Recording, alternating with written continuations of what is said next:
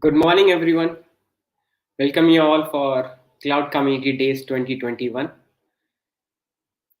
So, before we start with today's conference, I would like to thank you all for joining us today.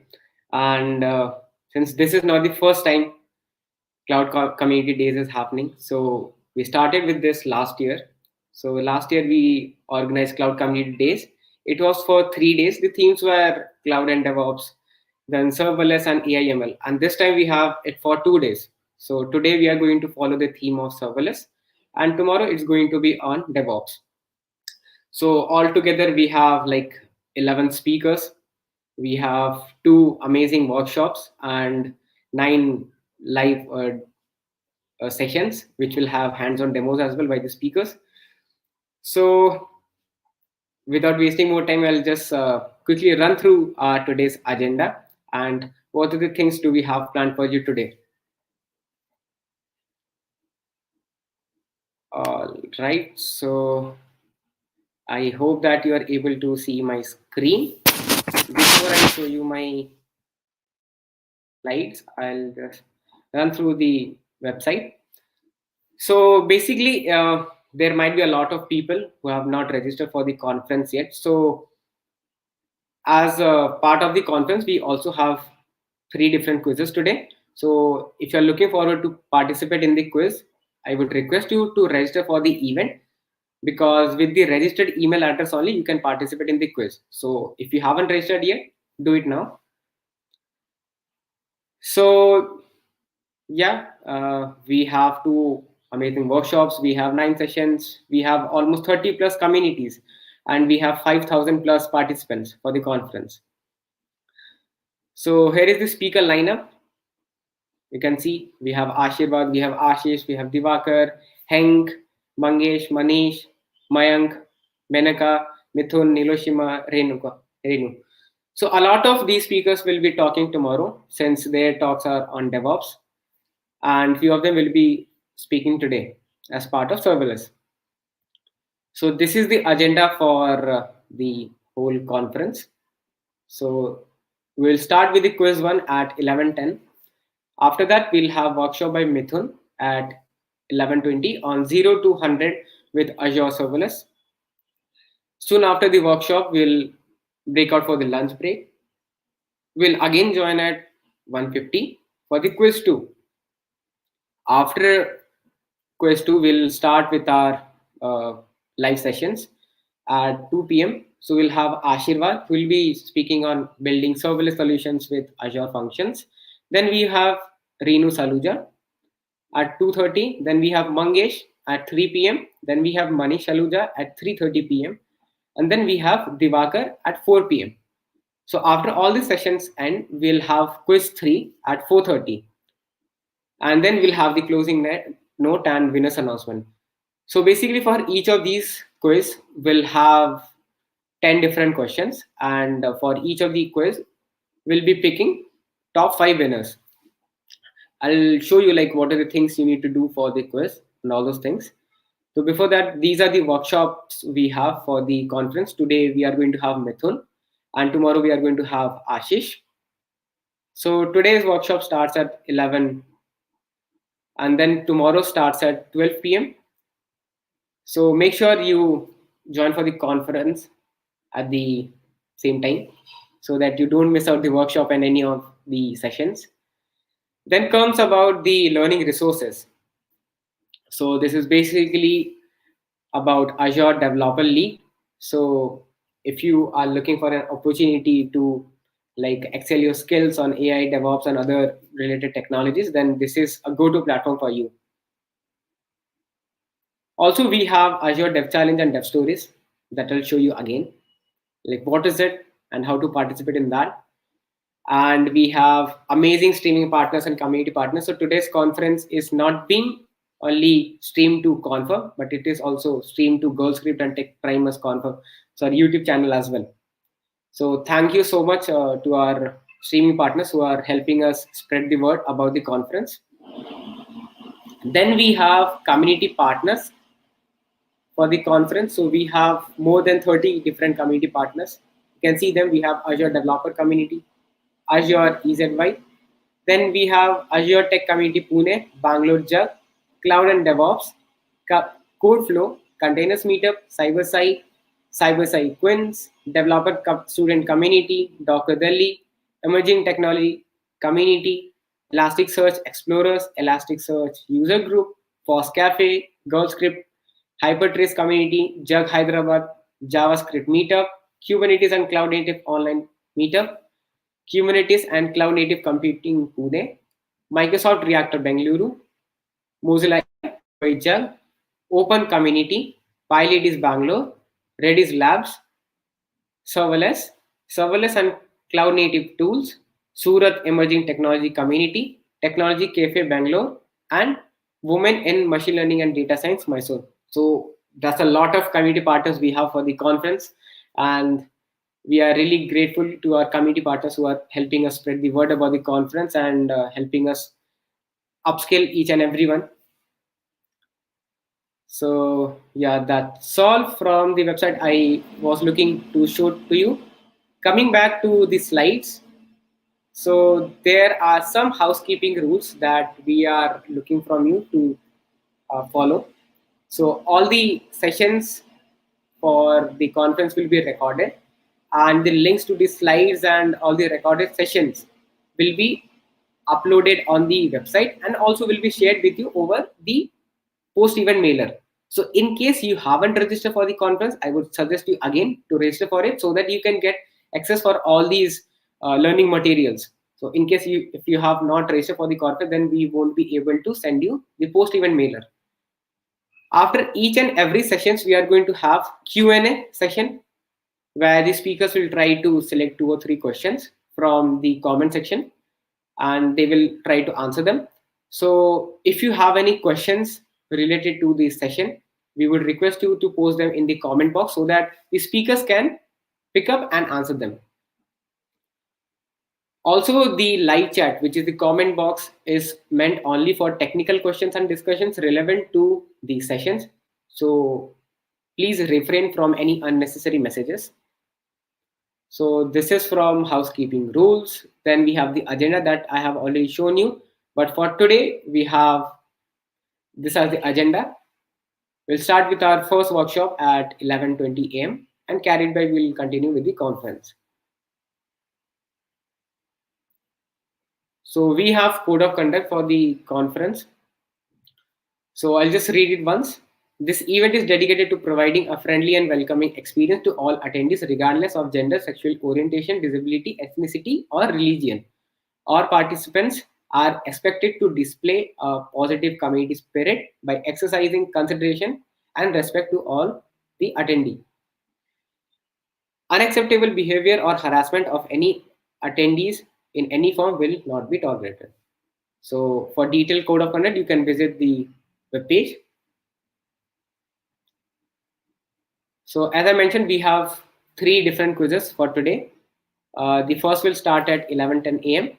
For each of the quiz, we'll have 5 winners. So the top scorers on the leaderboard will be considered as the winners and will be given Azure certification exam vouchers. So what is this Azure certification exam vouchers? So in case if you are looking to get certified on Azure, then these exam vouchers will help you to take participate in that exam. So each of these exam vouchers are of $165 credit worth. So it's a lot. So I would request you to participate in the quiz and all the best so that you can win the Azure passes and take part in the exam.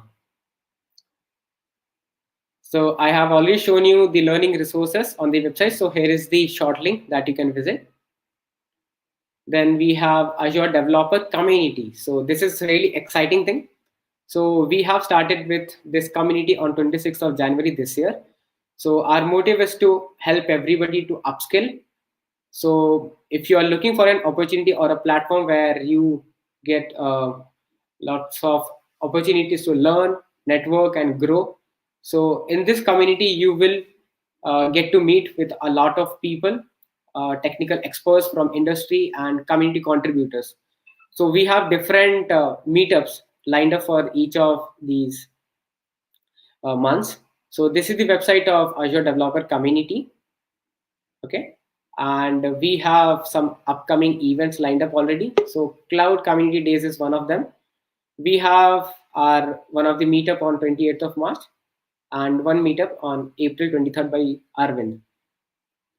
So yes, you can go visit the website and join your nearest community.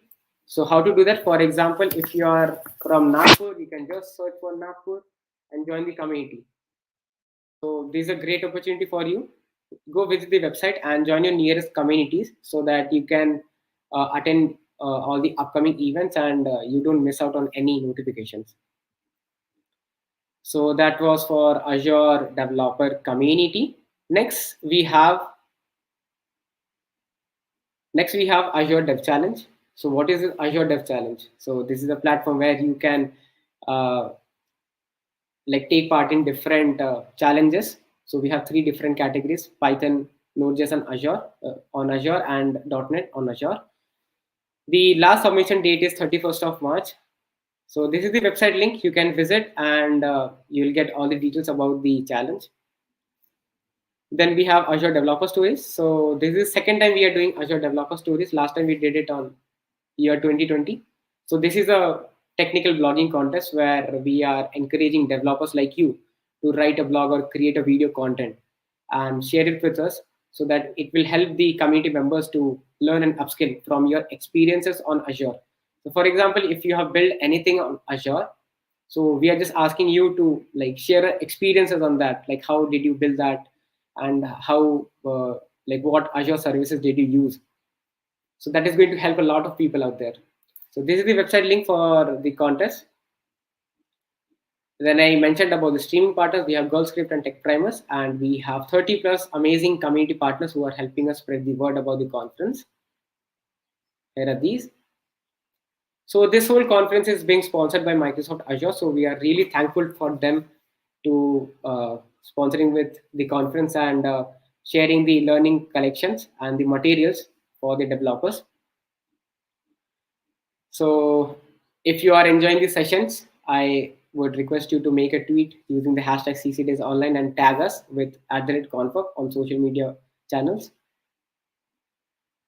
Okay, so that was a lot of introduction for today, and we are already 11:14. So let's get started with the quiz.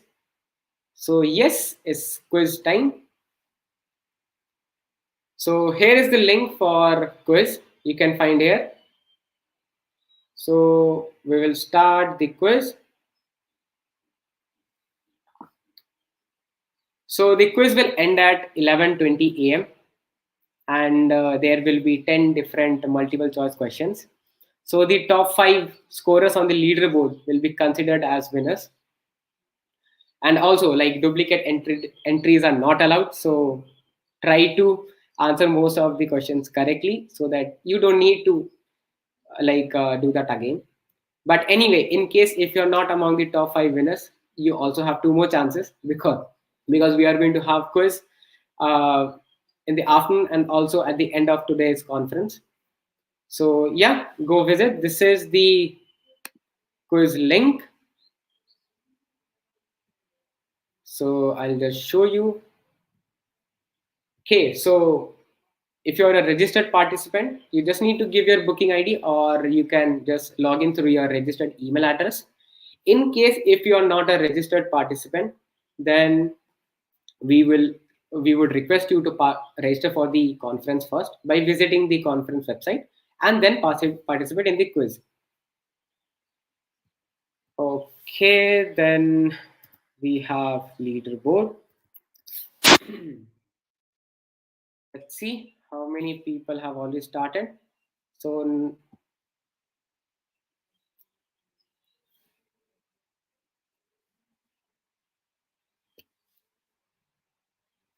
okay, so many of you would be asking for the links.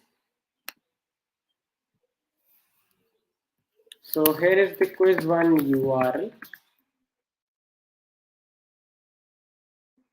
So we have just shared the link in the comment box. So please go through.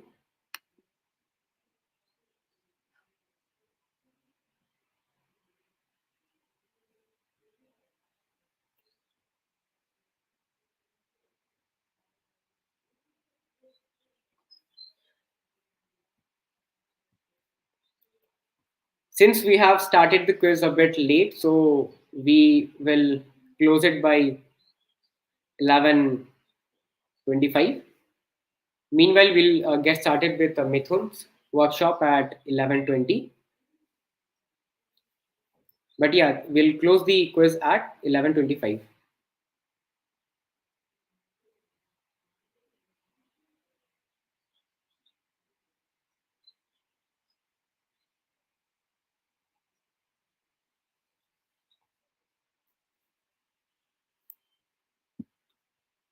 All right. So we already have Mithun with us. So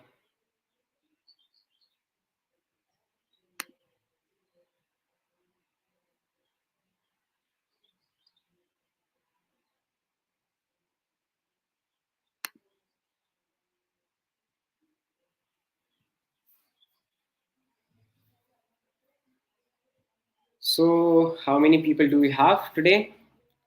So we have already 87 participants playing the quiz, and we have Naveen on top with 9 correct answers. Then we have Yash, then Amit, then Nitish, then Suraj. That's really nice. So we have 7 more minutes for the quiz, and soon after that, we'll be starting with the workshop by Mithun.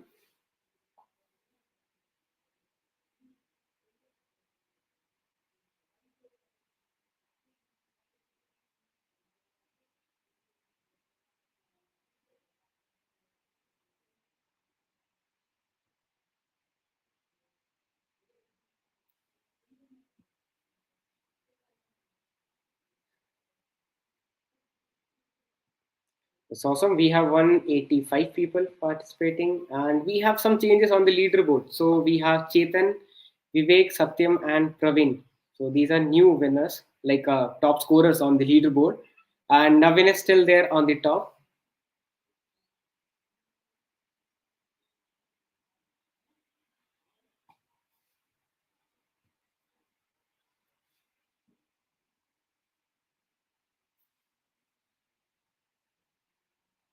We have 5 more minutes for the quiz to end.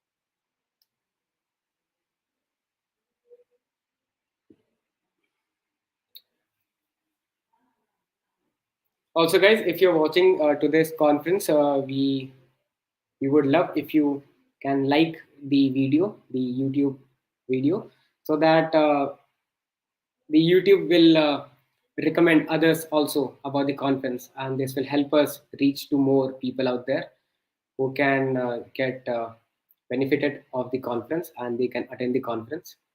So yeah, if you feel free and if you like the conference, we would request you to like and give a thumbs up for the video. This will really help us to reach more developers out there.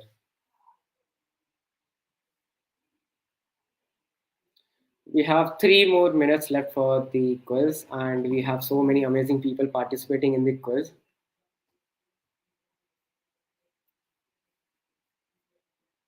So we already have 385 people who have participated in the quiz.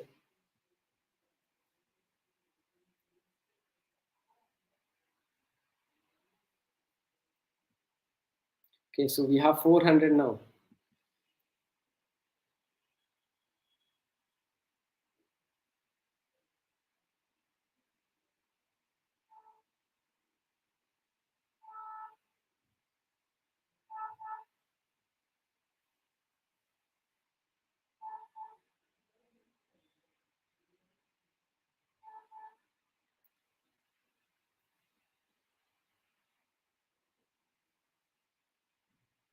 So in case if you haven't participated or taken part in the quiz and you're looking for the link, so the link will be there on the bottom of my screen, and you can also find the same link on the comment box as well.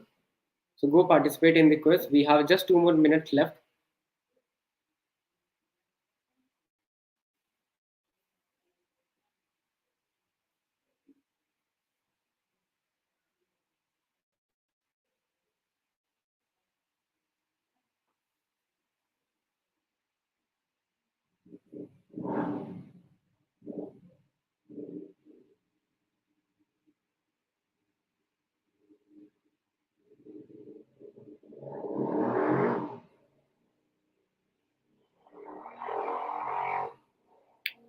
Okay, just 2 more minutes for the quiz to end, and soon after that we'll start with the workshop. Let's see if we can touch 500 participants for the first quiz. We already have 478 people who have taken part in the quiz.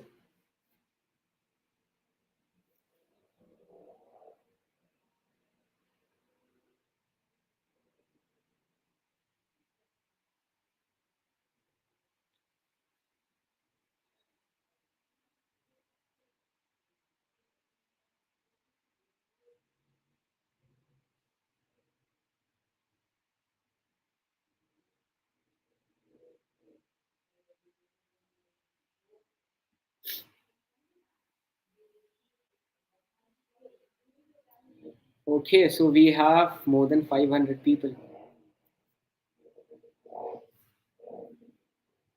That's really awesome to see so many people taking part in the quiz. So we have just few more seconds and then we will close the quiz.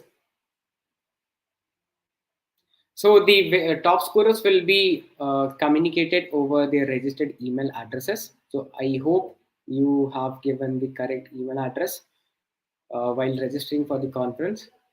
In the same email conversation, we'll be sharing the exam vouchers with you.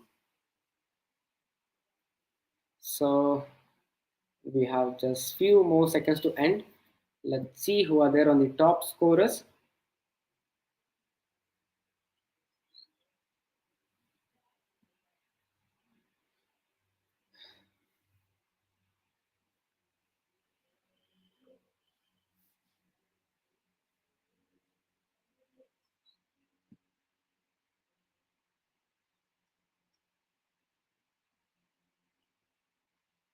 Okay, so it's 11:25 and this would be the final score. So I'll just take a screenshot of this whole thing. All right. So yeah. So thank you all for taking part in the quiz, and those who are not on the top scorers, don't feel bad because we have two more quizzes today. So yes, let's start with the workshop for today, and I'll welcome Mithun Shanbag, CEO of Squid Ventures. All right. So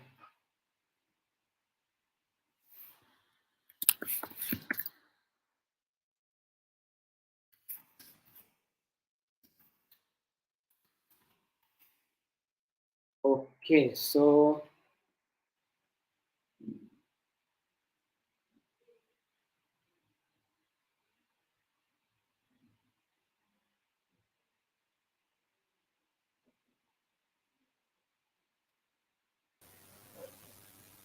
hello, Mithun. Hey Rohit, can you hear me? Yes, I can hear you. How are you? Perfect, doing good. All Awesome, awesome. right, let's. Are we ready for the workshop? Yes, yes, yes. So before that, Mithun, just wanted to confirm, like, are you going to have your video cam on or off? So unfortunately, I don't have a webcam on this, but I'm sharing my screen. So Okay, sure, sure. No problem, no problem. Just wanted to confirm. you can see my screen, right? Yes. So are you going to present any slide or So anything? Because like, it's no, it's streaming on. it's all hands-on coding session. So Shall I so I'm. shall I put your screen on stream then? Yes, please. Okay. All right. So first of all, Mithun, thank you so much for joining us today, and this is really awesome to see you again. And I remember last year also you were there, one among the conference speakers, and that was really awesome, and people really enjoyed that. And this time, this is not just a session, and this is a workshop. So I hope Correct. people are going to love it a lot. Correct. I hope So so too. So, yeah. no, definitely people are going to, because I totally do that. So before that, Mithun, can you give a like short introduction about yourself, what you do, and Sure. what your Sure. today's workshop is going to be about, and then we'll Sure. carry on. So, my name is Mithun Shanbag. So, I run a small startup here called Skewed Venture. So, essentially, we do a whole bunch of cloud computing products. So, one of our flagship products is this diagramming editor called Cloud Skew. So, essentially, if you need to sketch AWS, Azure, GCP, Kubernetes diagrams, say something like this, you can use the product to do that. You can find out more about that on cloudskew.com. So I'm also ex Microsoft. So I used to work in the at Microsoft for worked there for about 12 odd years. Worked on Windows Server, worked on .NET Framework, the Common Language Runtime. Worked a little bit on Visual Studio and a little bit in Azure Cloud Computing. So I've had a long career out there. Now these days, essentially, just running my own, small startup doing small SaaS applications like these. So for today's workshop, we are essentially going to be covering serverless components.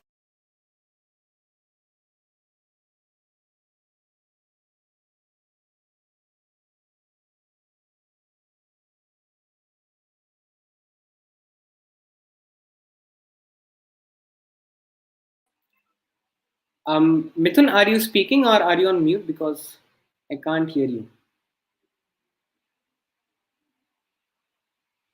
Hello. Hello, can you hear me now? Yeah, now I can hear you. Was Okay, in I'm sorry. Did you catch any of that? No, actually, like in between, just for the last 7 or 8 seconds, we missed you. Okay, okay, sorry. Okay, so something's. I think my audio switched out here. Okay. Sorry. So yeah, like I was saying, so today we are going to cover Azure functions mostly. So we'll create a small app, essentially a weather reporting API app, and essentially we look at how to do this with Azure functions, and then we'll use bunch of other Azure services like Cosmos DB or blob storage, and how to monitor this with Azure App Insights, how to deploy them with Azure DevOps. So it's sort of like sort of give you a 360-degree view of what's involved in creating a serverless application in Azure. So all the code samples will be shared out after the session, and there are no slides in here. It's a hands-on session. So all these contents, I'll be sharing it out after the session. So it'll be available on my GitHub link. Um, so with that, let's get started. First and foremost, let's look at all the compute service offerings in Azure. So, I'm not sure if many people have looked at this diagram, but essentially, this sort of talks about every single compute service that's available in Azure, right from infrastructure as a service to platform as a service. And for folks who are unfamiliar with the difference between infrastructure as a service, platform as a service, and software as a service, this is a good diagram that talks about that. Okay, so okay.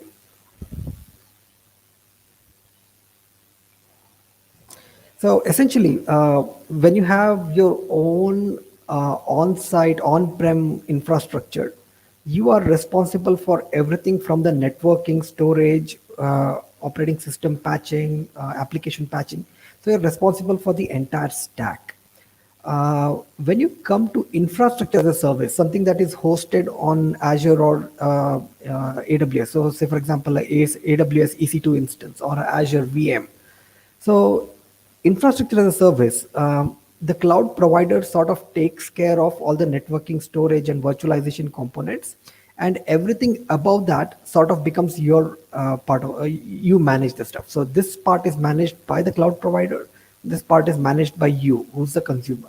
So you choose what application to put on it. You choose what runtime to put on it. If you want to patch the OS, upgrade the OS, you can choose to do that. But everything underneath these layers are controlled by the cloud service provider, AWS or Azure. Uh, so there's a bit of maintenance work involved here.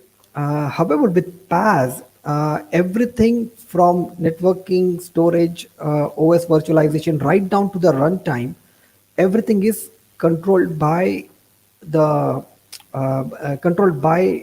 cloud service provider.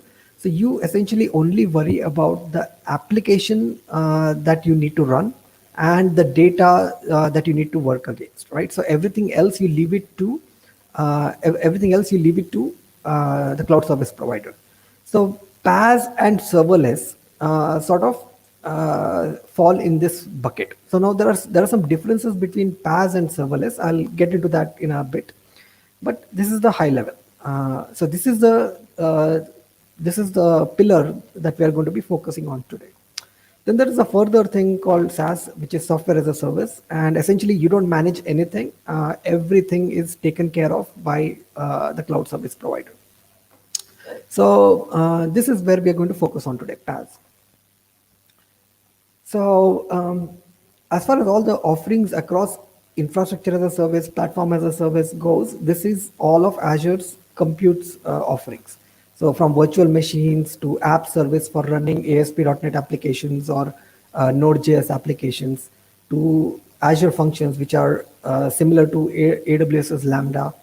If you want to need to run containers, you can run them in ACI, the container instances. If you need to run a full-fledged Kubernetes service, you could run them in AKS. So this is a flow chart that sort of talks about, given your situation, which of these is the right compute option for you. So say, for example, you have an existing infrastructure and application that is on premise, and you need to lift and shift into the cloud. So at that point, something like a virtual machine might be the right thing. If it is a web app, then possibly pushing it into an app service is the right call. So if it is a microservice, and essentially if it's event triggered and essentially deals a lot with input and output bindings like data, then something like a Azure function would be the best. So essentially you don't have to manage any servers. With app service, you actually end up getting a managed server. So something like a managed Nginx server or a managed IIS server is handed out to you. So you don't have to necessarily patch it, but there is still a server behind the scenes. So if you still want a higher degree of independence, where you just want to worry about your workload and not worry about the server, you switch to Azure functions. So this also limits your use cases, but if you have like a stateless workload, Azure functions are probably the best thing that you can run at. And cost-wise, it's a order of magnitude cheaper than app service. So again, I'll send out the link to this article. This diagram is essentially what you would need to look at to make your decisions regarding compute. Similarly, if you need to make a decision regarding data store, there are similar flowcharts available. If you need to make a decision about a load balancing service, there's a similar flowchart available. So this sort of like simplifies the decision-making process. Next up, let's look at what are the serverless options that are available to us. So Microsoft sort of deals with, there are a couple of them. So one is, if you are primarily operating in the Office 365 workspace, if you deal a lot with SharePoint and Excel and all those entities, so Microsoft Power Automate is sort of where you need to be. So it deals primarily, the billing entity is a Office 365 connection, subscription, and it has good integration with all the Office 365, within the Office 365 tenant. Now, this is mainly for IT admins. If you are a developer, then probably you would need to use Azure Logic Apps. So Logic Apps are a drag and drop solution. So essentially, you can integrate with third-party entities like Twilio or something like Twitter. You can do that, and you can construct your workflow using Logic Apps. Um, if you need a higher degree of control and drag and drop doesn't meet your requirements, then you could essentially get into Azure Functions. So this is what we'll be looking at in today's workshop. See. So when we compare and contrast, like I said, app service to Azure Functions, this is what's involved inside an app service, right? So app service, you have a dedicated app service plan. So this is, think of this like a VM that is rented out to you, and you pack a bunch of app services inside it. So basically apps, multiple apps inside an app service plan. And then you could, for logging, you could essentially stream the log out into an app insights instance. And you could deal with whatever backend data stores you need to deal with. So for example, this app service can deal with Cosmos DB, this app service can deal with blob storage, and so on and so forth. When it comes to function apps, you don't get a dedicated rented VM. You don't get a dedicated app service plan. You get a community or a shared app service plan. So this is not in your control. Okay. So you can't say I need a machine with 6 GB RAM and 2 GHz processor. You don't. You only specify the workload that needs to get executed, and it gets executed on whatever machine is available out there. So similar to that, instead of packing in all your logic inside an app service, you would pack it inside a function app. And the same set of integrations still hold true. All your logs are streamed out to an app instance, app insights instance, and you deal with whatever backend data stores you need to deal with. The key difference is here in App Insights, because you're renting out a server, you're paying for it 24/7, whether you're using it or not. Here, you only pay for the execution time. So out of 24 hours in a day, if it executes only for a minute, you're only paying for a minute of execution. While here, you're paying for 24 hours. So which is why this one works best when you have like intermittent workloads that you don't need to constantly execute. However, if you have like a constantly executing workload, something that needs to execute 24/7, then app service might be a better option. But if you have something that runs sporadically a couple of times a day or at intermittent intervals, then a function app is probably your best bet. Having said that, now let's actually look at how to start with creating a function app. So let's do that. I hope the font is visible to everyone. Okay, so I'm going to create a folder. So,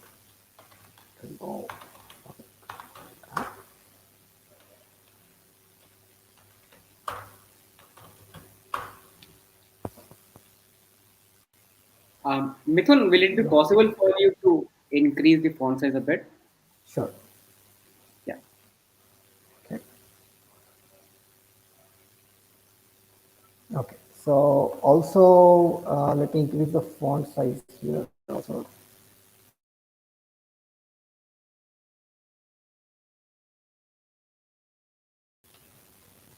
Okay.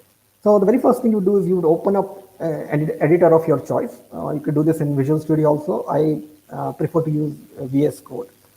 So and then you press, you go to the command palette, Control Shift P, and you would say, so the very first thing you need to do is you need to install this extension pack known as Azure Extension Pack. So the link to that, if you go to Azure VS Code Marketplace,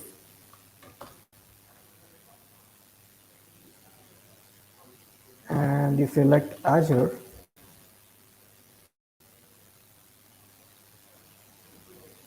So this Azure account, if you install it, it installs a whole bunch of other extensions along with it.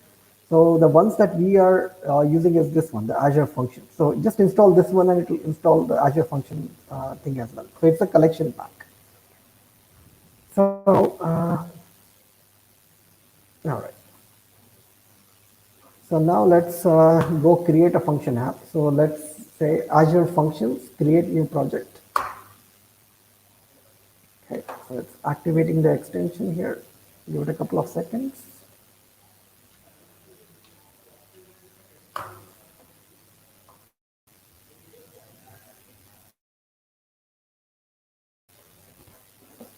Okay, and then let's select this folder.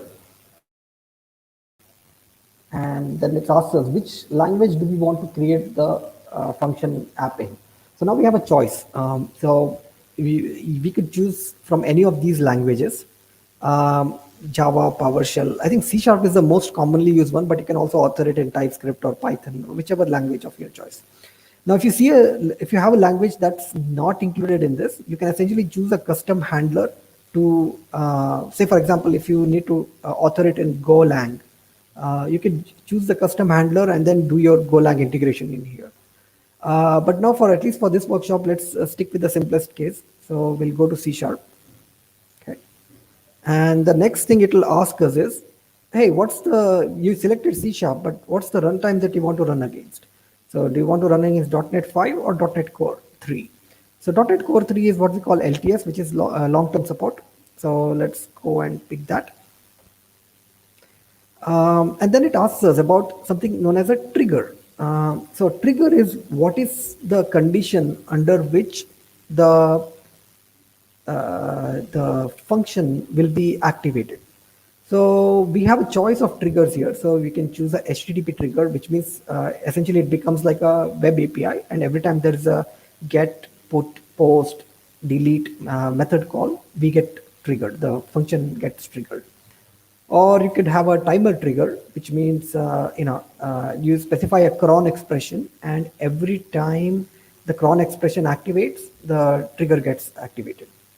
Queue trigger means it essentially starts monitoring a storage queue, and every time a message gets pushed onto the storage queue, the queue trigger activates.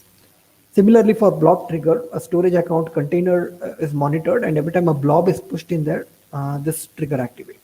And so on and so forth. You could have similar triggers for event hub, service bus queues, service bus topics, even Cosmos DB triggers, right? So anytime an item is pushed into the like a JSON document is pushed into the Cosmos DB collection, this thing gets activated.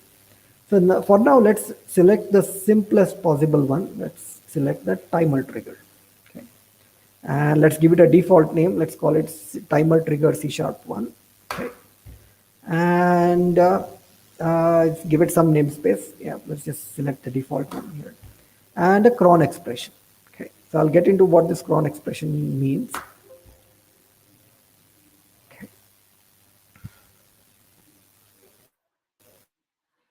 Mithun, sorry to interrupt you. Can you increase or zoom? So as you see the tooling that I can create a CS proj file for you.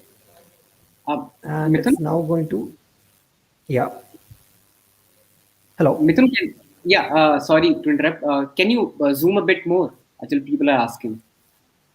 Okay, one second. Let me try this. How about now? Yeah, this Better? is better. Yeah. Okay. Thanks.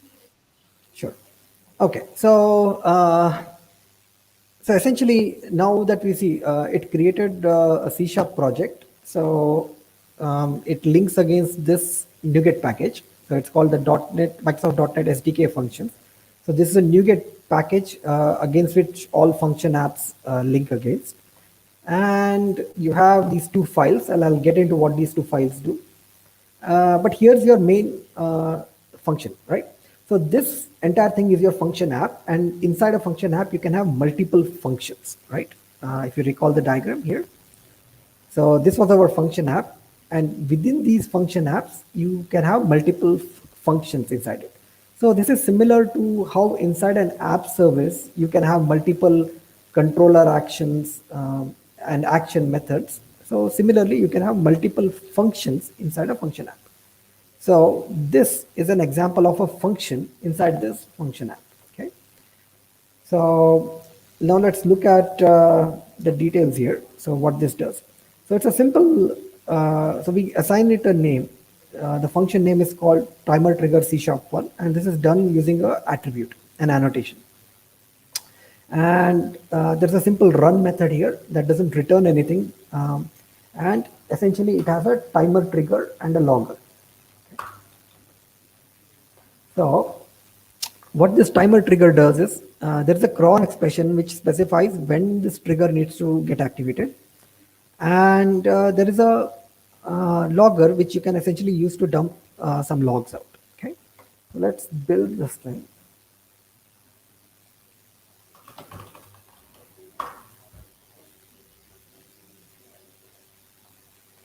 Okay, so it's going to restore the NuGet packages. Oh, wait a second.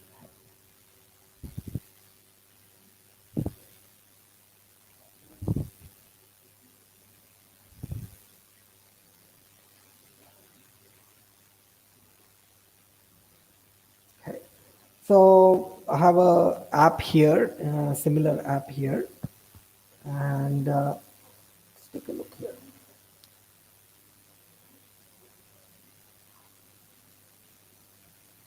Okay, so this is the timer trigger that we had created. So here, so I've changed the timer trigger to execute every 30 seconds. Okay, so how do we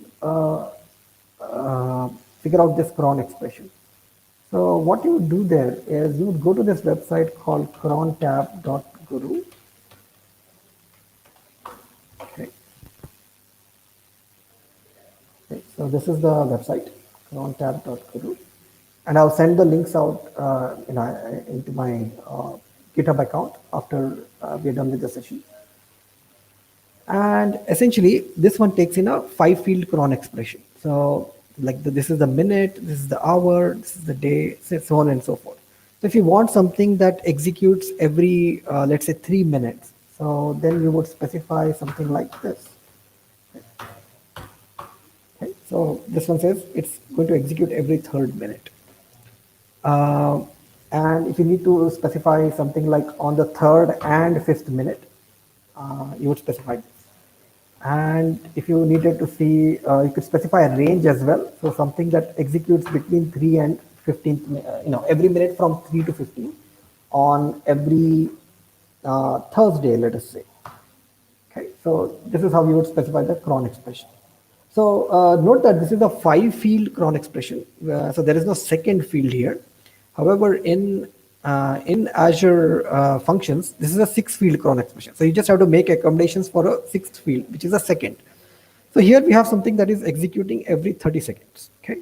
So now in order to run this, all we need to do is,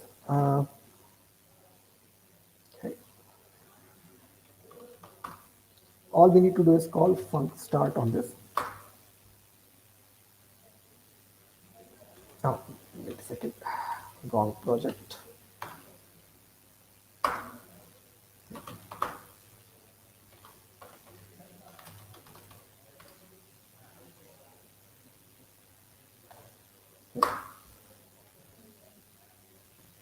So every 30 seconds, this is going to log a line saying that the timer trigger executed at this git time. Okay. It's a very simple example.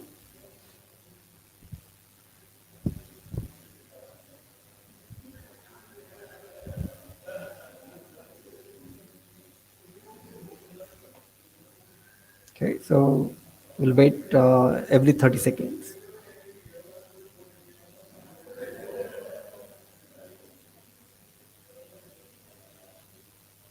Okay, so you see that it executed once. So this C# timer trigger executes. So this line is displayed here in the logs. And here are some additional verbose logging that's done by the functions runtime. Okay. Just give me a minute here, just a second.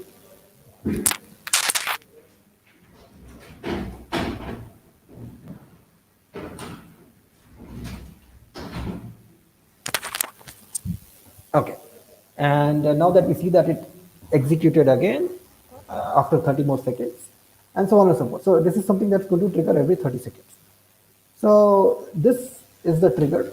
We don't have any input bindings yet, so it is not reading from something. It's not writing to some. I mean, writing somewhere other than the logs. So this is a simple example. So let's terminate this. Okay. So this is an example of a timer trigger. Now let's look at an example of a HTTP trigger. So similar to how we did that, we could just say Azure functions, create function. Okay. And you could select a timer HTTP trigger, and you would give it access right. So essentially, if I want this to be anonymously accessed, or if I need this to be accessed with the API key, I could choose the function. So right now, let's just keep it anonymous for simplicity's sake. Okay. So it's going to be HTTP trigger here, and this is essentially what the HTTP trigger would look like. So essentially, it says that, hey, this thing will get triggered every time there is a get or every time there is a get or post call. So there is a web URI that will get published or activated, and every time you hit that web URI using a get or post method, this trigger will get activated, and it's going to do a bunch of things like it's going to read the request body and look at the query parameters, and it's going to look for something called as name, a query string, and essentially it's going to append a message into the response body. Okay, so let's take a look at how this works. So I already have that here. Okay.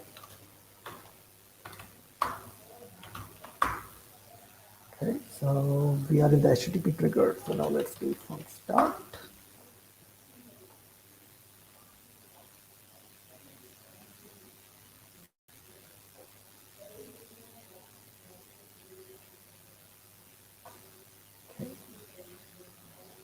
All right.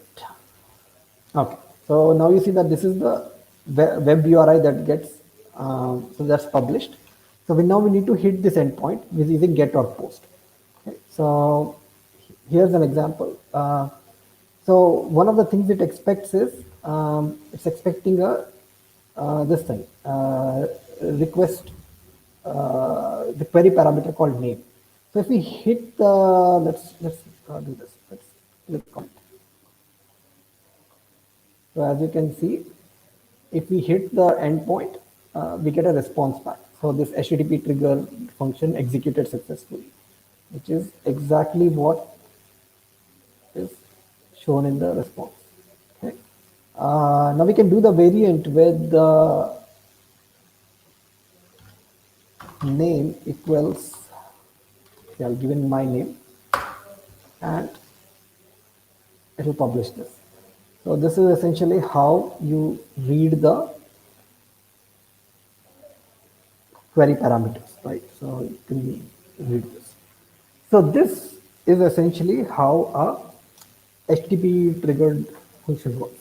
Again, this is just a trigger. There is no input or output binding at this point, which means it's not reading, writing to anything. It's not reading from anything other than the trigger data. So here we can see that it is all the data is the request body comes in here, and everything associated with the request body, the headers, the query parameters, all of that you can read it. Okay. So to do that, so all of that stuff can be accessed here. Okay. So very simple example. So now let's move on to the next one. Okay, so now we've seen how to create a API endpoint. Okay, something that processes a get and post method. In this example, when we hit it from the browser, we are essentially doing a get request. Now let's take a look at a slightly advanced use case here. So in our next example,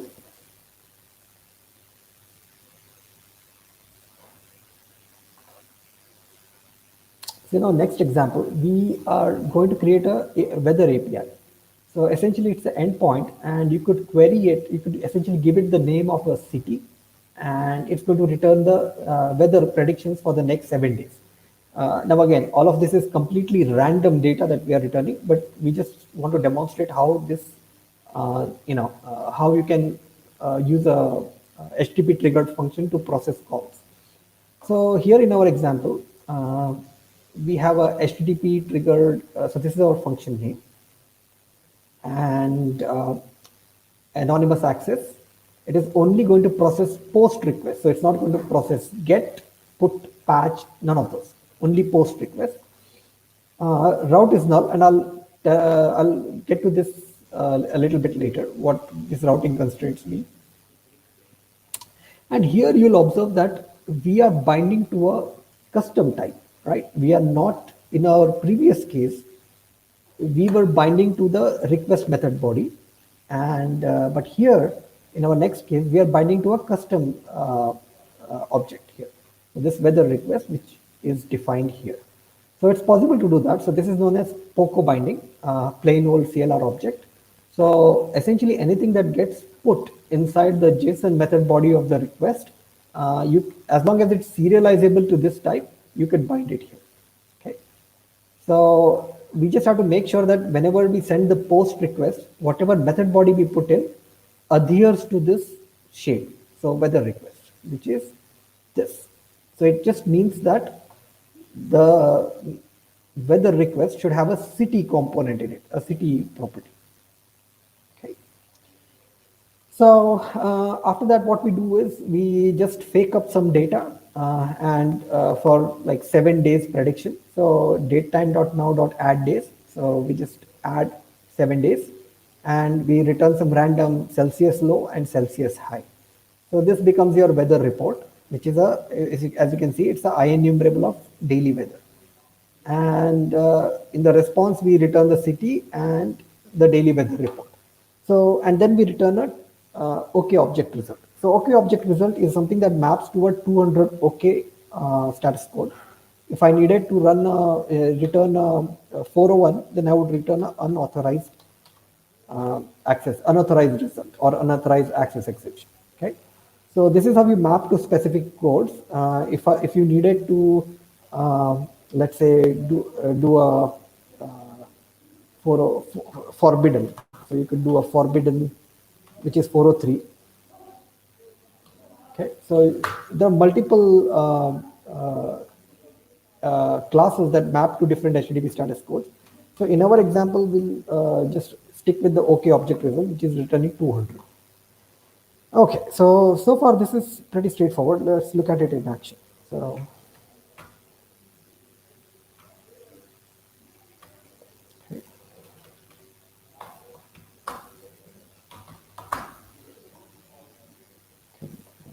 and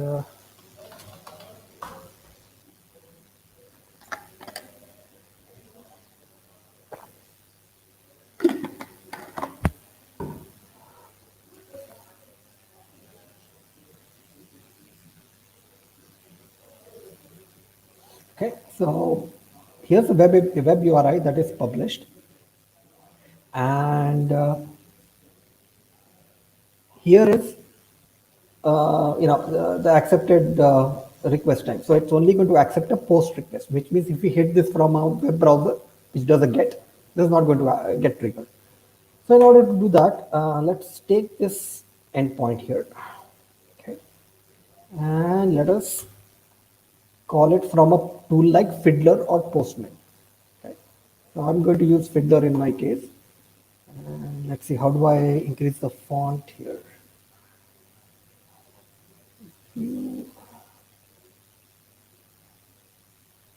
Okay, maybe I'll just have to do this. Okay, so I'll go to the composer and put the endpoint there. So this is the endpoint, and it's only going to accept a post request. So we do post, and we can say content type application JSON, because that's what we are gonna give in. And this is the request body. So let's put in city, and let's put it Bangalore, BLR. Okay. So here this thing, city BLR, is essentially what maps to the input. And let's look at that here. So here from the weather request,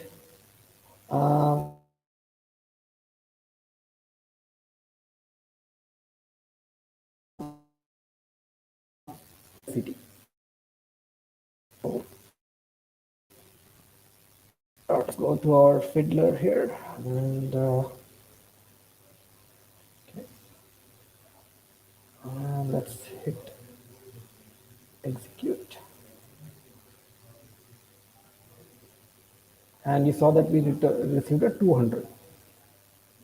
And this is the input that we gave in, and this is the output that we are receiving. Okay. So here's the city, and here's the weather report for the next 7 days. Okay. So all of this is fake data, of course, mock data, but you get the idea of how to return a JSON method body out. Okay. So as you can see here, what we are returning is an iAction result. So iAction result essentially is a mapping to a specific HTTP status code. And in our example, we are returning a 200 with a object attached to it, which is our JSON method body, right? So what the function's runtime does is it takes this type and then deserializes it to JSON and then posts it out in the response using a 200. And this is essentially what we get here, right? So, all right. So now let's take a look at, so now we've looked at triggers, HTTP triggers. So now let's take a look at, okay, how do we actually deploy this to Azure? How do we actually monitor this in Azure? And how do we deploy this using a CI/CD pipeline? So to do that, let's say we need to manually deploy this. So the way to do that would be, you would use the command line. So there are multiple ways of doing it. My preferred way is to use the func command line.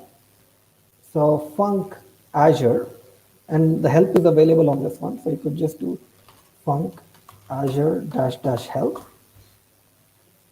Okay, and says, okay, func. So there is a set of commands called function app. So let's use that. Okay, and function app publish, which is what we are going to use. So function app publish, and then with publish, you have to specify a function app name. So which means I need to have a function app that is already provisioned on Azure. So how do I do that? So in Azure, so let's say, we have a resource group. I already have one here. And I already have a function here, but I'll just walk you through the steps involved here. So you would go here and say function app. Okay, so create a function app, and this is the resource group we want to put it in. This is the subscription in which we want to create, and I'm going to call it my function app 1. Okay, whatever. Okay, it looks like it's not available because it's a globally unique URL. So let's call it Mithun function app. Okay, so this Mithun function app 1.azurewebsites.net is the endpoint for that function app, right? Similar to how when we ran it locally, this was the endpoint. It's running on localhost. Similar to that, this is the endpoint that becomes available when you deploy it in Azure. And let's just deploy it with publish package using code. We are not going to create a Docker container, but that's also a possibility. You could publish your function app as a Docker container, push it to container registry, and have it deployed from there. Runtime stack, let's just select .NET because that's what we used, and .NET 3.1, the LTS version, and let's say, it doesn't matter, pick whichever region. Central US is fine.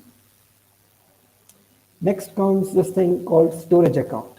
So behind the scenes, every function app creates a storage account for its own internal bookkeeping, right? It needs to know what was the last trigger time, what was the, was it successful, no, unsuccessful, the last activation. So for all its internal bookkeeping and handshaking thing, it creates a storage account behind the scenes. So you don't have to manage it. The Azure Function app manages it. Then operating system, you could use either. So let's just stick with Linux for now. And the consumption type, the consumption plan. So this is the cheapest one. If you already have an app service plan and just want to execute it there, you could do that. Functions Premium is sort of like the middle ground where you don't have an app service plan, but there is some requirement to maybe pre-warm some functions, or you do, need to do some VNet isolation. You could choose the premium version. For now, let's stick with the simplest one, the serverless offering. And then monitoring, it creates an app insights instance into which all your logs are dumped. Okay, and then you give tags, and then you review and create. Okay, so once the review passes, you can just hit create, and it will create the function app. It takes about 30 odd seconds to create it. Because I already have one, I'll just reuse that. So it ends up looking like this. Okay, so this is my function app. Okay, nothing is running, which is why the memory working set is empty right now, it's 0. And within that, we have this configuration section. So these are the runtime settings, which is the function runtime to use, and these are the app settings. So essentially, this is like a key value store. So if you integrate with the, so for example, like it created a storage account behind the scenes, and this is the connection string to that storage account. Similarly, I have some integration with Cosmos DB, and here's the connection string to that Cosmos DB. So all of this is actually documented, all the possible values, and that is given in Azure Functions App Settings. Okay. App Settings reference. So all the values that you see here on the right side is described in this document. Okay, it's in the Azure Functions documentation. Okay, functions documentation, and you would go to the reference section and app settings reference. Okay, so now that we've built our function and we are now ready to deploy code. So we've developed our code here. We have a functions app on Azure. Now let's just push this there, right? So how do we do that? So again, coming back to our command line, we just need to give it the name of the function. So func Azure function app publish, and the name of the function is called Meetup Cloud Community Days and today's date. So this is the name of the function app. So let's push this here. Okay. So func Azure function app publish to this, and let's do that.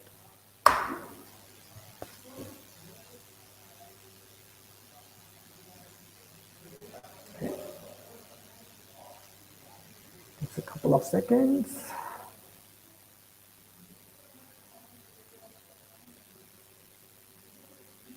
So it's rebuilding the application function app, it's packaging it, and it's going to deploy it. Okay.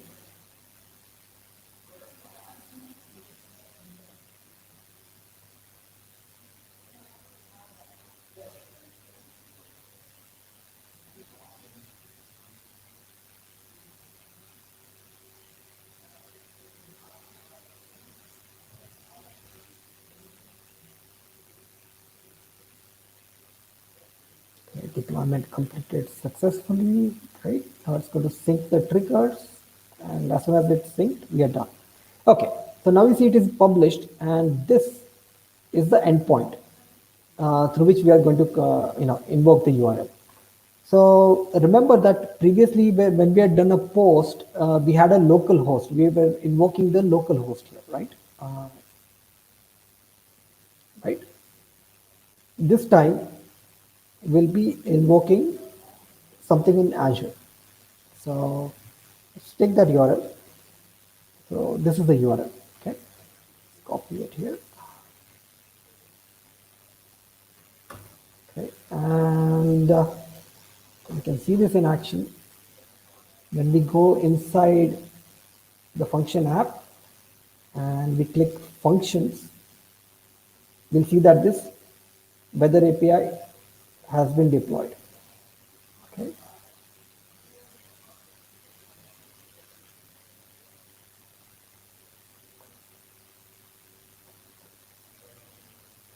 So, and this is the metadata that it requires to trigger it. So it says, it's taking in a, so whatever we specified in the, whatever we specified here in the trigger, that it's a post method, so on and so forth, all of the, what is the entry point of this function, all of that is essentially transformed into a JSON file. It's a language agnostic JSON file. So whether you code it in Python or JavaScript or C#, you're going to get the same function.json file that's auto generated for you. And it says that here's the entry point, here's the method to run. So it's function app dot http trigger weather API dot run, which is this one. Function app dot http trigger weather API dot run. Okay. So this is what the when the trigger activates, this is what is this is the payload that's going to get executed. So let's take a look at it in action. So we have the endpoint URI here. Okay, so this is our endpoint URI. Let's copy that. Okay, and back to Fiddler. And, okay, and I'm going to hit execute. Same parameters. We don't need host and contemplate. So CTBLR. And instead of BLR, maybe I'll give it, let's say, Mumbai. Execute. Something went wrong.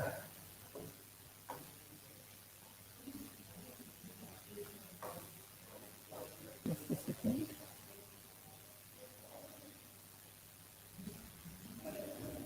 To restart it.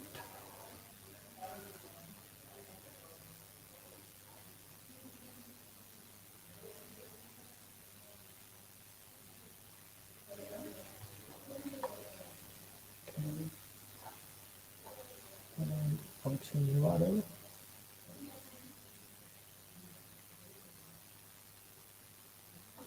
Correct.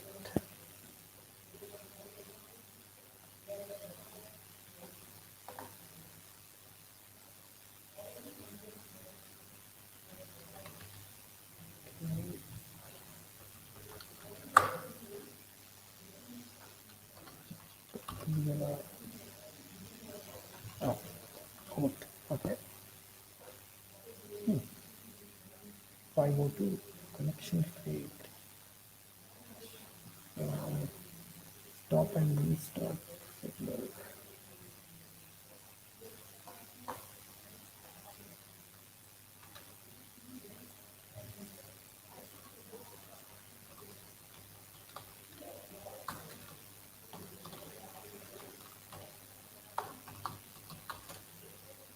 Okay, application.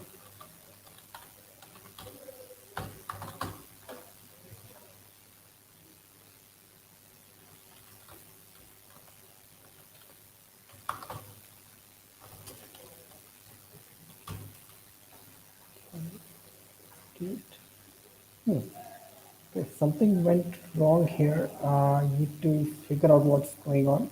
Connection. HTTPS connection. Okay. Default transport. Okay.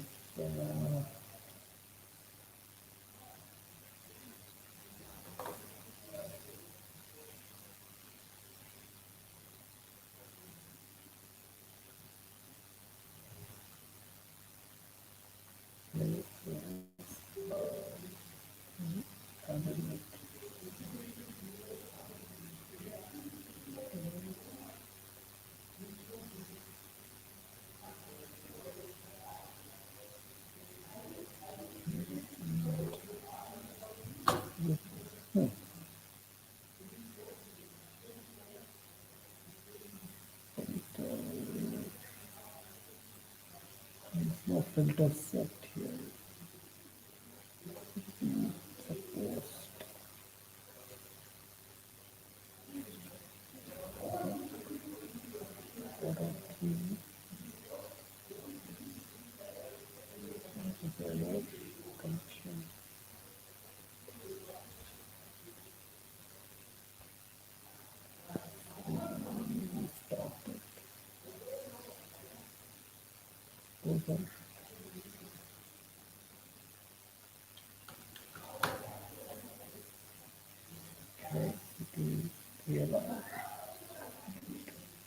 Okay, something's going wrong. We'll troubleshoot this later, but essentially you would have received the same response from that endpoint, the one that we saw previously, right? Okay, we'll troubleshoot why this went wrong. Apologize for that. Okay, so we've seen how to deploy it locally, from your local machine. Now let's take a look at how to deploy it using a CI/CD pipeline. So in order to do that, you would need to go to Azure DevOps. Okay. So let's say go to dev.azure.com.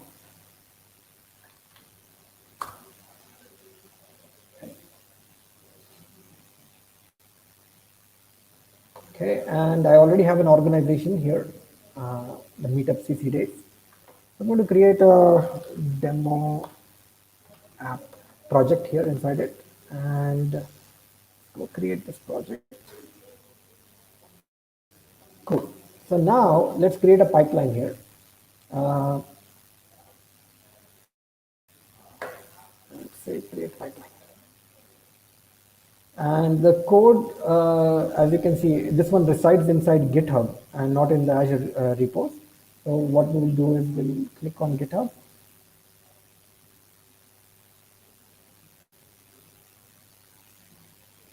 And we'll give it access to our, okay, and essentially we get this thing. So we can save this. So I'll walk you through what each of these elements mean. Okay. So we actually already have one pipeline. I'll just open that up here.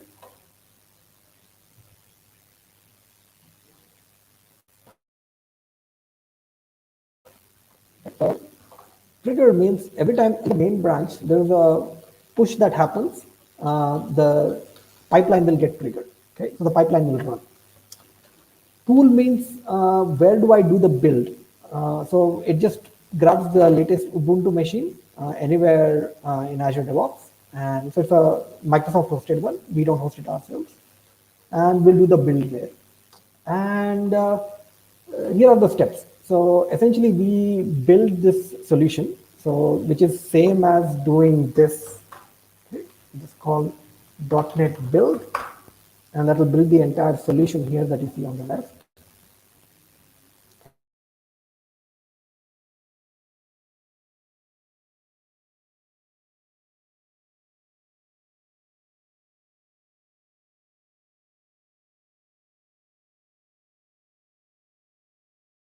Okay, builds.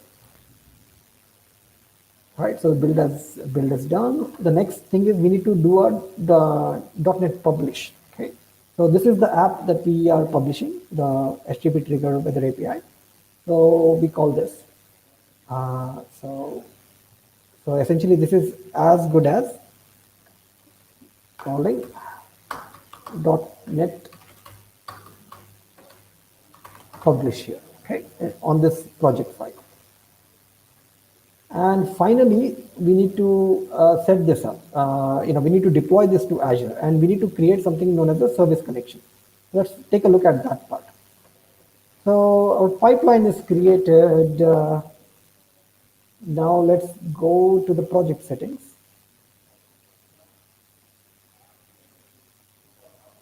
Okay, and inside pipelines, there is a service connection. So this is essentially to authorize the pipeline to talk to Azure in order to be able to deploy it.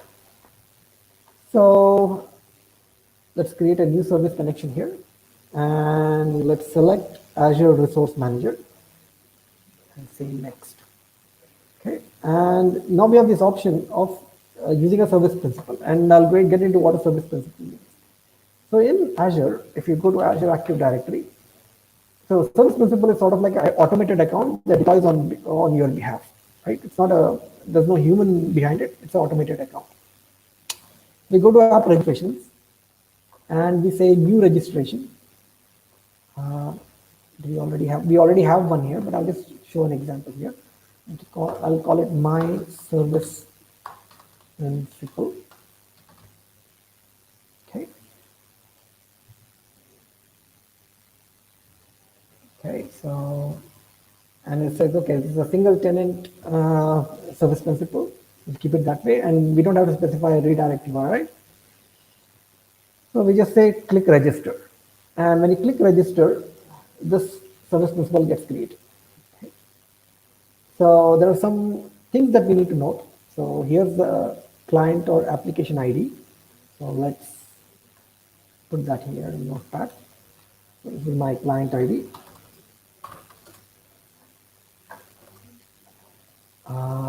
Next up, we'll note the directory or tenant ID. Okay, and we need to give it a secret. So we go in here. We already have one, but let's create a new client secret. Call it new client secret. And we'll copy the secret value here. The client secret. And finally, we need the subscription ID. So that we will get from here. Okay.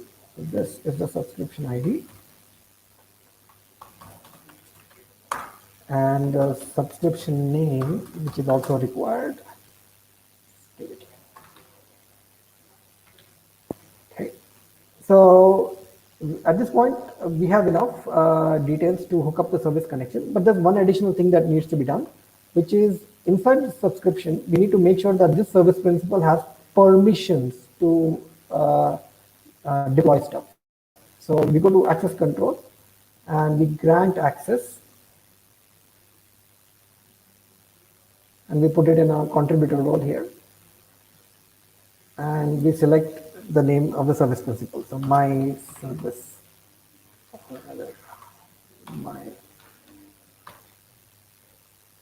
was that?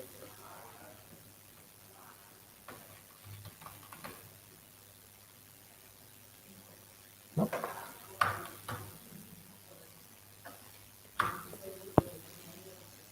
Okay, so I forget the name of it, but essentially you can see that when you look at the role assignments here, it's already given access. So yeah, meetup CC days service principal.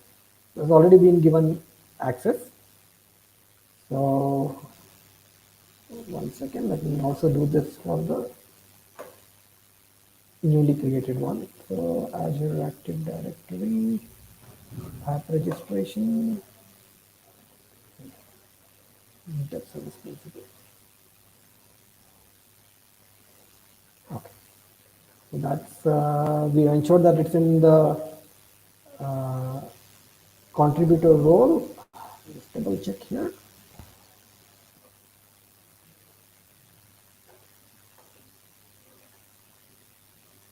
Yeah, so it's a contributor. So this service principal. So it has permissions to deploy. So now let's come back. to our Azure DevOps, and let's manually hook it up. Okay, so yep, we're connecting to Azure Cloud subscription level, and here's the subscription ID.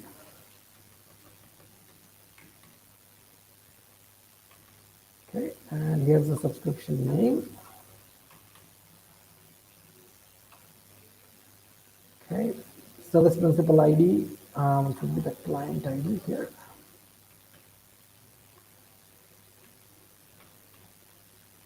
Service principal key, which is the client secret.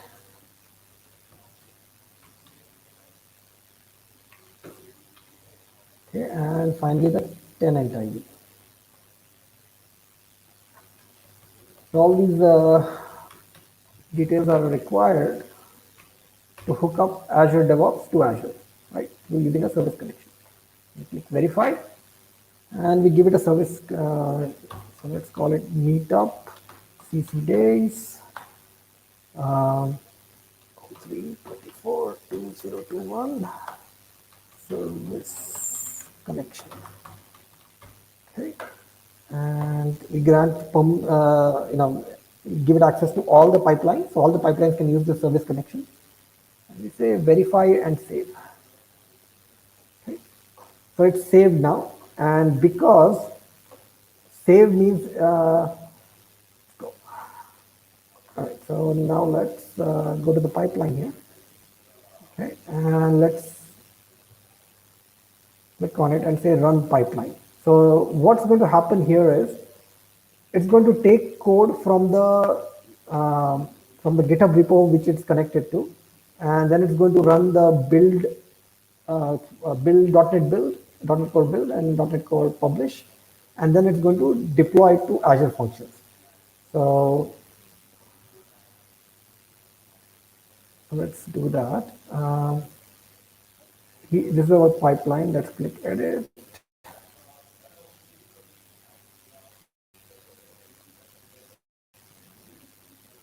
Okay, and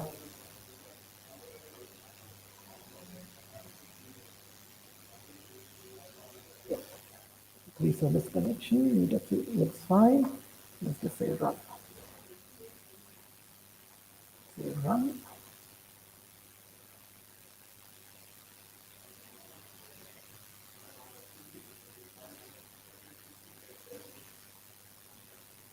Okay.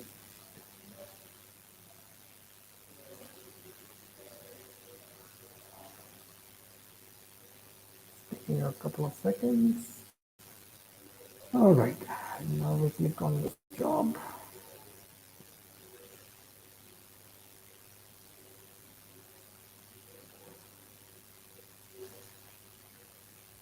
Okay, so it's now running the .NET. First, it's checking out all the code to the build agent. Now it's going to run .NET build, and NuGet libraries are going to be restored as part of that. Then it's going to run .NET publish after that, and then it's going to deploy to the function app.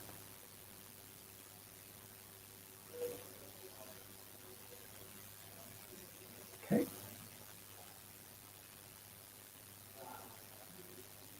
So it's restored the packages. Now it's building the individual solutions. Build is done. Now it's going to publish. Sorry, it's going to package it, and now it's going to publish it.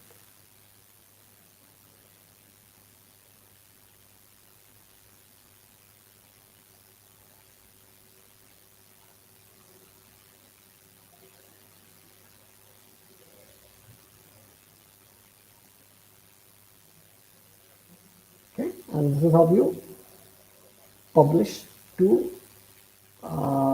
Azure Functions using a CI/CD pipeline. Now, technically, I could just go here and make some changes here to, let's say, this README file. Put in some content here. It's called TBD. And if I go ahead and check this change in, commit, test commit, trigger pipeline.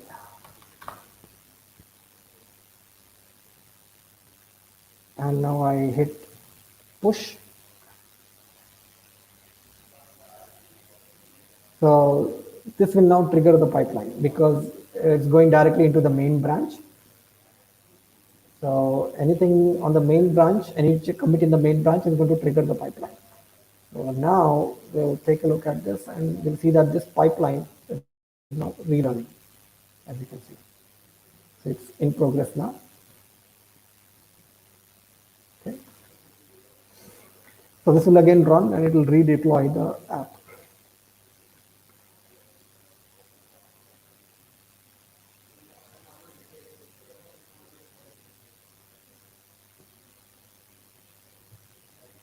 Rohit, quick check. How are we doing for time?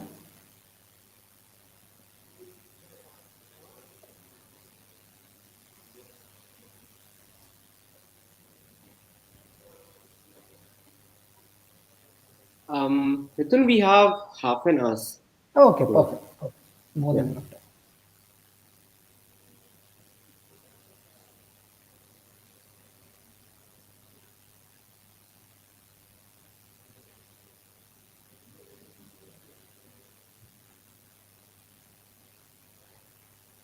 Okay, so it's deployed. Great. Perfect. So as you can see that anytime I make a check-in to the function app, it automatically gets redeployed using a CI/CD pipeline. Great. Now let's go and look at, let's take a look at the monitoring aspects of it. So we looked at how to deploy it manually, how to deploy it using a CI/CD pipeline. Now let's look at how to monitor it. So now, as you can recall, there is it's hooked up with a AI instance, application insights instance. So as you may remember, Mithun?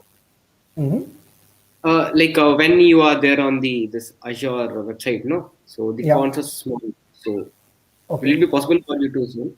yeah, yeah, okay, Yeah, this will be better. okay. Thanks. So as you can see that application insights is enabled and this function is hooked up to this app insights instance. So anytime we do a log, right? So for example, here, the timer trigger, for example. So every time we do a log like this, it goes into the app insights instance as a trace. So you could select the log verbosity as well. So you could say log error, log information, log debug, log a trace, or log a warning. So you could select the logging levels, and they would get pushed into app insights. So how does that look like? So the easiest way to access that is to go into your functions and inside into your function here, okay, and look up monitor.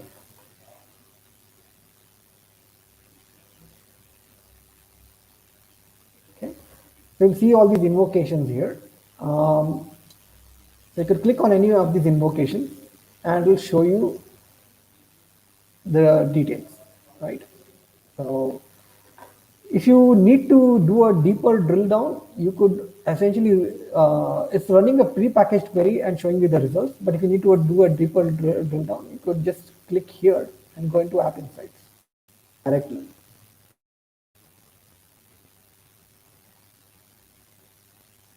Okay.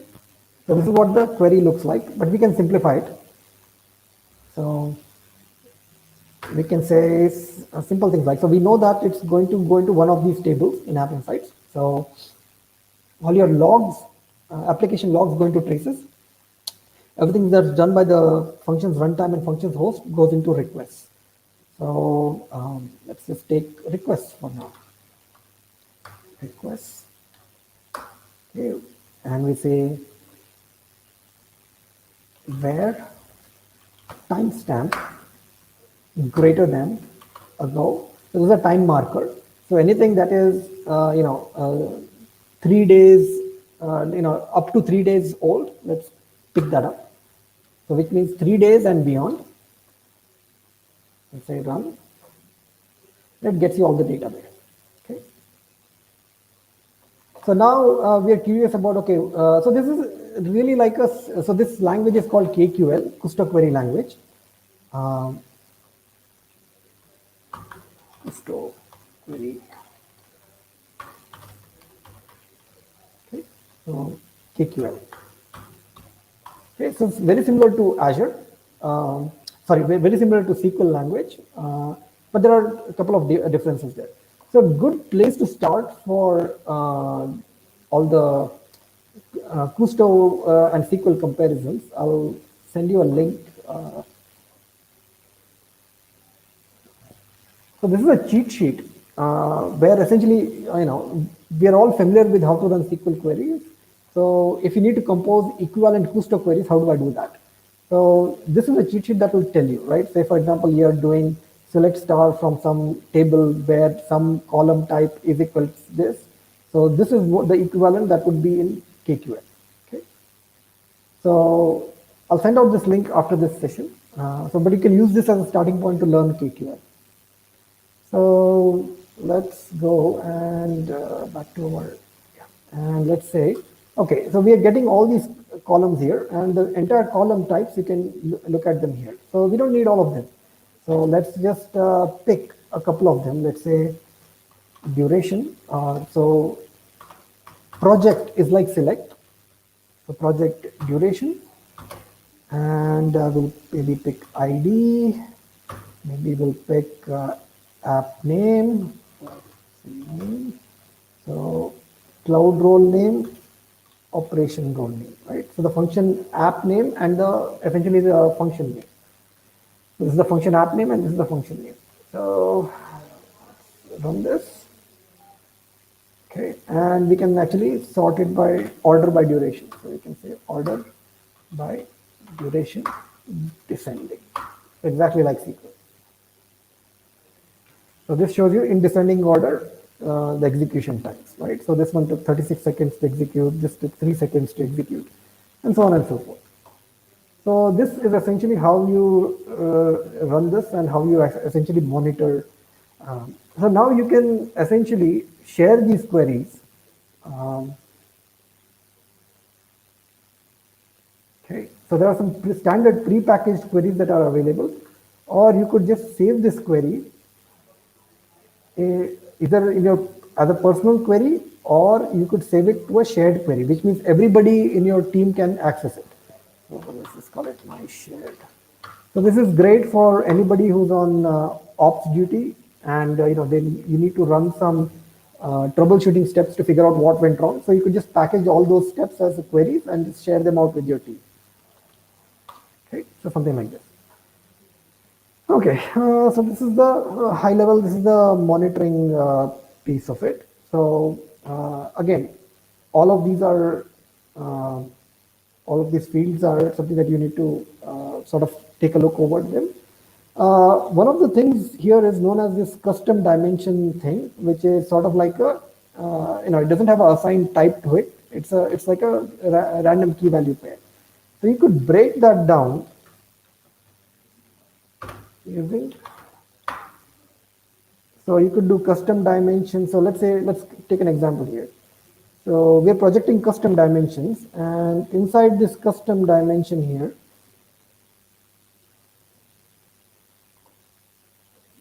okay, so inside this custom dimension, I have this, let's say HTTP method. So how do I extract this? So there are two ways to do it. So you could just do this HTTP method. So this is one way of doing it. And if you run this, you'll see that all the HTTP method gets extracted out. Or in recent versions of KQL, you could just use a dot operator and do this. So it will automatically infer what the type it belongs to, and it will use. So pretty straightforward. So it's very SQL-like in nature. If you're familiar with SQL, just use that SQL to Kusto cheat sheet. So to do the comparisons, it's very straightforward. So this is monitoring. The final thing that we'll go over is the Cosmos DB integration. So far we've been reading up fake data from, we've been serving up fake data from the function app. But what if we wanted to read from a database? How do we do those? How do we read from a database? How do we write to a database? Let's look at that. So here's an example. So similar to the previous example that we had seen, but here the difference is there's a Cosmos DB attached to it. Okay, so I'll walk you through how Cosmos DB works in Azure. It's a NoSQL store, very similar to Mongo. In our resource group,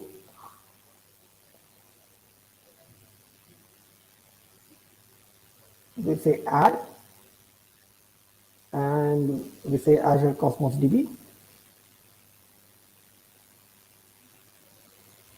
and we give it a. So the first thing we create is a Cosmos account, right? So the hierarchy goes something like this. So there's a Cosmos account, and under accounts you have multiple DBs, okay? And under DBs you have multiple collections, or we can call them containers. So think of them as tables in a SQL, right? So this is your SQL DB, and just to draw an analogy, and these would be your SQL tables, and inside these are entities or documents. Okay. So this is the hierarchy. So what we are creating here is this Cosmos account right now. Okay, so I'll call it Method Cosmos 2. Okay, and I can use a projection. So I can so all of these. This is a multi-model database account. So essentially, I can underlying data can be projected out as SQL. Underlying data can be projected out as Cosmos DB documents, or as Cassandra key spaces, or Azure table, which is key value pairs, or Gremlin. You can even use the Gremlin graph APIs. So essentially, you can project them out as nodes, edges, and vertices. So it's multi-model, and also it has wire protocol compatibility, which means you can use your existing Mongo or Gremlin tools and make it work against these APIs. So if you're using something like Mongo Shell or Mongo Chef, or any of your Neo4j tools, you could still use them and make them work against this multi-model database. So server provision throughput is fine. We'll just leave these defaults for now. Ensure that we are not using a private endpoint. Let's just go over the public internet for now. Use a default backup policy. This is encrypted at rest and over the wire with a Microsoft managed key. Choose that as the option. You're not going to tag it, and we'll hit create. So this generally takes about 10 to 15 minutes to create. I already have one created here, so I'll just use that. So meetup 60 days. This is my Cosmos DB account here. Okay, and here I would go inside Data Explorer, and as you can see, I have one DB here known as my DB1, and inside that I have one collection known as my collection1, and inside these are individual documents, right? So this is the hierarchy. This is my Cosmos account. I have one DB, I have one collection, and I have multiple documents inside it. So here is what a document would look like. So here I have chosen BLR, the city, as my partition key, right? So the whole goal of Cosmos is to choose a partition key which ensures that you don't get a hot partition. You split out your documents across multiple partitions, multiple logical partitions, as many as you can. And this is the ID, right? So essentially, this is like your within the partition. This sort of like becomes your row key. So I have some ad hoc weather data here. So there is the Celsius low, Celsius high, and the city. So some very random weather data is available inside this. So now let's see how to read this from Azure functions. So the very first thing we would do is let's look at this part here. Okay, so this is so our Azure function is still HTTP triggered, which means we are so this time we are changing it up so that it's a get call that's getting processed, and route will be this, right? So city/city. So instead of so this way we can specify the city that we want inside the route itself and don't have to specify this in a method body. So let's use, that's still the trigger part, right? So this is the input binding part. So when the trigger is activated, it's going to read from a Cosmos DB. So the way we do it is you have to specify the database name and the collection name, right? The database name and the collection name. So in our example here, this is our database name, mydb1, and the collection name is mycollection1. So we specify that here. And then there is, you need to provide the connection string. So how do we do that? So in order to do that, you would have to go into your function app. Well, first you would have to go into your Cosmos DB app and get the connection string. So this is you have two connection strings there, the primary and secondary. So you copy the whichever one and go into your function app and go inside configuration.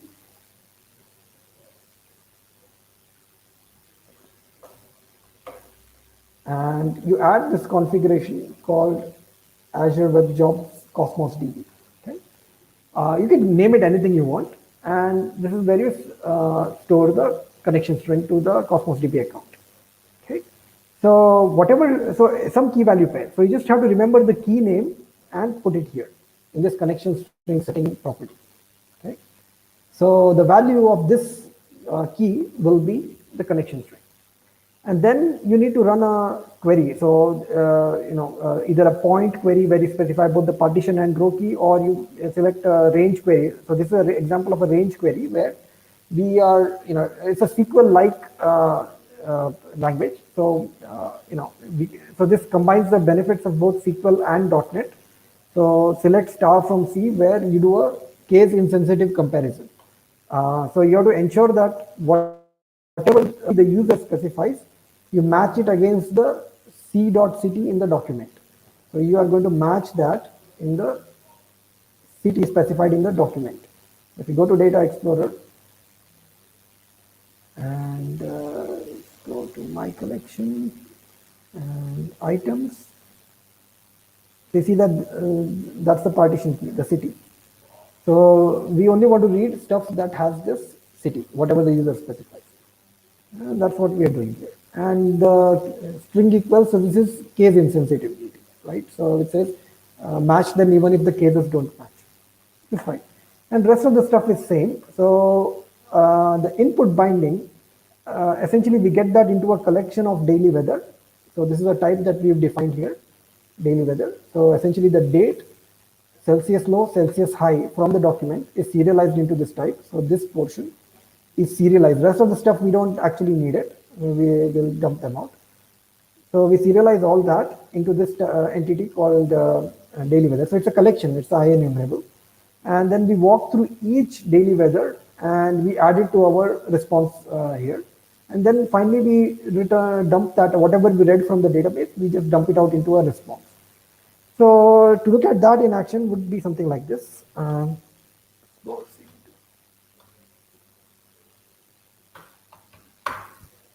Okay, and just do a func start.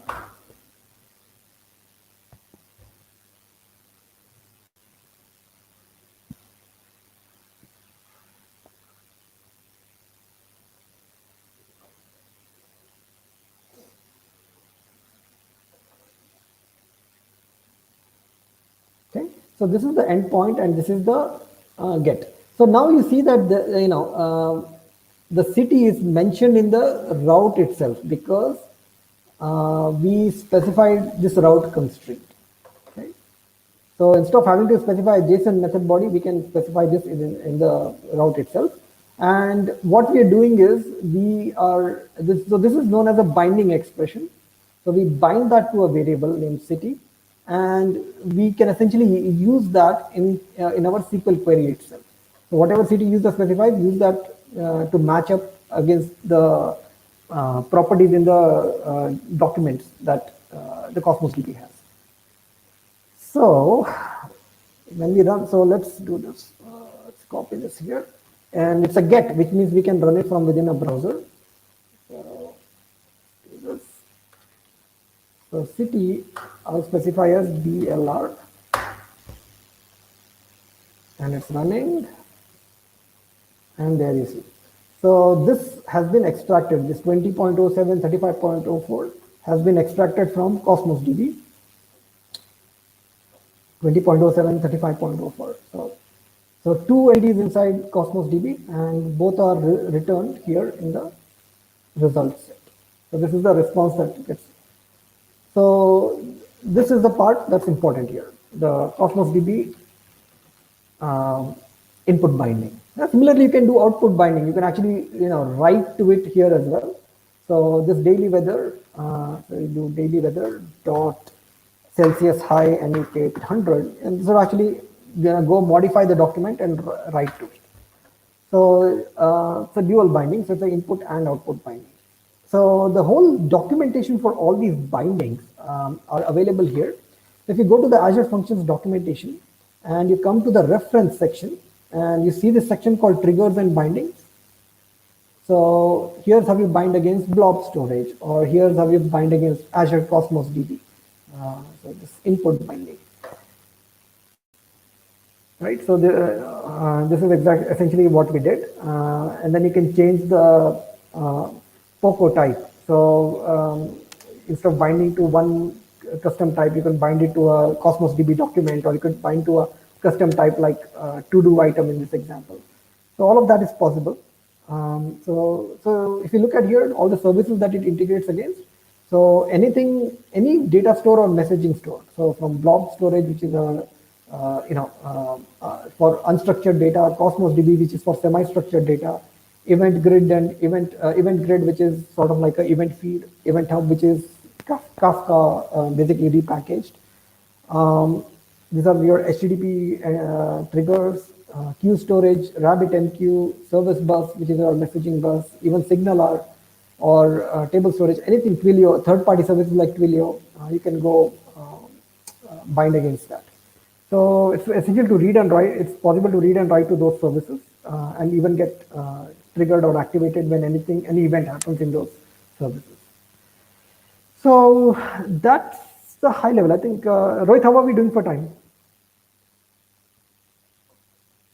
I think that's pretty much all I had. We can take a few audience questions for if you have a few more minutes.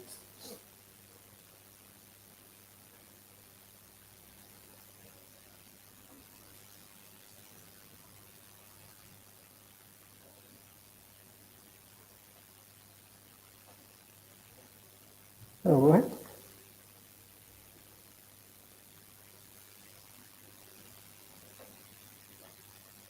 Okay, I guess he's not there. No, I was there, but yeah. Okay. So yeah, Rohit, we can take like I'm almost done with my this thing. We can take a few audience questions. I think we have like Yeah. 3-4 minutes left. So Sure. if you want to, leave it completely to you since you are the organizer. But if there is any, like audience question, I'd be happy to answer them. Yes. So you want me to show the questions now itself? You want to answer them now? Sure. Let me. Okay. Okay. Yeah. So I can take a look at it here in this thing, right? Yes. And yes. Okay. So let's see. Where do we? Okay. This time goes all the. Oh wow. How do we select? Okay. So shall I start from Shakil? Yeah. I'll let you pick some. Sure. Okay. I'll start from the first question then. This from Brinda. If you're able Okay. to see. Yeah. Can we create 2 function app projects, each containing multiple functions with the same function app name? Or do we need to have function separate apps? See, in Visual Studio or Visual Studio Code, yes, it's possible to create, function app names. But when you go to deploy them, remember that every function has an endpoint URI that needs to be unique. So, if you select something with the same function app name, you're going to get name collision. And the first one you can create, the second one you're going to run into a name collision when you go to the Azure portal to create, or if you create them to the CLI, you're going to get a name collision. So the answer is no. The function app names cannot be same when you deploy them. Locally, you can run them, not a problem. But when you deploy them to Azure, they need to have unique names. Okay, next one. Next one. This is from Karthik. Okay, I can't see it on my screen. 1 second. Any? No, I can't see it. Is it highlighted anywhere on the screen? Yeah, on the screen you can see. Sorry, whom is it from? Oh, okay, okay, now I see it. Okay. If you Okay. are developing a SPA web app with 1020 unique visitors, would you recommend serverless or PaaS? Um, just go with serverless. It's easier. Why do you want to pay for so with PaaS, you are essentially paying for app service. So like I mentioned here, this is PaaS, this is serverless. So here you're essentially renting out a server, an app service plan. Essentially, you're renting it out 24/7. So whether you use it, 24/7, or whether you use it for a minute, you're still paying for 24 hours of usage. So your costs are going to be much high. So here the costs are a magnitude order of magnitude lower. So if it's 10-20 users that sporadically used in a day, just go with function app. Lot cheaper, lot cheaper. Okay, next question. Okay. Okay, let me see where the highlighting moved. Okay, Shakil Khan. Which library or plugin is required to work with Azure Functions or Azure Functions SDK in VS Code? See, generally, if you use the built-in tooling inside VS Code and VS, all you have to do is, just press Control Shift P and say create new function or whatever, and it automatically links it up against the right SDK. So these are pulled in as NuGet packages. So here, if you look at the csproj file, so this, for example, in this Cosmos DB, you don't have to guess which version to pull it from. The tooling does all that for you. So all that packages, NuGet packages that you need to link against, are it's done by the tooling. The latest version is selected and done for you. So just go through the tooling. Don't try to hand bind them yourself. Okay, next question. Okay, Durvarati, what container, IIS or Nginx or JVM does the function app run under the hood? Okay, for .NET Core or Python. Okay, so the answer is it's actually displayed in the when you create the Azure Function app. So let me walk you through this. So in our, so when you create a function app here, you actually get to select. So let's give it a random name here, and you say code, and you select the runtime you want to run it. So in your code, it's .NET, and then you go to hosting options, and you say, hey, do you want to run it on Windows or do you want to run it on Linux? So let's say Linux, and this essentially runs it on Linux. So you have the choice here. Now, regarding the specific question, is it IIS or Nginx or JVM? No, it's none of these. So it's a custom proprietary host written by Microsoft. I don't think the code is available for that. I don't think it has been made public yet. But essentially, this is a new reincarnation of. So if you're familiar with apps, with ASP.NET web jobs, they've taken the essential web job SDK, all the triggers, bindings from that, and the web jobs host, and then repackaged it as Azure Functions Runtime Host. So a good document that talks about it is here. Let me see if I can find it.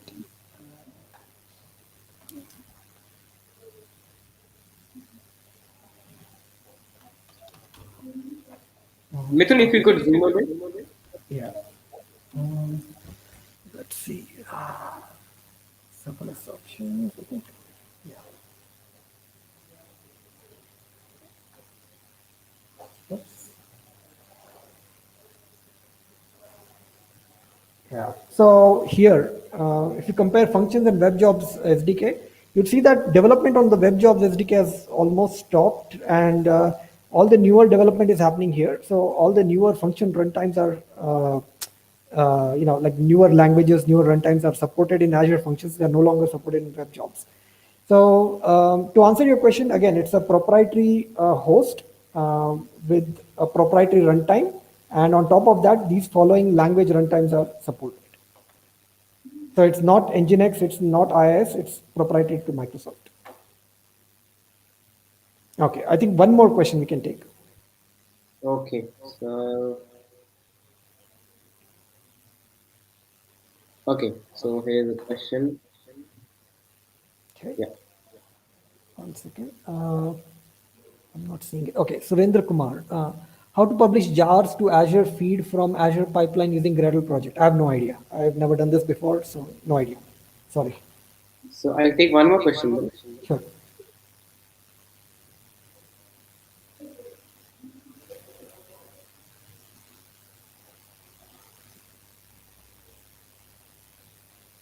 Yeah, you can see on your screen. It's from Yeah. Kuldeep. Okay. Kuldeep Singh. For function app, can we deploy API which can talk to other applications? Yes, you can. I mean, so sort of your API becomes a receiver. Um, so essentially, anybody can call into that this thing.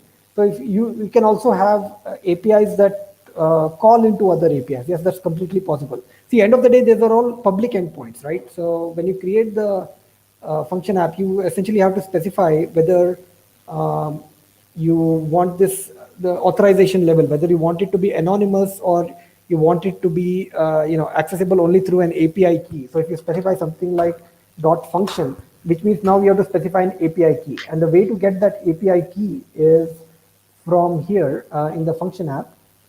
So as an administrator of the function app, you would have access to it.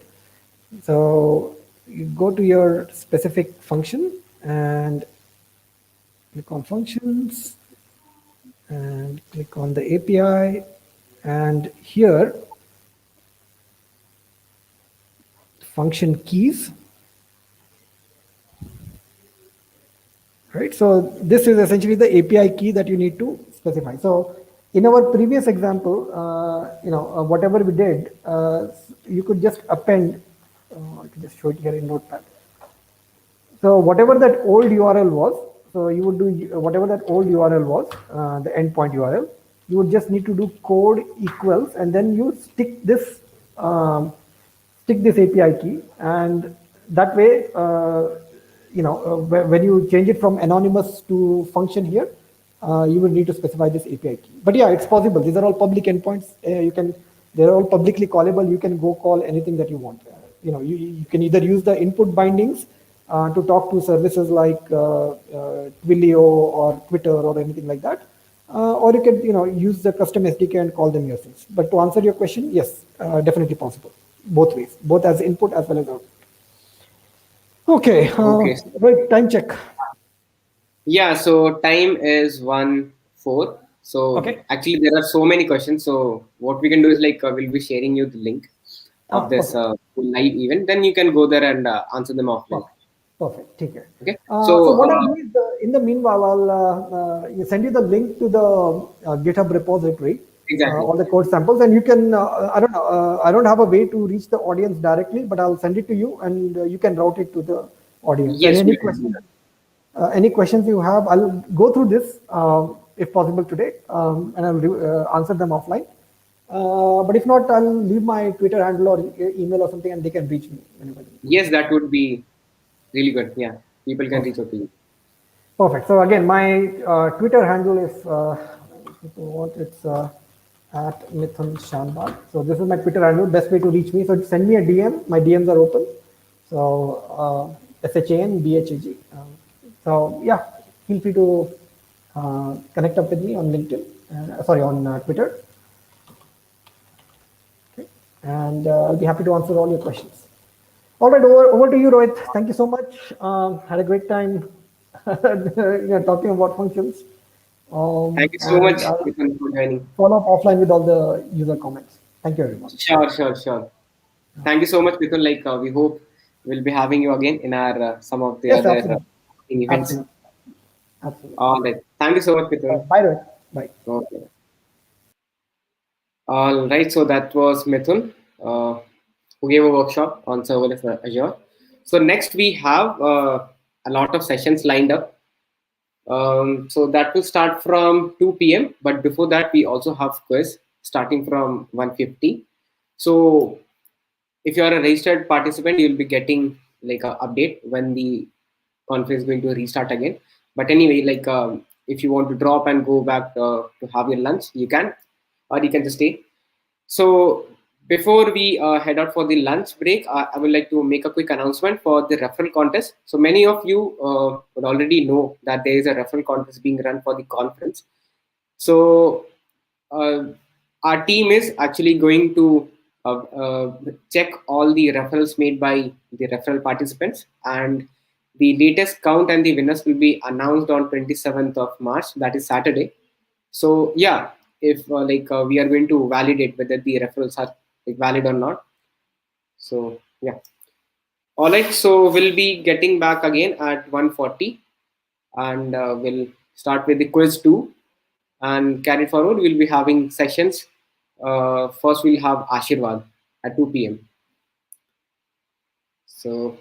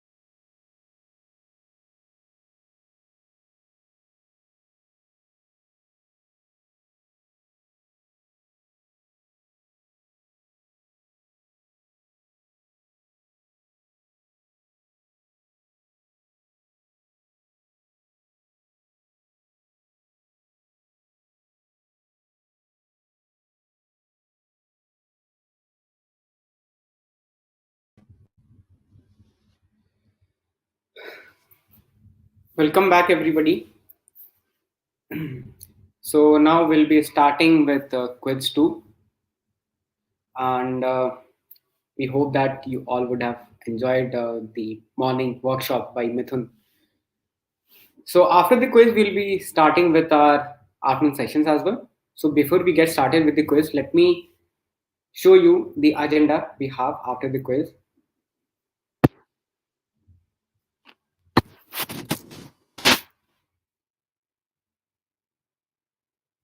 Okay, so I hope you all are able to see my screen. So we just had Mithun's workshop, which got finished at 1 p.m. Now we are going to have the quiz at 1:50 p.m. And soon after that, we'll be starting with Ashirwad session at 2 p.m. on building serverless solutions with Azure functions. And then we'll have Reenu Saluja at 2:30 p.m. Then we'll have Mangesh at 3 p.m. Then we'll have Manish from 3:30 p.m. And then we'll have Divakar at 4 p.m. After Divakar's session, we'll have one more round of quiz at 4:30 p.m. So yes, here are the learning resources. So this is for Azure Developer League. So if you're looking for a one-stop platform where you can learn skills on AI, DevOps, IoT, and other technologies, then this is the best platform for you. So you can visit the website and check out the learning resources. We also have Azure Dev Challenge and Dev Stories running. So Azure Dev Challenge will be ending on 31st of March. So you can find the link on the website itself, like on CCD's website. So Azure Dev Challenge is basically a developer challenge where we have a opportunity for you where you can upskill on Azure on various categories like Python, Node.js, and .NET. So what else for Azure Developer Stories? So this is a blogging contest where we are encouraging developers like you who can share their experiences on Azure. Like suppose if you have built a project on Azure using Azure services, then you can write a blog or create a video on it. The video can be of 5 or 6 minutes, and these experiences will help others to learn. So this whole conference is being streamed to Girl Script and Tech Primers as well. So we have two amazing streaming partners for the conference. So we are really thankful for them for spreading the word about the conference in their community. And we also have 30 plus community partners for Cloud Community Days. We have Azure Developer Community, Azure Easy, Azure Tech Community Pune, Bangalore Jug, Cloud and DevOps, Codeflow, Containers Meetup, CyberSci Quins, Developer Student Community, Docker Delhi, Emerging Technology Community, Elasticsearch Explorers, Elasticsearch User Group, FOSS Cafe, GirlScript, Hypertrace Community, Jug Hyderabad, JavaScript Meetup, Kubernetes and Cloud Native Online Meetup, Kubernetes and Cloud Native Computing Pune, Microsoft Reactor Bengaluru, Mozilla India, Mumbai Jug, Open Community, PyLadies Bangalore, Redis Labs, Serverless and Cloud Native Tools, Surat Emerging Technology Community, Technology Cafe Bangalore, and Women in Machine Learning and Data Science Mysore. So thank you so much for our amazing community partners who are helping us reach to more audience, developer audiences who can be part of the conference and get upskill. So yes, also apart from this, I would like to tell you about Azure Developer Community. So what is Azure Developer Community? Basically, it's a community of technical enthusiasts who are looking for an opportunity where they can learn and upskill on various technologies related to cloud. So what do we have? We have opportunities for you to learn. So how to do that? We have several community groups. Like we have 101 communities right now across India where you can join. So you just need to look out for your nearest community. I'll show you how to do that. Once you become a part of any of these communities, you'll get to attend the upcoming events we have lined up for you. So these meetups and different technical sessions will help you learn. Also, in a community, we look for opportunities to network. So there are so many industry experts and community contributors whom with you can network and grow. Also, we are giving you a chance an opportunity where you can showcase your experiences. Suppose if you are an experienced cloud developer or a Azure professional, then you can come here and give a talk on that. So yes, this is how we are helping people to learn, network, and upskill. So right now we have around 2,900 plus members already. Here are some of the upcoming events that you can go through and attend them. And as I mentioned about Azure Developer Stories and Azure Dev Challenge, so you can find them here as well. So how to join your nearest community? Suppose if you are from Jaipur, you just need to search for Jaipur and you will find that meetup group here. So you can join there and you will see the upcoming events happening there in that community. So also we have recently onboarded some of the community organizers who are helping us spread the word about uh, these amazing events, and they are also going to help others upskill. So if you are looking for an opportunity to become an community organizer and helping others, if you are passionate about communities, then you can apply for this, and once you get shortlisted, then you'll be one among these community organizers. Also here we have something for you. So this is for you, like you can update your LinkedIn profile after accessing your Azure skills. So there's a video that will help you understand what is it, and you can participate in this. So basically you will be asked to uh, take participate in the contest, this contest, where you will be given some points based on your Azure skills, and you can update them on your LinkedIn profile. That will be very beneficial for you. So yeah, this is for Azure Developer Community, and that was for other upcoming events as well. So I know I have taken a lot of time of yours. So here is the quiz link that you can participate. We are also going to share the link in the comment box. So all you need to do is, since a lot of people are asking how to participate in the quiz, so if you are a registered participant for Cloud Community Days, you just need to enter your email address or your booking ID. Once you do that, you will be shown 10 different multiple choice questions, and based on your score, you will be ranked on the leaderboard. So let's see who's there on the leaderboard.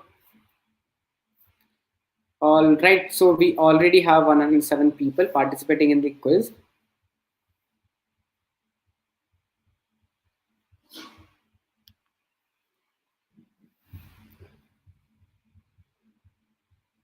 So we have Samrat, Jason, Mansi, Suyash, and Ayushi on top. So the top five scorers will be getting Azure certification exam vouchers.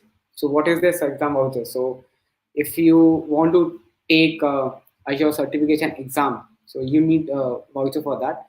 So you just, so once you get this voucher, you won't have to pay anything for it. So these vouchers are of $165 worth.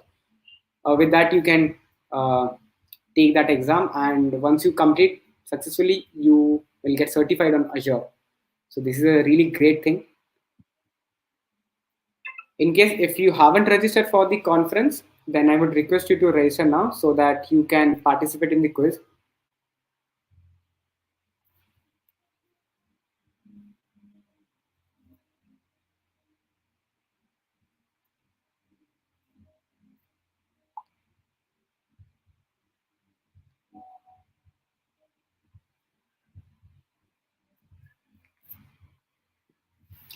So we'll be closing the quiz at 2 p.m. We have just close to 3 minutes left.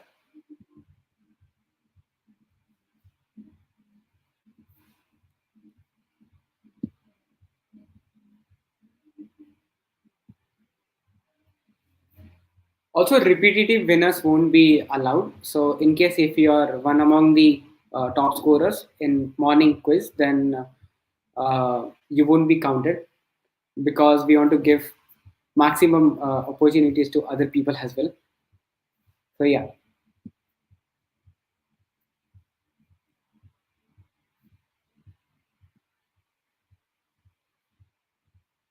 we have 2 more minutes left.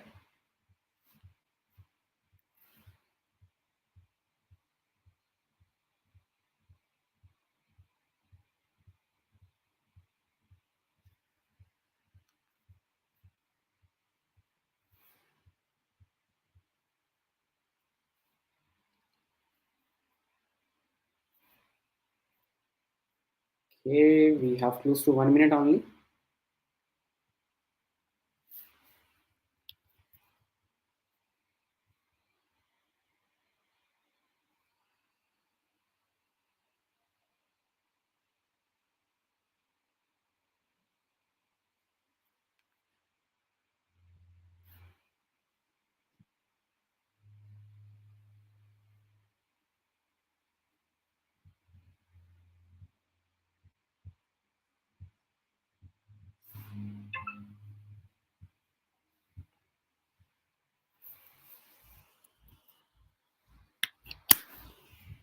All right, so we are just nearing to the end of quiz.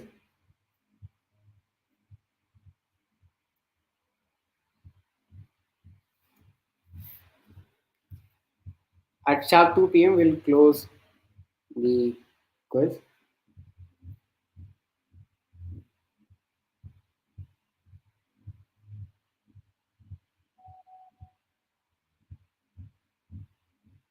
All right, so it's 2 p.m. and here is the final count. All right, I'll just take a screenshot to make sure. Yes, so it's done. Thank you all for participating in quiz 2. So we also have quiz 3 at 4:30 p.m. just after we complete all the sessions for today.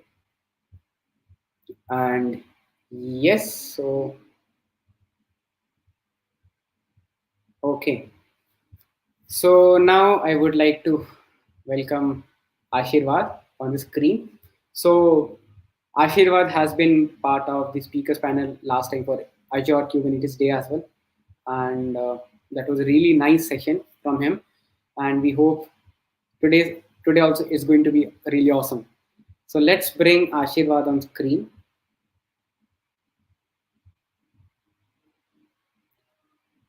Hello, Ashirvad. Hey Rohit, hope you're doing well. I'm doing good. How are you? I'm doing great. Just FYI, I was not a part of Azure Community Days. I did say for open source Oh, days. yes, yes, yes. I'm really sorry. Really sorry. Yeah, you were part of open source committee. Yes, yes, yes, yes. Yes. So, Yeah. so Ashirvad, are you going to have your webcam off or? Yes, I have been having some network fluctuations, so it Okay. would be better Sure. to turn on the webcam. Yeah, that will be better. Yeah. Sure, sure, sure. So, yeah, Ashirvad. So, how about you giving a quick introduction about yourself and tell the people like what you are going to present today? Sure, I have it in the slides, so it'll be great if you can share my screen and we can get Yes, started. it's their life. Yeah. Perfect. So today I'll be talking about building serverless solutions using Azure Functions. So just a brief intro about myself. I work as an associate software developer. So right now I'm a software engineer. I forgot to update that. So I primarily work with .NET Core, and I have been an UiPath certified RPA developer. And I'm a cloud enthusiast. I've been exploring cloud services since last 1 or 2 odd years. So I have some experience with AWS, and most of my experience has been related to Azure. And if you want to connect with me, these are the links which you can refer to. This is my blog. This is my Twitter handle, and the code for this particular demo that we are going to have today will be there in my GitHub repository. You can just use this to get the repo. And this is my LinkedIn profile.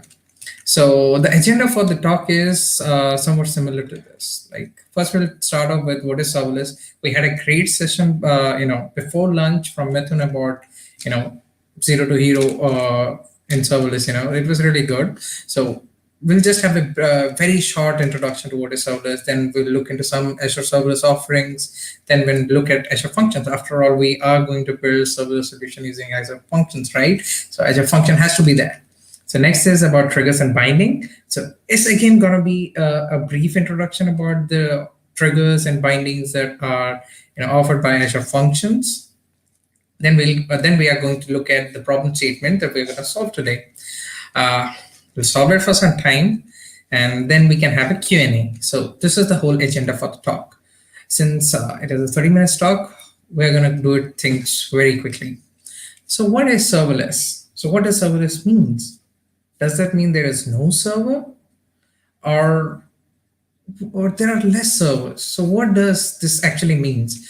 For me, if you ask me, a serverless solution or else a serverless computing model comprises of three features. So one being they are stateless. Once your execution is done for a particular task, the state is no longer stays persistent with the process. Any data that has been processed once is done. You cannot find it later. You cannot reuse it. You cannot store your session data. You need to use any other persistent storage, service like an Azure Table Storage or Azure SQL Database to store these stateful objects that you want. If you want to make stateful workflows, you can always go with a durable function that is again an Azure Serverless Service. So these are event-driven. Serverless solutions are event-driven. Unless anything happens, these tasks or these particular solutions don't run. So it's more of like somebody knocks the door, you open it, right? Unless somebody knocks your door, you're not going to open it. Only if you don't want to go outside. So this kind of a thing. Next, these are micro. There is a micro billing thing associated with them. You only pay for the time your solutions runs. Unless your solution is running right now, you're not going to bill. You're not going to pay for for the resources like. When you deploy an application in an on-prem environment or else in a PaaS environment, irrespective of the fact that your application is running or not, you need to pay a monthly fees for your application because you're blocking some of the compute resources of your cloud vendor or else your on-premises server to run your application. So at that cases, you need to pay a monthly bill for them, for your resources to run on the servers. Or if you're running in a PaaS environment in your cloud vendor. But with a serverless solution, you only get billed for the time your solution actually runs. So that's about serverless. There's one more thing which I missed, that was an abstraction of infrastructure. So that's an inherent nature of a serverless solution. So what are the serverless offerings offered by Azure? So one is Azure Function. So Azure Function is a function as a service serverless compute offering of Azure. We are going to build a solution using that. Then there's Logic App. So if you want to make local solutions to make serverless workflows, then Logic App is a very good option which you can explore. Then there's Event Grid. So Event Grid is again a fully managed event service that enables you to easily manage events across different Azure services. And you can scale it up really quickly and make event-driven applications. So these are only Azure serverless compute offerings. So there are other services too, like Azure Cosmos DB has a serverless offering. Serverless star. Then there's Azure SQL, which also has a serverless star. Then there are a few others. We need to explore more. So these are the three serverless compute resources. So we are going to work with Azure Functions. So what are Azure Functions? As we had seen in the previous screen about what is serverless, there are four things which defines it. One, it is stateless. Then it's event-driven. It's supposed micro-billing. Then it's a fast. What is a fast? Is a function as a service. So in function as a service, what happens is that instead of writing huge chunks of code, what you do is that if you have a feature, divide into multiple business unit, and each business unit should be written inside one function. You shouldn't write multiple, business rules or features inside one function. If a function should only do one and only task, and it's again event-driven. There are multiple triggers. So these triggers are the events which fires your functions to run. These are again stateless. You cannot, the state cannot be persisted for this function, but you can use a persistent storage like as a SQL database or else, a table storage, Cosmos DB storage state. These are okay, I'm sorry for that. So these are micro build. So you only pay per second your resources are done. So if you have multiple functions running inside one function app, so what happens is that you get a million execution free for the first month. So post that you get billed and billed per execution and per compute resource that it takes to run your application. But the thing is, the charge is really low. So if you are a startup, or else if you're making a hobby project, these are a really good way to kickstart your project and host it live in a production ready environment. And the second thing is they scale automatically. So I haven't mentioned it yet, but they scale per demand. There can be some cold start, but you can always go to a premium tier to avoid cold starts. So an Azure function has two component which you need to understand. One is the trigger and the other is the binding. So what are triggers? As mentioned earlier, triggers are the thing which makes your function run. So it's like you want to eat food. Why do you want to eat food? Because you feel hungry. That's why you want to eat food, right? So triggers are something like that. You want your function to run, but what will make this function run? So the triggers are the thing which makes the function run. So if you want to make a serverless API, then you need to create a HTTP trigger function. So or else if you want to execute a chunk of code whenever you upload a file to blob storage, you need to create a blob triggered function. Suppose you want to you want a chunk of code to write on a schedule basis. So you need to define your cron expression inside a timer trigger function to run it on a schedule. So there are multiple triggers which are supported in Azure function as shown below. So one is a blob storage trigger, there's a timer trigger, then there's an HTTP trigger. And you have Cosmos DB trigger. So if you want to run a chunk of code every time there is a change in your Cosmos DB database, then you can also do that. And every time some event occurs, or your event grid catches and request at its endpoint, you want to run a chunk of code, you can use that trigger. Queue storage, you want to store messages inside a queue, then process it later, so that you don't miss out on all the data that you want to transfer to your server. You can always use a queue storage trigger function. Then the service bus trigger, table storage trigger, and a lot more. So this is about triggers. What are bindings? So bindings are a declarative way of connecting to a data source, or can be any other third-party services too.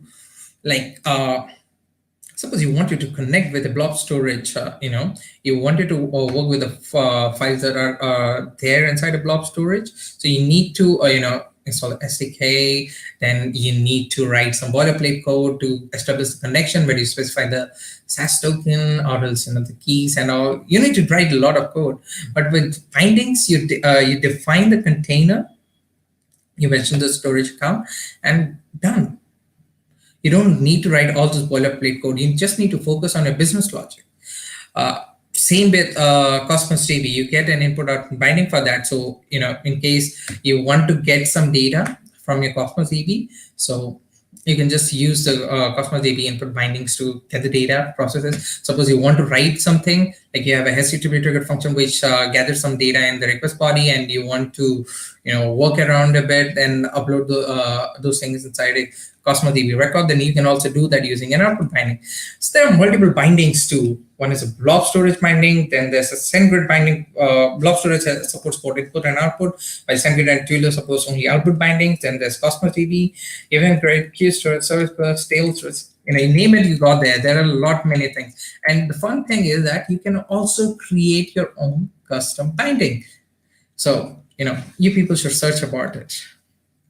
So enough about all the theoretical things and all the things that we had discussed about it. So we have learned enough about Azure functions, about triggers, and about binding. So let's look at the problem statement that we are trying to solve today. So the problem statement is as this: we are working at a startup which has been scaling at an unprecedented rate. Our startup has been adding on services to our portfolio at the end of every week. So services are like products. So along with that, we have been tweaking with our existing application to improve our user experience. So we have been doing a lot of things. But of late, there has been a decline in the users of our services by our client. This is a point of concern because if our clients don't use our service, they're not going to pay us for that, right? So this is a point of concern. We want to quickly get feedback from our client about our services to understand the pain points that we're facing, which resulted in the decline of the users of our services. Obviously, we need to identify the regions because of which, they stop using our services, or else, decrease the uses or dependence upon our services. So was it because of a change which we made in our application to improve the user experience, or was it because of one of the services we added off late? What's the reason? We want to dig in about it to gather more insight. So we decide to create a highly scalable application with minimal infrastructure overheads to gather feedback from our users, to gather insights. And we also want to classify each feedback before storing the feedbacks in the database to process it later. So what we want to do here is that since we are a startup, we don't have enough resource and money to manage the infrastructure for this particular module or this particular application. We want to get it done really quickly, and we don't want to provision many resources for this particular application, and we want to get it ready on the fly. And we don't know like how much the total number of feedback that we are going to get from our users and clients, right? One single client can have multiple end users whose feedback we are going to take. So we don't know the numbers, and we want to scale up to process all those requests, because these feedbacks are really important for us. Because finally we are gonna work on that to improve our process, so that our client onboarding will go smoothly and will potentially gain more clients. So how do we do that? And how does Azure Function comes into the picture? So this is the proposed solution. So what we're going to do is that we're going to focus, okay, so there would be a front-end application which would, just show the feedback form from where the user would actually type in and send it to an API. So this is going to be a serverless API. Since we are working on Azure Functions, we are only going to focus on the API side of the solution. So in the API side, we are going to have two serverless API. So one is going to be a submit feedback function, and the other is going to be a get feedback function. And both of these functions are going to interact with the feedback DB, which again has a table called product in which we store our feedbacks. You might wonder, why have I used a term called Azure Text Analytics over there? If you go back to the problem statement at the last line, we mentioned that we also want to classify each feedback before storing the feedbacks in the database to process later. So with that classification, we meant whether the feedbacks are neutral, positive, negative, what were they? We want to know that, so that will make us easy to skim through them. So this is the proposed solution. So what are the resources that we need? We need an HTTP triggered function. Actually, we need two. We need a SQL database. So I'm using an Azure SQL database, and I need a cognitive service called Azure Text Analytics. So that's all that I need to solve this problem. So let's get started. So to save time, okay, Rohit, I would like you to share my entire screen. I was sharing my presentation at the time. Yeah, now I got, yes. Okay. Okay, is the screen visible? Could you give me a heads up? Yes, also. Okay, perfect. So as you can see, I have opened an project with, since this was a 30-minute talk, so I have created the whole application. So we'll just go through it. If you look at the slide, we wanted two function apps. One should be a submit feedback function, and the other is a get feedback function. So we need only two functions, and the work of the submit feedback function would be to get the feedback data from the client, find the sentiment of the feedback, and then store it in the database. And the work of the get feedback function would be to get all the feedback from the database and give it back to the client, so that on the client side the whole thing can be verified, or can be modified in a way the management wants it, how it will be friendly to view as a report. So the client side is not a concern for the time being. So we are going to focus on these two functions. So you see that we have two functions here. One is the submit feedback and the get feedback. There's another function called function1.cs. So whenever you create a function app project in Visual Studio, you always get this project. So this is a normal HTTP triggered function template that you get out of the box when you create a function project with an Azure HTTP triggered Azure function.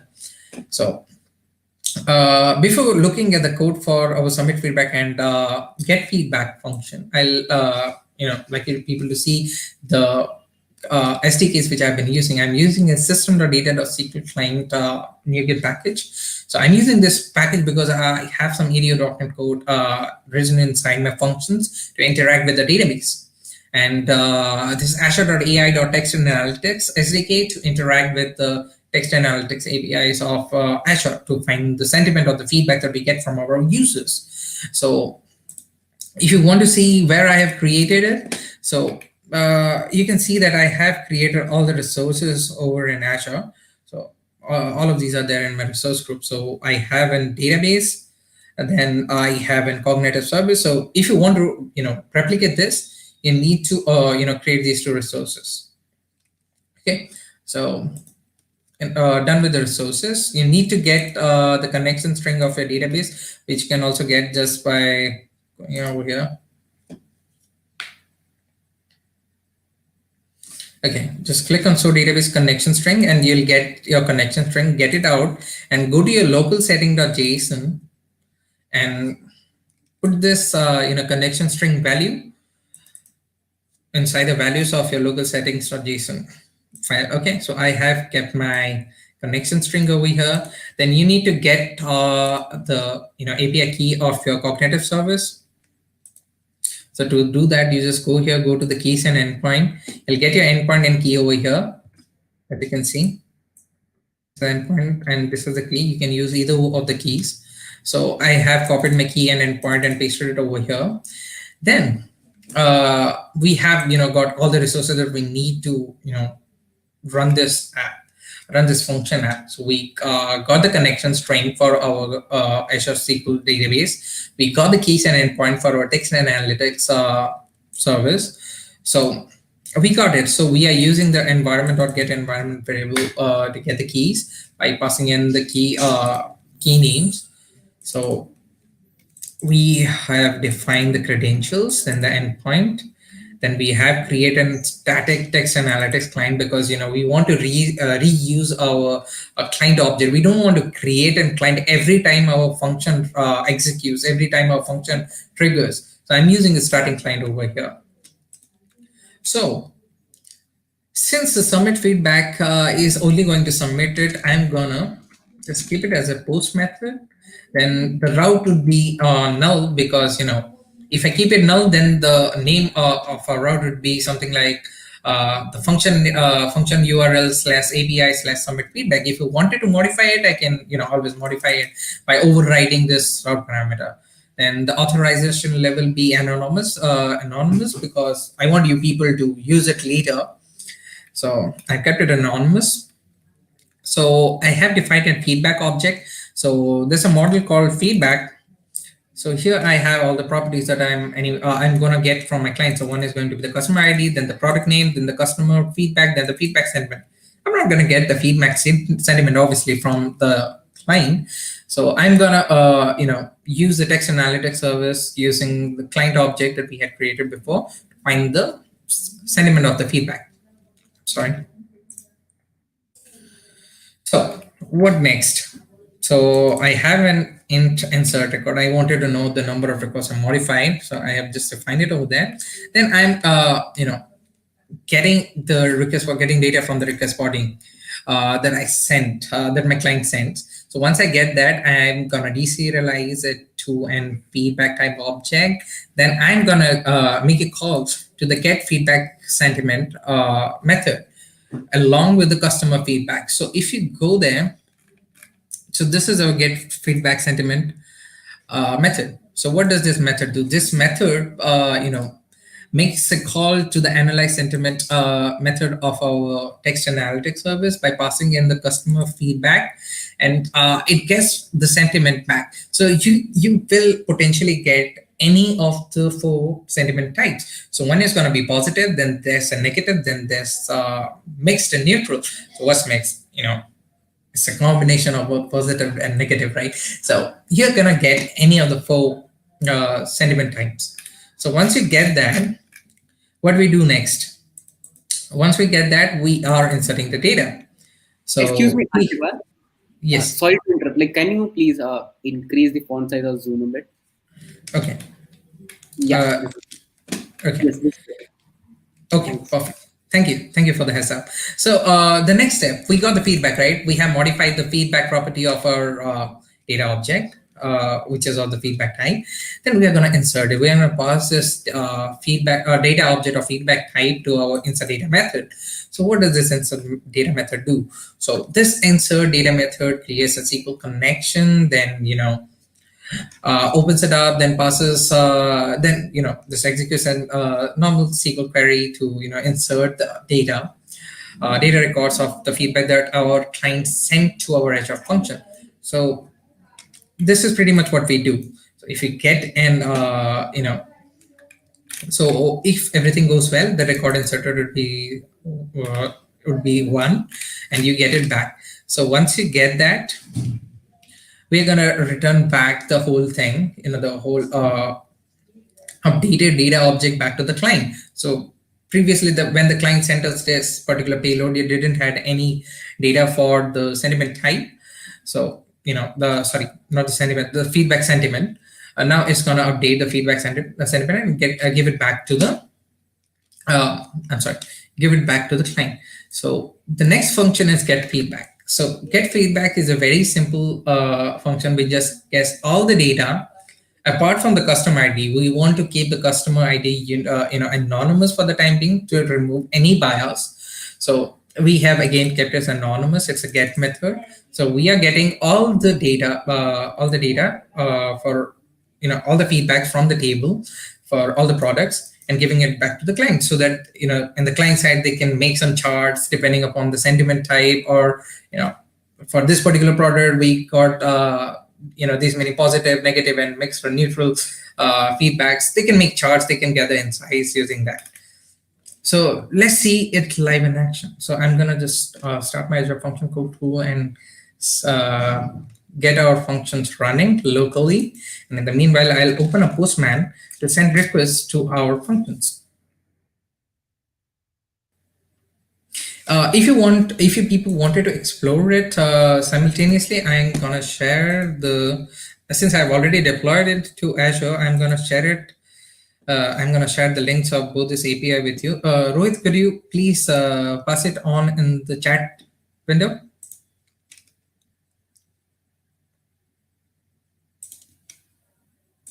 Yes, Ashirwad, doing.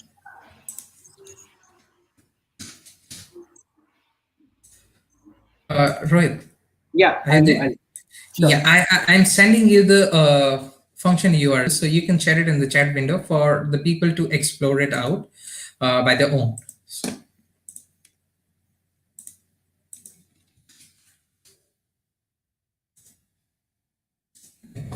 So I just hope the demo goes are happy with me and the function runtime works well. Let's see, the Postman is also running. Let's be patient. Let it run. So we have 3 more minutes to have a demo.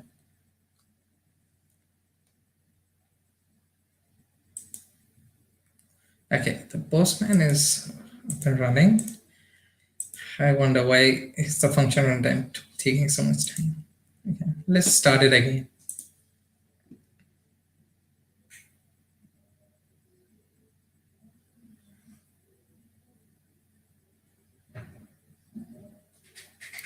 Okay, so now it's up and running. So we should see the list of all our HTTP triggered function apps endpoints over here.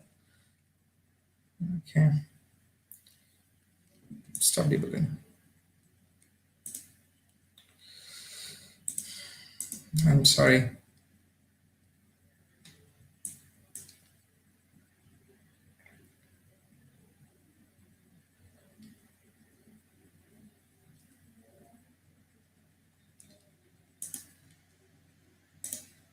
Okay, so you people see here the list of the endpoints of our HTTP triggered APIs. So one is a function one, which comes out of the box. Then there's a get feedback. Then there's a submit feedback. Source API. So let's test it out.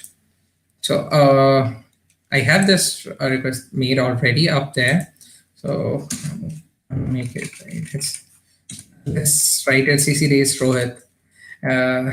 It's a really good product. So, I haven't given anything on the feedback sentiment. So I'm going to send a request. So if you see over here, we are going to get the request up over here.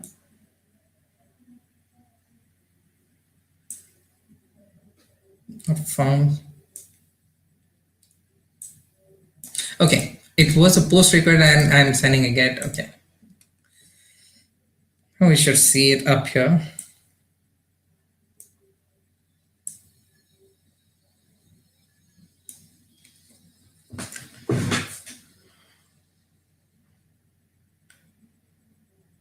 Okay, why is it taking so much time?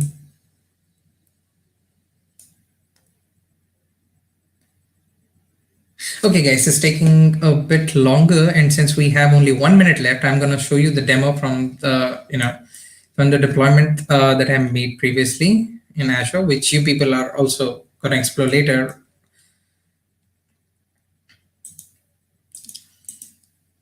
So let's go to here.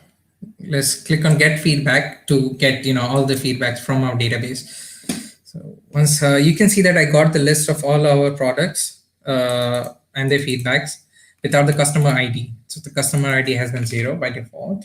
So let's submit a feedback. Let's update the body. Give this 3 and let's give this KonfHub. A good product. Send it. Okay, the feedback was positive. Let's see if we got it again in our get feedback function using a get feedback function. Did we get that? Yes, we got that. So it's running well in the live environment. So I'm sorry I wasn't able to show you in the demo. So Rohit, do we have some time? Can we run it locally again and show it to the people? Or we are running out of time? Yeah, we are actually, but we can have 2 more minutes if you want. Yeah. Okay, thank you. Thank you. That should be enough.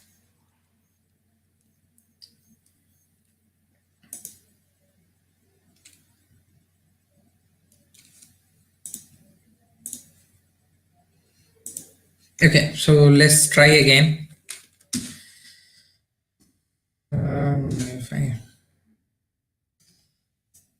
Let's see if it works this time. Yes, it did.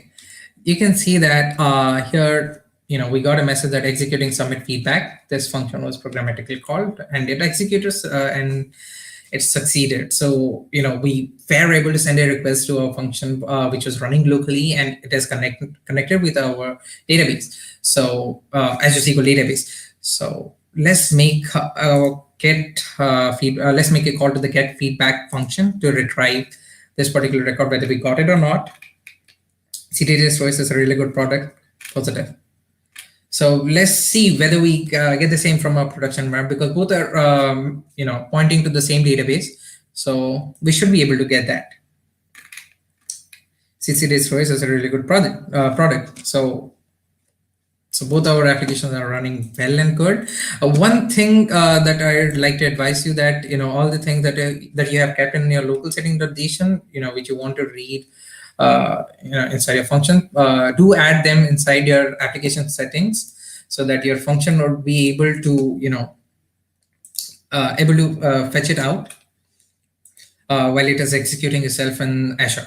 So you need them to be there inside your configurations, then add them inside your application settings. So this is one thing that you need to take under consideration, because this local setting.json is always ignored when you deploy it to Azure. So you can have some problem if you haven't updated it. So that's all for the demo. And any questions from me? Any questions that you have? All right. So let me see if there are any questions, Ashirwad. Sure. Yes.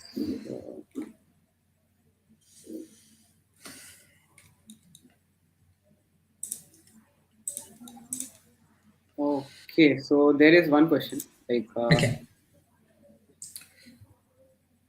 You see the question on your screen? How do you secure your username and password and connection strengths? I don't know if that is related to your this thing, but Okay. Why we are using inline SQL command? Okay. So yes, the thing is, I had to prepare up the demo really quickly, so I opted for this one. We can also use entity framework to do it, and there are different options that you can take into consideration. Like you can use an ORM or else a micro ORM like Dapper, or else a full-fledged ORM like EFCO. So all those things are there. Just because I had to get the demo ready really quickly, so I use that. But it's your call. It's your call, to be honest.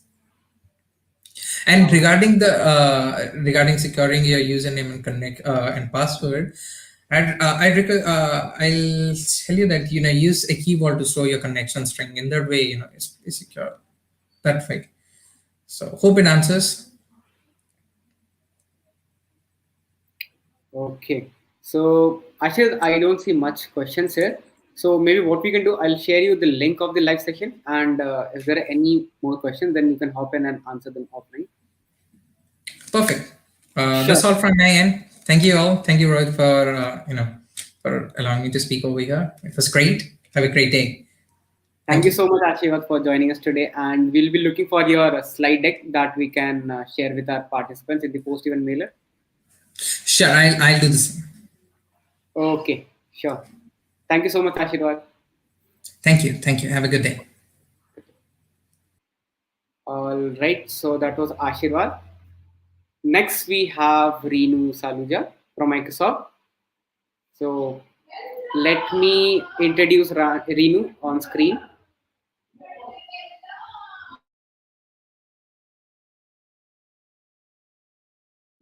Hello, Reenu. How are you? Hello everyone. Hi Akshay. Sorry, this is Rohit this time. Oh, sorry, Rohit. No problem. So yeah, last time I remember Akshay was hosting the conference, so that's why you were interacting with me. All right. So all good.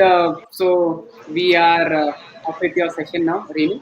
So before going to the Ex- session, would you like to introduce about yourself, like what you're doing at Microsoft, like what the tech stack you work on, and what your session is going to be about today? Okay. Hello everyone. Myself Rinu Saluja. I'm part of commercial software engineering group within Microsoft. So so we are basically a global org in which we work with the strategic 500 accounts. So these are the big enterprises, and we help them to build their this solution which is enterprise grade scalable. And I'm really hands-on. I prefer to work doing the coding part rather than doing other stuff. So that's all about myself. And about the session is I hope by now you have already seen so many stuff about serverless, why this is, what this is all about. Now let's take a step further.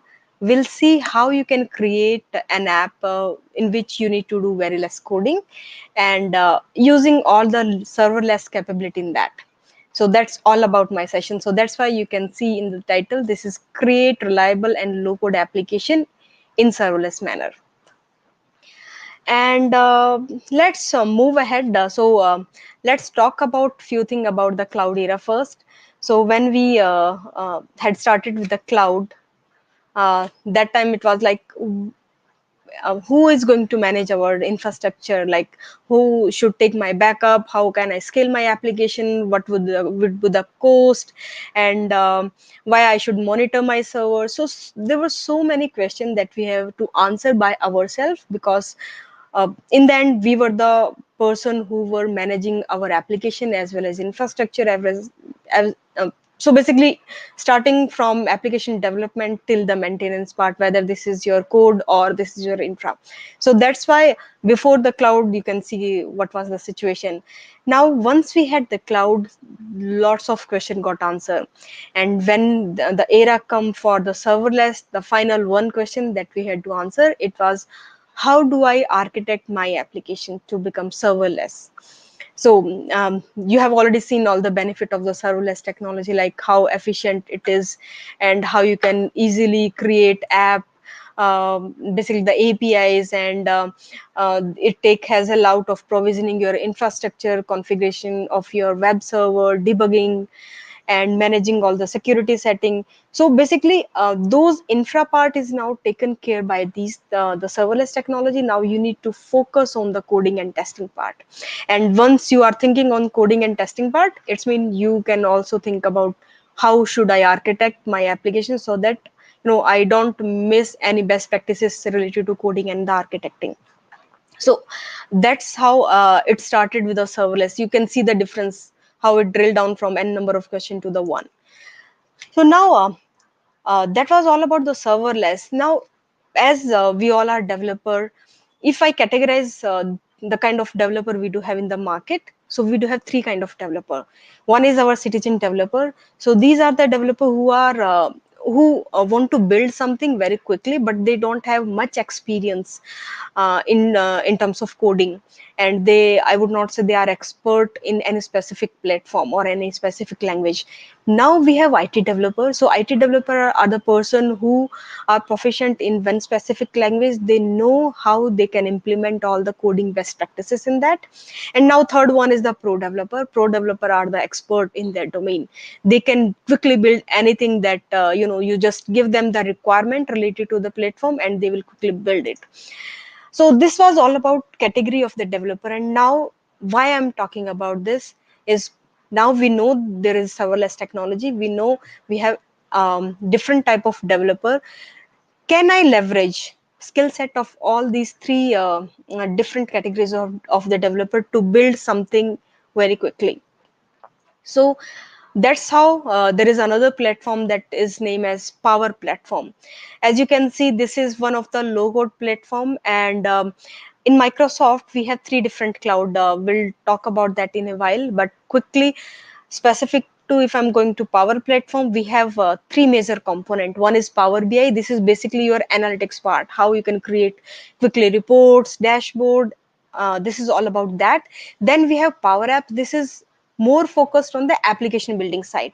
And then we have the flows. So flow is basically your workflow automation part, or in some time you have seen the logic app. So this flow automation is built on top of the logic app for creating your cloud workflows or your business process workflows. So this is about the three main component, and underlying layer that you see, these are the supporting layer for the Power Platform, although these are considered to be part of this platform only. So one layer is common data service. This you can think is a database layer, or the layer in which your data will reside if uh, you don't want to integrate your system with the external one. So this you can think of a database in very layman language. Another is data connector. This come into picture, what if you want to pull data from a source which is not common data service. For example, is your SQL database, your Cosmos database, or something is anything that you can pull from the REST APIs, or your data connector could be anything through which you can pull the data. Now, third most important part is the AI builder. So what if you want to implement something artificial intelligence in your business application? So this is the pre-built model. So this you can just drag and drop, and these are kind of the REST APIs call that you can easily make and embed in your Power App. So in your app.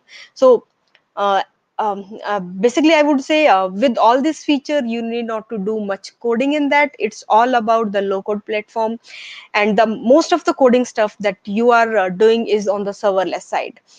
So as I was talking about the three cloud platform of the Microsoft, and in the diagram that you can see, this Power Platform is center of these three. We have Azure, we have Dynamics 365. So Dynamics 365 is set of modules like CRM, ERPs, and supply management system. So there are many modules in Dynamics. In similar way, we have Microsoft Office 365.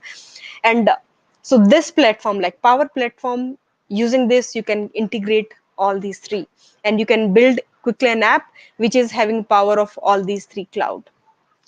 So now this is the high level stack. And before discussing this, I want to give you an example why this power app, when this is the session all about the serverless technologies, or this particular day we have reserved for the serverless, then why this this particular diagram in which we are saying there is no limit with Azure and power apps. Let's take an example. We do have pro developer. So there's who is working in a manufacturing industry, and they need to build a line of business application. And in this application, you need to build something which is related to warehouse employee to track their inventory. And if you are going to build this application from the scratch, it will take months, starting from your building the application, testing and deployment. However, with the power apps, it takes hours to build. And this is a platform that I will demonstrate in a while, through which you can save the time, you can save the resources.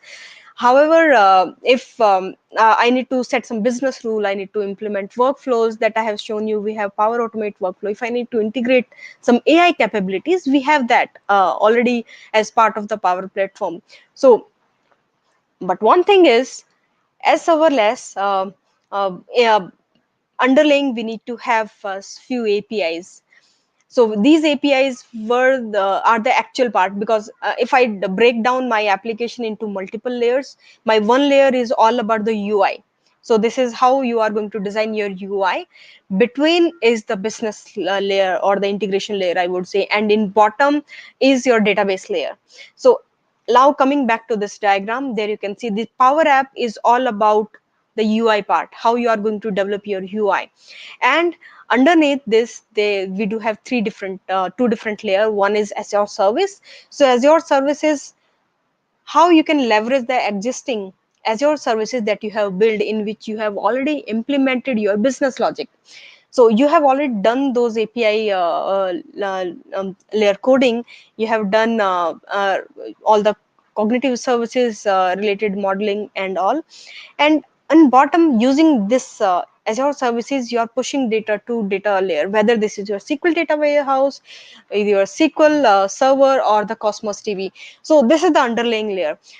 If you have already designed your Azure services, so for example, your REST APIs, which is being used in other application, for example, whether this is your HRMS, CRM, or ERP, you have already designed those APIs. Now, can I quickly build my UI part, or it will take some time? So there, Power Apps is going to help me. So that's why you can see the pro developer are the developer who are going to work on the Azure services side or the data services side. So those will be the person who is having expert in one specific language, and they will write the rest APIs for us. And then Power Apps, this can be used by all the developers, why this is IT developer, pro developer, or my citizen developers. And this is a high level component that you can use when you are going to design any Power App application behind the screen, in which you are using serverless REST APIs. So for this, end user can operate from any device, and but device is going to hit the Power App or the Power this Microsoft flows. And then underlaying this, we are going to interact with Azure services. You can easily correlate this diagram with the diagram that I have just shown you. And finally, in then data is going to database, and the system is finally interacting to the legacy system if required. So last layer is totally optional. So these are the high level component. I will not go in depth, but coming to the today's use case. So what I will do today is, in solution that I will demonstrate today, in which there are end user. So end user is going to use my app that I will quickly build now. And this app I am going to build in Power App, and Power App, I have a custom connector. So custom connector is basically, this is an integration point between my Azure function to the Power Apps. And in the end, in the bottom, you can see, using the REST APIs, I'm going to insert data into SQL. So this is a very high level component that you can modify, and you can add more component as per your requirement. So now let me quickly show you the demonstration. Let's first start from the database side. So what do I have in my database layer? So I hope by now you can see a database window. So this is my database data studio, Azure Data Studio, in which I have a database created. This is the sample database, and in which I have so many tables. But for this demonstration, I'm going to focus on a table which is holding all the customer data. So that is my customer, and apart from this, to pull and push data to this table, I have created few store procedures. And these store procedure are responsible for inserting, updating all the calls that I'm going to do this with customer. So that you can see delete customer, get customer, and also the put. So this is one sample store procedure.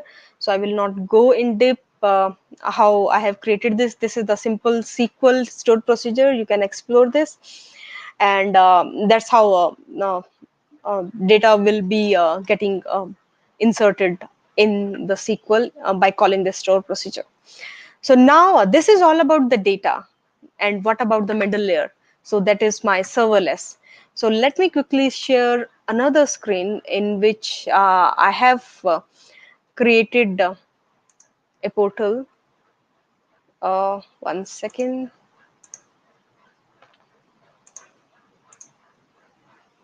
One second. Yeah, I'm going to share another window. I think you can see this. So I do have a resource group, and in this resource group, if I will scroll down, oh, okay, this is okay. So basically, in bottom side, I have already zoomed the window. You can't see much thing, but I will demonstrate in other tabs. So one is my Azure function. So this is my Azure function in which I have deployed one function with name customer. And if I'll click on the customer and I will show you the code, in this code, basically I have written the REST APIs. Basically this function is just taking the input as in REST API parameters, and based on the customer detail and the kind of request I have sent, like whether this is my get, put, or something else, it will insert data to database. Like either I can have this get request, I can have patch, I can have put or delete. So based on this kind of REST API I'm going to call, it will take the respective action, and finally it is going to connect to the database that I have just shown you, and it will insert values in this or pull the data or modify based on the operation. So this is one part. So this is about my function which I have created. This is basically in REST API. And this is my actual SQL database that I have shown you in the Explorer. There you can see this is my actual database. Now so now I have shown you the database and the middle layer in which my REST API has published. Now let's talk about the Power App.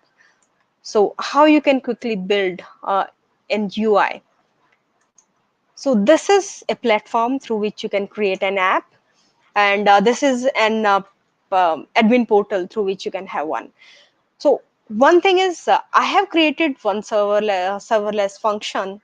So basically a server function, then how can I connect that? For this, we were talking about the custom connector. So I have already registered one custom connector uh, through which I'm going to connect my app to the function.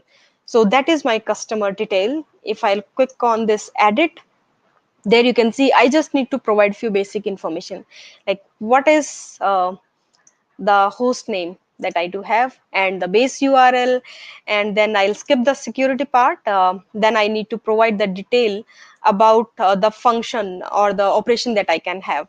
Like I have defined a function with name get by ID, and when you can see the final URL that is getting generated. If I will quickly try to test it, so I'll click on this. So this is my connection. I will say, okay, can I get detail of a customer with ID 123? I'll hit the test operation, and in bottom you can see the status is 200, and this is the final output.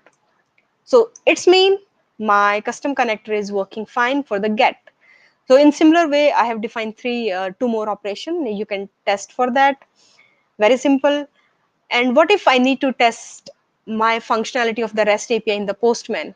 I hope most of you are already aware how Postman works. So same thing I have done in the Postman. So before going to custom connector, I always prefer to test my REST APIs on the Postman side. So this is another 1065 for which I have tested. Let me go back and test for 123. I'll click on send, and there you can see is the same result. So it's mean result is as expected. Now go back and start building an app. That's the main part. So now I will go to create. So this is all about the custom connector. I have created it. So now only thing that is left is the UI. So I will create a canvas app from the blank. So there you can see I have two options. Either I can build a tablet app or I can build a phone.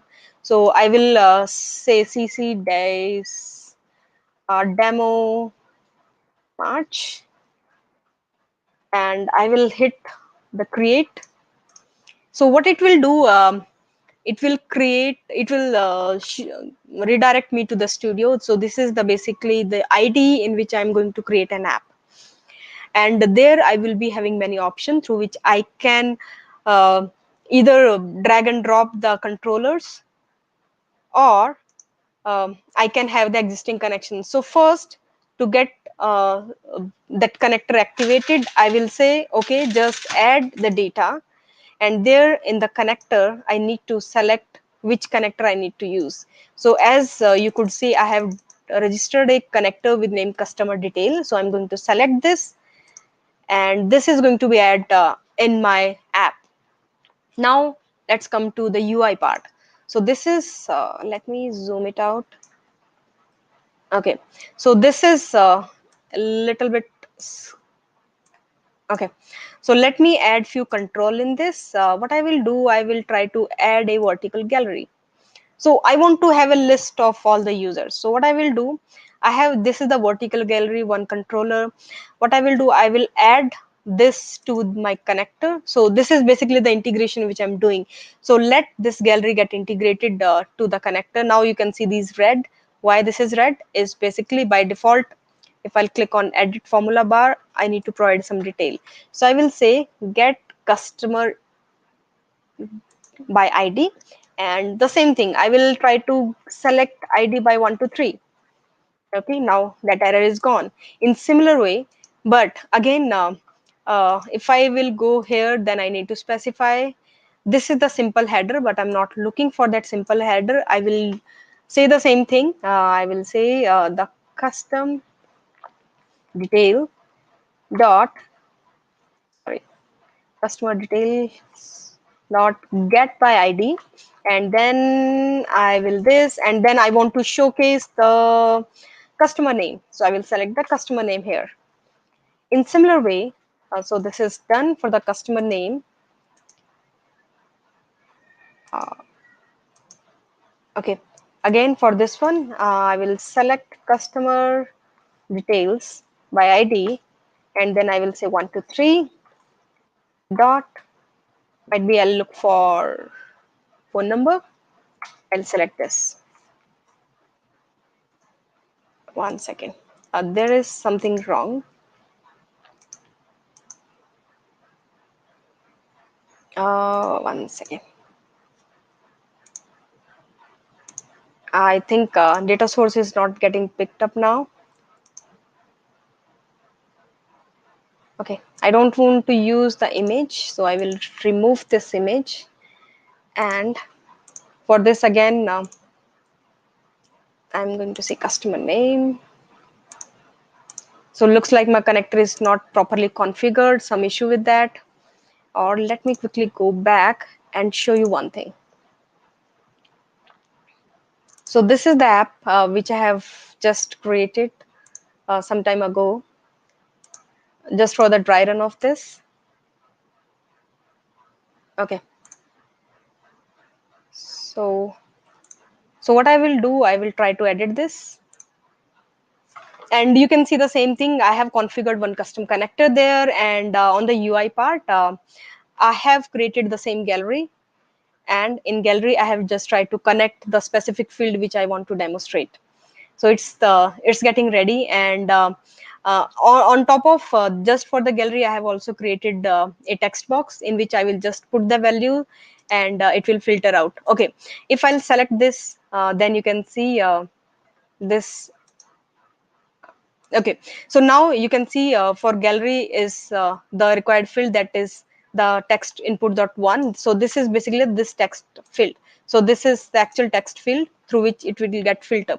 So let me quickly run this application so that I can demonstrate. So this is filter for 10123. Otherwise, if I want to get detail about other users, I just write this and it will pull other users detail, or I can search for few more.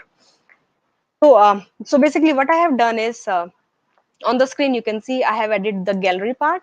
So this is the gallery which I have added, and in this gallery, on top of this I have added a text box. And how this value of the gallery is getting filled, instead of 123, I have just provided which text field that you need to pull the date from, where you can pull the data. So I'm going to say, okay, from text one, you just go ahead and pull its text and showcase, and pass this value to the my gallery part. You can see I have just written this line of the code, and I have tagged each and every component. Like for this, I have specified this item dot customer ID. So yeah, this is the mistake which I was doing. In this, I was trying to tag each and everything with this. So I what should I have done is this item dot customer ID. So this was the right way. Okay, but now going back to this, so this is the final solution you have built. In similar way, you can easily design other forms through which you are capturing information from the user. Like you can have multiple text boxes in which you will ask information from the customer name, address, and many more. And with the hit of a button, you can insert data into system using the same REST APIs, basically my custom connector. So that I have shown you, this is the custom connector which is tagged to my gallery. So this is the custom connector. So this is the way end to end. You can see there is an UI, and with custom connector, I have tried to connect with a serverless function, and then finally my data is going to the database. So this is all about UI, and we are on time. Any question for me? I'm happy to answer.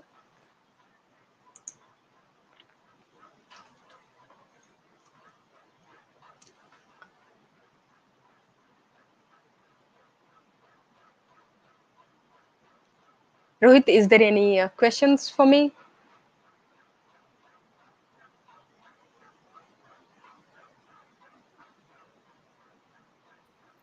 Yes, Renu, just let me check and show on this screen. So you want to take them now? Or I can take offline, because I know there are other speakers in line. So No, we are actually planning like if once you're done with the session, then we can take questions for just 1 minute. You can take yeah, your yeah, seat. I'm happy for that. Yeah. So okay, so let me show the questions on screen. Meanwhile, you can answer them. Yeah.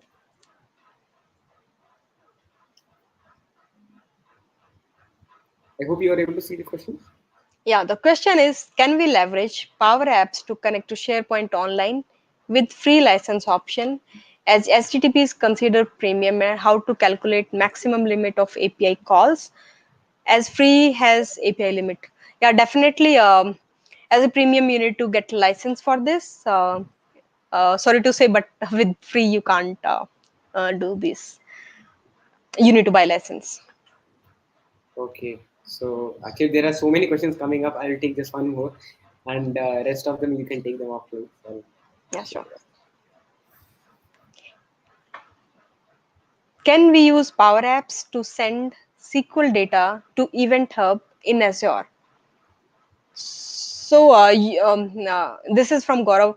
So I'm not sure the flow that he want to create, but if I understand, he want to pull data from SQL Server and send this to Event Hub on Azure. So if this is the scenario, then I think Power Apps is not the best fit. I was talking about one more module, that was Power Automate, or the Microsoft Flow. So Flow will come into picture. We can configure Flow in such a way that it will automatically get trigger once there is an entry into SQL database, and it will send notification to Event Hub. okay, so just one more last question that I found. This might be a question for a lot of people. So this is a very straightforward question actually. Is Power Platform free for development? There is a way you can install the trial instance. By default, it is free for 30 days, and you can extend this for 60 days. And till 60 day, you can do all the development. Only thing is you can't take backup. You can't, export. You can export your app. You can import the apps, but you can't take backup of whole environment. Okay, all right. So thank you all, Renu. So this was a really great session, and we can obviously see that from the comment box. Like there are so many questions coming in, and still people are commenting.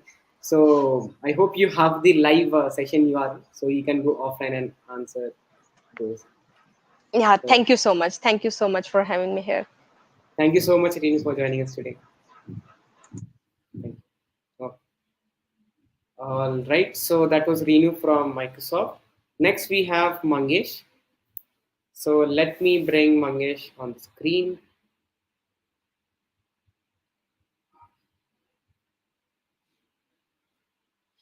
Hi Mangesh, Hey Rohit, how are you? I'm doing good. How are you? Yeah, I'm good. I'm good. How is everyone? I guess everyone is doing great in this COVID, and everyone is safe and healthy. So, Yes, yes, yeah, yes. Awesome. So, yep. this is the first time we are having Mangesh. So, Mangesh, would you like to give a introduction about yourself, like what you're doing?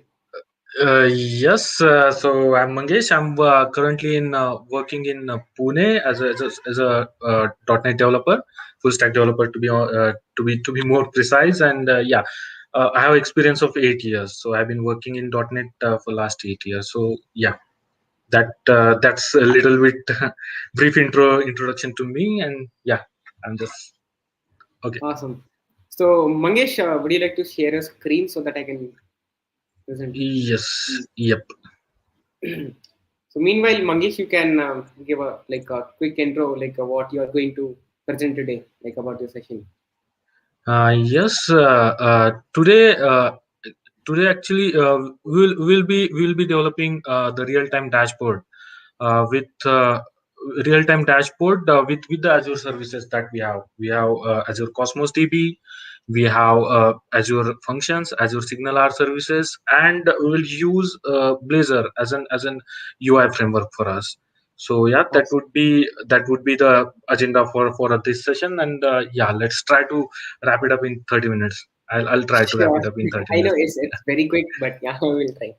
So, Okay. Mangesh, it's your screen is live. We can see your screen. You see my screen?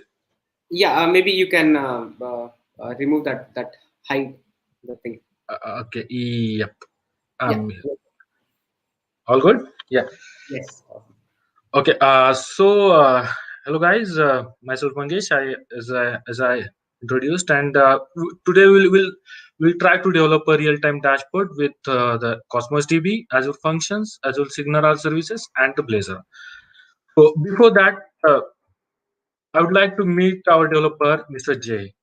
Okay, he's developer. He's a developer like us.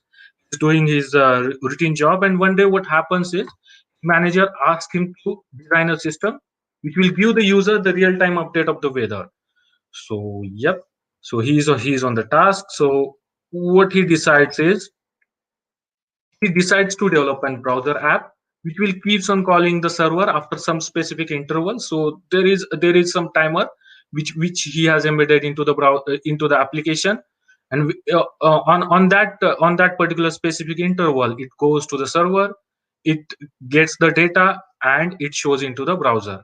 So generally what we call this as an polling based dashboard. So what happens in this case is we set some interval on the client app, which, and after that interval we keep on calling the server methods.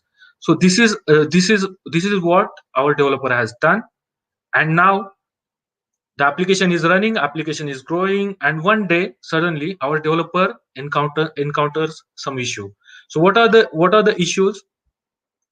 First issue that he found out is our client app is trying to connect to the server whether data is present or not.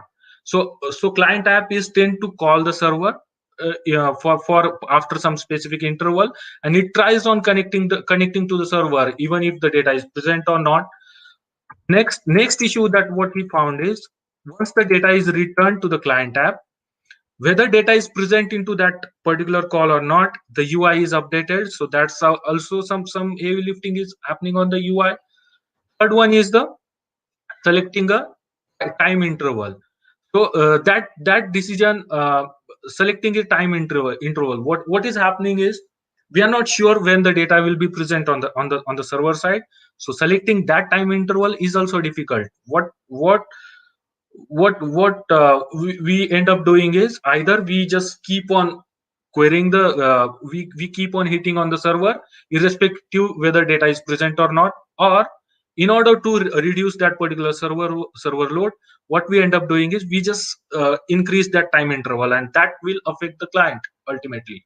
So what will happen is, the client will not be able to get the data. Means data is coming at the 6th minute, and we are hitting the server at the 10th minute. So it's not a real time update. And fourth issue that he found out is, as the application grow, the amount of data that is being exchanged in between client and the server, it increases, and that creates a more problems. So what is the solution to these problems? First one, we need to design a system which will reduce the issues, like we need to reduce the traffic to the server. Also, we need to make sure that UI is updated whenever there is a change into the data. So what is the architecture that is being proposed? I mean, that was proposed to proposed to our developer, or the developer finds out that what architecture he needs to find out. So he found out some services, Azure services, which he can make use of. So if you see this image, then we have the Azure Cosmos DB, which have the feature like change field, which can act as an trigger for the Azure functions. Again, we have some awesome services like Azure Signal services, which can for which provides the output binding for the Azure functions, and we can connect our client applications to the Signal service, and to the Signal service, and update our UI whenever there is a change into the actual data. So how does this how does this whole event happens? First, data is added to the Cosmos DB. Whenever the data is added to the Cosmos DB container, the container has the feature like change field. So as the data changes into the Azure Cosmos DB container, it exposes a change field. So basically, change field is nothing but an event which will be triggered whenever the data is added or updated or deleted from the container.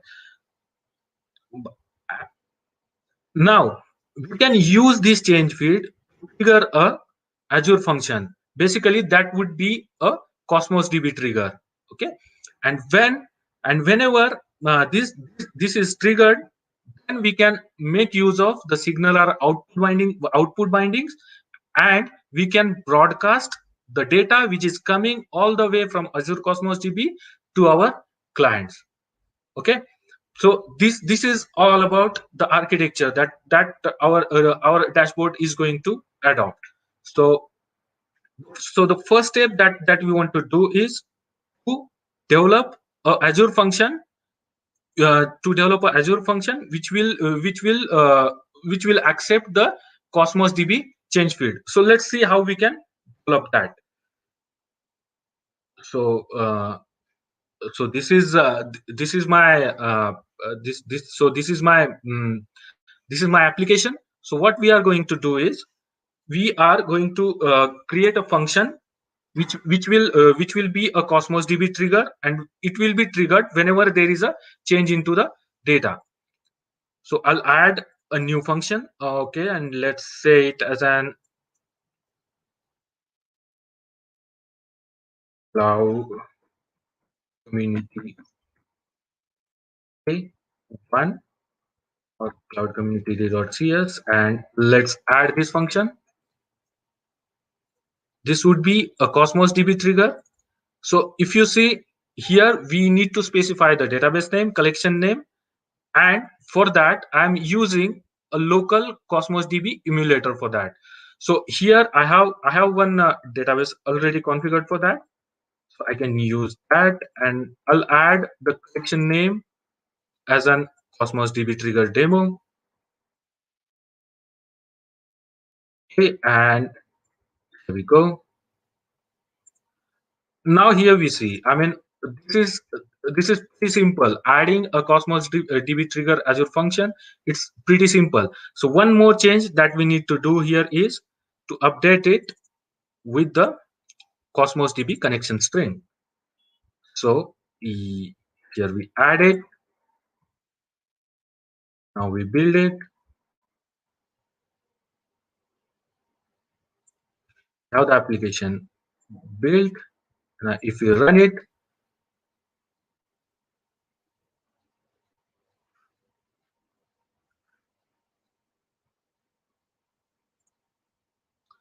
so our functions are running. Mangesh, sorry to interrupt. Could you please increase the font or zoom? Okay.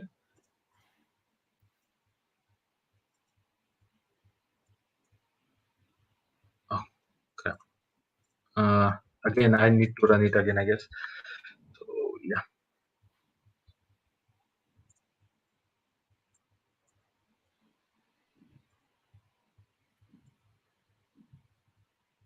Properties. Maybe I'll make it 24.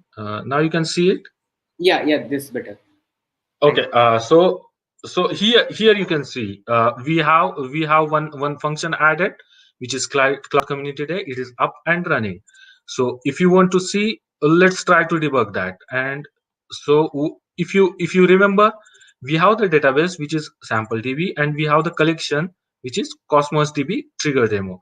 So if I go back here, and here in new item, if I add another one and say save, then it should call our this function. And here we go. Here we have the debugger, which is getting called whenever we are changing the container, whenever we are adding the item to that particular container. So here we go, and here we can see executed cloud community day as well. And let me mark it. So here we can say that we are first document modified 1, first document ID 3, and we can say that we have executed the cloud community day. So this is the first part of our application while developing the real-time dashboard that connect our Cosmos DB with the Azure function. So we have seen how we can leverage the change feed feature of the Azure Cosmos DB and trigger a event on the Azure function. So coming back to the slides. So if you see that we have some configuration stuff that we have added into that function. So first one is the Cosmos DB trigger. So what it is, this is the trigger which we use to invoke the Azure function. Next is the database name. Obviously, this is the database name of the database on which we are going to operate particularly. Name is the name of the container on which the items are going to be added. Next is the connection string setting. This is the key name which will be into the app setting, basically local.settings.json file as per as the Azure functions are concerned. And final, it is the lease connection name. So is the name of the lease connection. So I'll just give you a brief idea what is the lease connection name. So basically in case of change feed, the documents are fed into the change feed one by one, like 1 2 3 4 5 6 up to 10 15 maybe. So lease connection keeps the track of the document which are exposed to the Azure function basically. So what happens, we have the 10 documents inserted, and after triggering 5 documents, if some issue occurred or if that sending failed, in that case this connection keeps the track that again one more lot of 10 documents comes, then this lease connection will keep the track of that the file documents from the previous insert were still to be sent. So that's why it makes sure that everything which is being exposed to the Azure function is in the track. So lease connection, that's the container name basically. So that makes sure that everything is into the track, everything is tracked, and it is sent to the Azure function. So this is the first part that we have developed. Now second part is it is the Azure SignalR service configuration modes. So before that, let's check some stuff at the SignalR service. To create a SignalR service, it is just pretty simple. Let's click here. Let's add the resource. Let's just say create it. You can use the subscription. You can use the resource group. It is same as that of creating other services into the Azure. Next, you just add some name to that region. Next is pricing tier. So here in this SignalR service, we have some pricing tiers. Just make sure that you just select it free, because this is only for the development or test purpose. Then we have the three modes, which are like default, serverless, and classic. So let's just understand what these three modes are. So let's just discard these changes, and let's go to my service,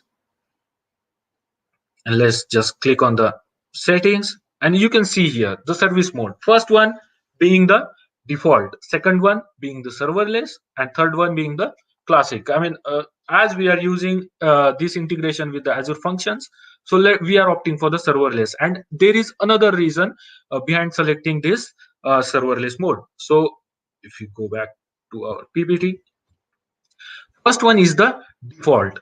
So when we set our configuration mode as a default, then it will just act as an ASP.NET Core application where the hub servers are created. So this is the default mode which is applied whenever you create a Azure SignalR service. So it will be same as that of running your SignalR service into your ASP.NET Core application. And so what happens in the behind is we have some hub servers which are running into the behind. So next is the serverless. So in case of serverless, what happens here is this is the mode that we need to use along with the Azure functions and everything. So what happens in this mode is, instead of creating the hub server, all the connections or all the clients can connect to a SignalR service which is hosted onto the Azure. So all the communication between client and the service will happen through the Azure service. And third mode is the classic one. Microsoft doesn't recommend this, because if you go into the details, this is just the combination of the default and the serverless. But Microsoft doesn't recommend this to be used into your application anymore. And if you have the requirement that you want to use the hub servers as well and the Azure SignalR service, then it is recommended that you create a default Azure service with the you create a SignalR service with the default configuration, and one you just create a service with the serverless configuration, which is made obsolete by the Microsoft on the Azure portal. Next is now we have seen how do we create a SignalR service with the serverless mode. Now we need to integrate. We have created a Azure function which is integrating the Cosmos DB trigger. Now it's time that whatever the data we get from the Azure Cosmos DB, we need to send it to the Azure SignalR service. So how do we do that? Let's check out what are the service bindings we have into the SignalR. First binding that SignalR service offers is the trigger binding. Basically, this binding we use to trigger another Azure function, which can be which client can use to connect to. Next binding is the input binding. So basically, what happens is, whenever your client wants to connect to the server, we need to provide some metadata like token, like access URL, and everything. So what input binding does is, input binding provides the signaler connection info to the client. So we'll see that how that happens. It is exposed in terms of the negotiate function and everything. We'll see. We'll be using the input binding of the signaler service into our application. Next is the output binding. As the name implies, it is an output binding which is used to send the data from your Azure function to the signaler service, which can be broadcasted to the clients. So these are three bindings which we can make use of. So so next we'll see what is there for us into this application. So so for connecting our Azure function to the Azure function to the Azure signaler services, let's just check how we can do that. So basically, any communication, or basically the all signaler communication is divided into the two function. First one is being the negotiate function, which is using the signaler, which is using input binding as an signaler connection info.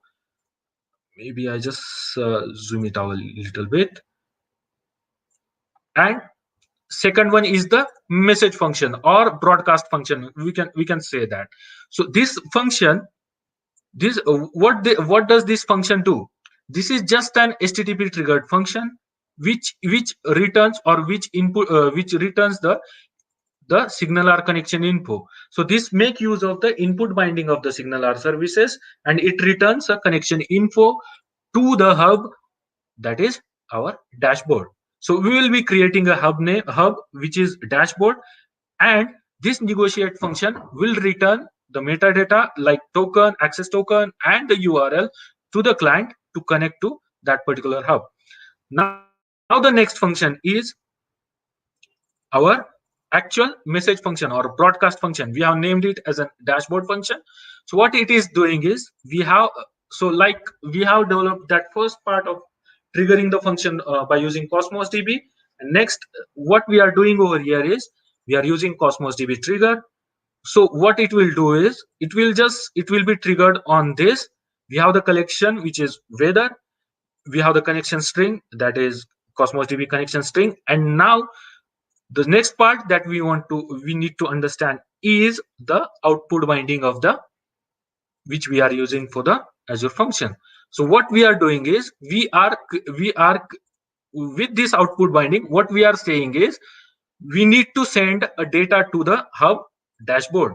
So, and in this function, what we will be doing is, so we will get the documents which are sent by using this Cosmos DB trigger, and here we'll be using add async method to send the signaler message to the hub method, that is dashboard message. So overall, this function will make use of the output binding of the Azure service, and it will just send the data to the hub method which we have created on this hub. So this is how we will be this is how our the services, our Azure functions, Azure Cosmos DB, and our Azure signaler services will be integrated.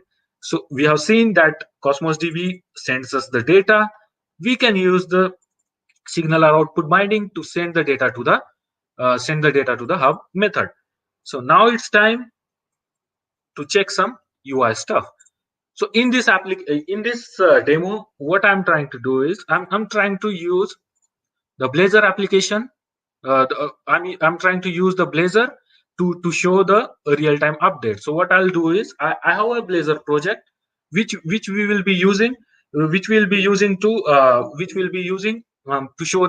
show some chart. I mean, there is no better way to show the real-time data than charts. So we'll be integrating some charts into our Blazor application, and we'll show some real-time data which will be triggered from the Cosmos DB. If you see this project is present on the GitHub as well. You can visit my GitHub repository and you can find all this project. So if you see this repository, so we have this client application.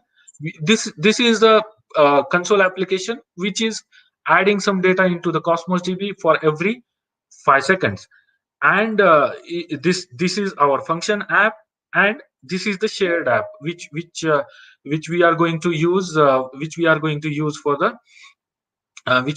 use for the manipulation of the stuff indirectly. Okay, so next we will see what we are doing into the UI app. So basically, when dealing with the UI, we have 3 parts. We have 3 to 4 parts that we need to that we need to follow so as to get the data and show the data into the application. So first one is to connect to the hub. So what we use is we use this hub connection builder with URL, which is just which is nothing but the URL for our negotiate function. We will use this URL to create a hub connection to our hub, or signal our connection to our hub. Next is to the if you go into this function, next is to the register the handler. So we use the signal our connection on method to register the handler for particular signal our method. So what we are doing over here is we have the hub method, which is dashboard message, which will be so with this function what we are doing is we are just registering the handler for this hub method. Whenever there is data is pushed from the Azure function, then this method will be called. So this is how we will register the handler. And next, third is the starting the connection. And if you see the rest of the data, which is nothing but manipulating the charts. It is nothing but manipulating the charts. So I will not go into the details of it, and let's just check the demo.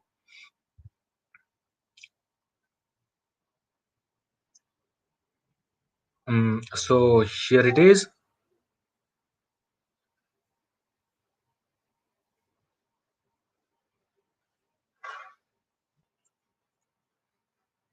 So here it is.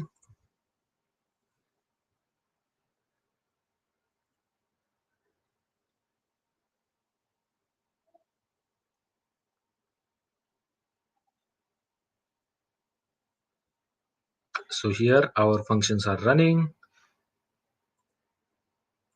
Here we go.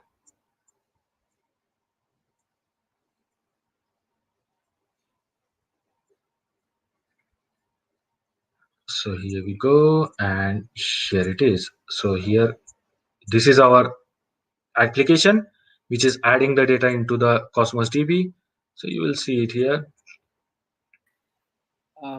Mangesh, just a heads up, we have around 2 or 3 minutes more. Yeah. I'm just finishing up. I'm just running the demo, Rohit. Yeah. Okay. So here we go.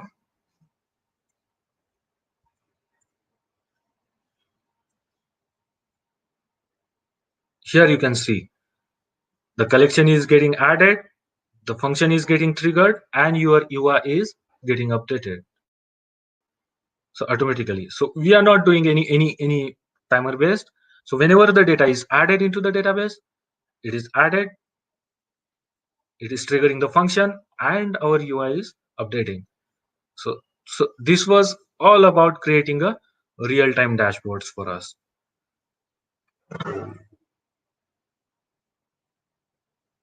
I guess okay.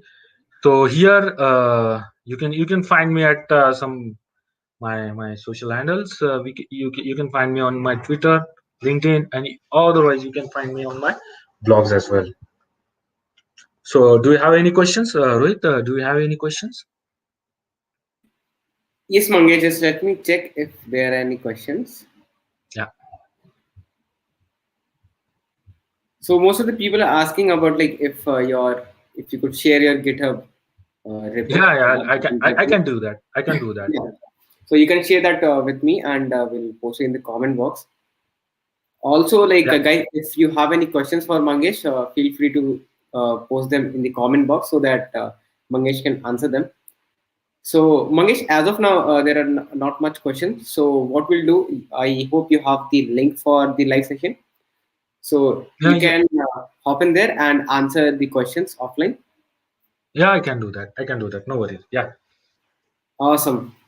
Thank you so much, Mangesh, for joining us today. Yep. Thank you. Thanks, guys. Thanks for calling me and thanks for selecting my talk. Yeah, it Thank was you. Thank you nice so much, Mangesh. talking to you. Thank you. Looking forward to have you again in our future events. Thank you. I'll try it. Yeah, that would be awesome. Thank you. Thank you. So yeah, that was Mangesh. Next we have Manish Haluja from Microsoft. So let me bring him. Hello, Manish. Hey, Rohit. How are you? Yeah, I'm doing good. Thanks. How are everyone there? Yeah, all are good. So we started early today. We had a workshop today morning by Mithun. Then we started with the sessions as well. So yeah, like we are really glad to have you. I think this is the first time we are having you for our conference. So pretty excited for your session. So Manish, would you like to give a quick introduction about yourself, like what you do at Microsoft and what your session is going to be about today? Sure. Let me quickly share the screen before I Yes. start the introduction.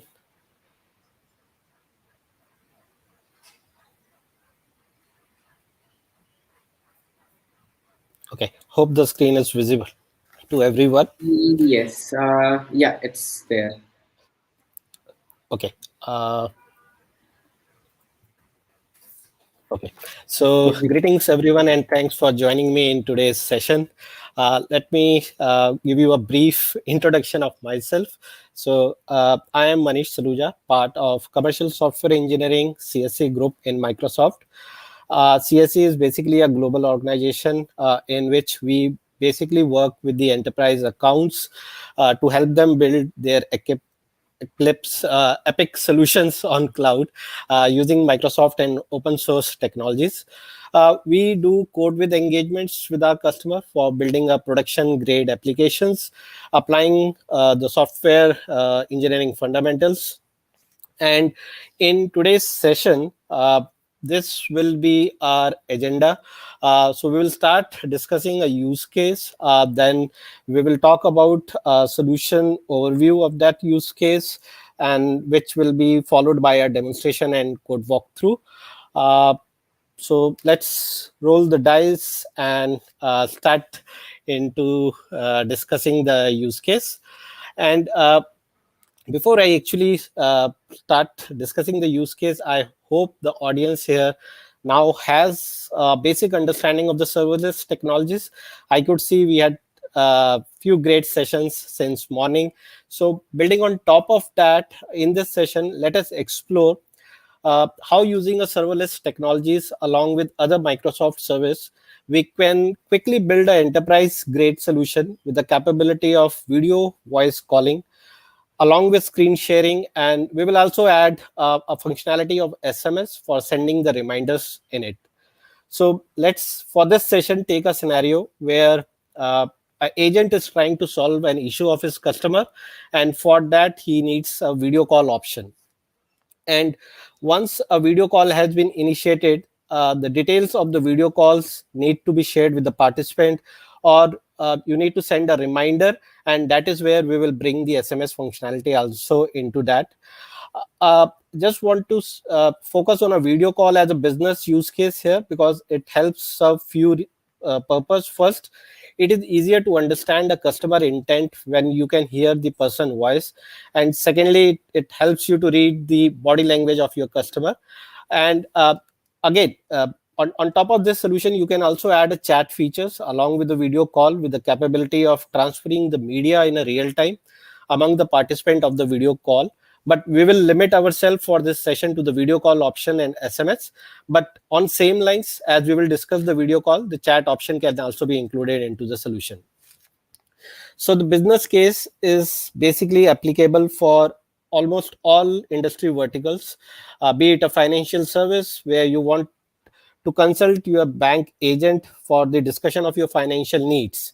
Or it could be a retail sector where the customer has purchased some furniture from a retail store and he is facing challenge in assembling that, and that is where he needs someone to help him.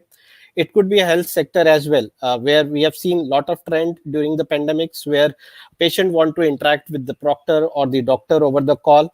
And another emerging trend that we have seen during the pandemic was in the public sector, where we were looking for the virtual court like scenarios. So this pretty easily addresses this all these cases, and this is about like who and why of this use case.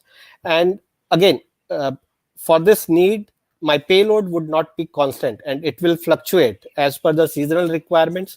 Or we also do have a special events, like every one of us knows how the retail sectors in the e-retailers are having this sales during the festival, and again on like days like Independence Days, Diwali, Holi, and then the big billion day and more. And that is where the load fluctuates. And again, in the health sector, again, it could be as simple as rolling out a medical testing kit at home, for which again you need people to get into a video call and probably interact with the doctor. And in the financial sector, again, it could be rolling out loans for the SMBs and more. Now let's try to map this business needs to the technical needs. So at a high level, my minimum viable product should be scalable. That should be my top priority. And as someone rightly mentioned, like scalability is race against time. And you might also heard about the Go Chat, a chatting app for the Pokemon Go fans. A typical example of a scalability failure. Probably 1+ million users in 5 days, and the app got crashed the very next day of the launch, probably because scalability was not considered while designing that solution.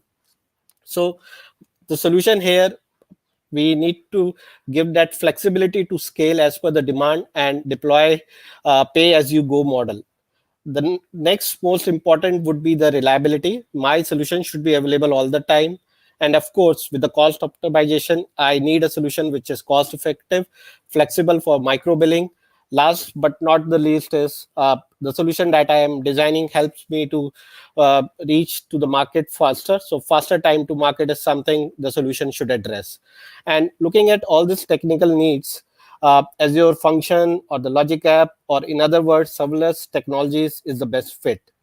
So even though we are calling the technology as serverless, but our application isn't running on thin air. And with the serverless architecture, I don't have to worry much about setting up, managing the server infrastructure, its maintenance cycle, scaling, how much RAM I need, how much CPU I need. So I don't need not to worry about all this. And that is the benefit of a serverless architecture. And on top of that, I'm just paying for the resources that my application or the function is consuming as per the demand. And I have infinite scaling at my end for deploying my application. Now, to achieve this insane scaling, each function of my app run in a different container. And these containers, again, can be on the different machines. If I talk about this life cycle, it is super short. Like once a triggering event happen, a container within your function is initialized, your code is executed, and after some time, the container is gone. And only thing is that you cannot use the underlying server to store the application state, file, or anything else. And that is what we are ensuring when we design this solution for the video calling. And if now I go into the next slide, probably talk about the solution overview. So in this, I have tried kept the solution as simple as possible, but I also ensure that it is meeting all our technical needs. So at a high level, the components involved are, again, you can see there are two types of user. There is a web user, there is a mobile user. We have a web video calling app, and this web application can be integrated to any website, and it is also compatible with the every platform such as iOS, Android, and Windows. The client-side web application is a React-based user interface which uses Redux for handling the complex state while leveraging the Microsoft Fluent UI. And then the application has a full serverless backend, and heart of this solution is the logic app and the Azure functions. So we have the HTTP triggered Azure function, which is responsible to talk to the underlying service, which in this case is my communication platform, and I am using Azure Communication Services. So just to give a brief about this service, so this service, ACS or Azure Communication Service, is still in public preview, and end of March is where it will be as a general available for everyone.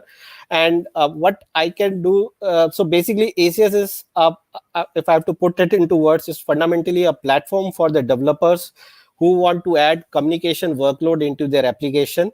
And it could be as simple as sending an SMS, or probably I just need a voice over IP, or I need a chat or a voice video call. So these are the main feature that ACS support. And the good thing is, like, ACS is built on the internal APIs that are used in Microsoft Teams platform. So from reliability, scalability perspective, I need not to worry, because this is the same internal APIs which under the hood is supporting Microsoft Teams platform. And powering the front end is a C# function powered by ASP.NET Core to connect this application to Azure Communication Service. And we also have logic apps which help us to schedule, automate, and business processes. So we are using this logic app to take care of the triggering SMS using ACS SMS feature for sharing a video call details, or might be a reminder to the participants. So this is at a high level the components that I would need. I'm also using communication administration, which is a part of Azure Communication Service, for managing the signaling and as well as the threads that gets created for a video call. And then of course the Azure function is talking to ACS, and the user management and token creation is taken care by this. So we will get into this as we will look through the code of this. Now, if I have to extend the same application to support my production grade application environment, what I need to do is, probably I need to introduce application insight, which basically monitors my live application. It will also help in automatically detecting the performance anomalies. For the identity, secret, and access management, I introduce Azure Active Directory. And then we have Azure Key Vault for storing the secrets of ACS. And then network security group, basically for defining the security rules for the inbound and outbound traffics. The system health monitoring, I introduce Azure Monitor and Log Analytics for that. And we also have the Azure Web Application Firewall on the Azure Application Gateway for providing a centralized protection of the web application for the common exploits and vulnerabilities. And we also can introduce a load balancer for distributing the inbound flows. So all these components basically will be as per the need or the requirements that we have when we are building this solution. So this is just one of the approach that I have tried to put across. So it is not that you need to put all of these, but looking at all your requirements around security and other reliability and scalability, that is where we can introduce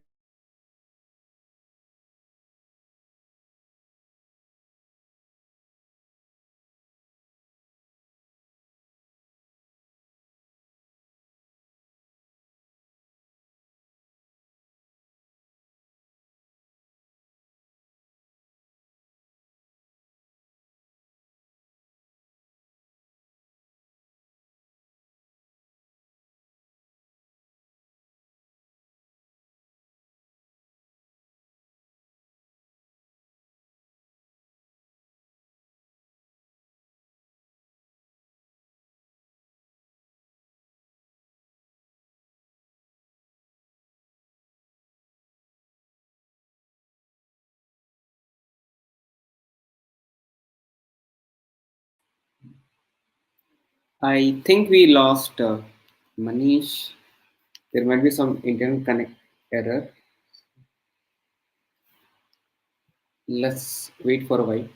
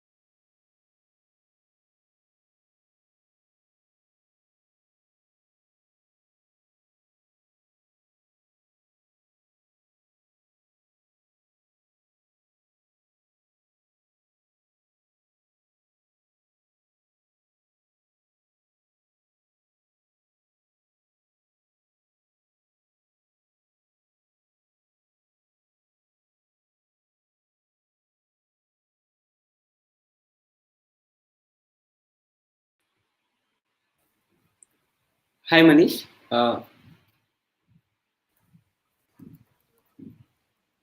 Manish, can you hear me?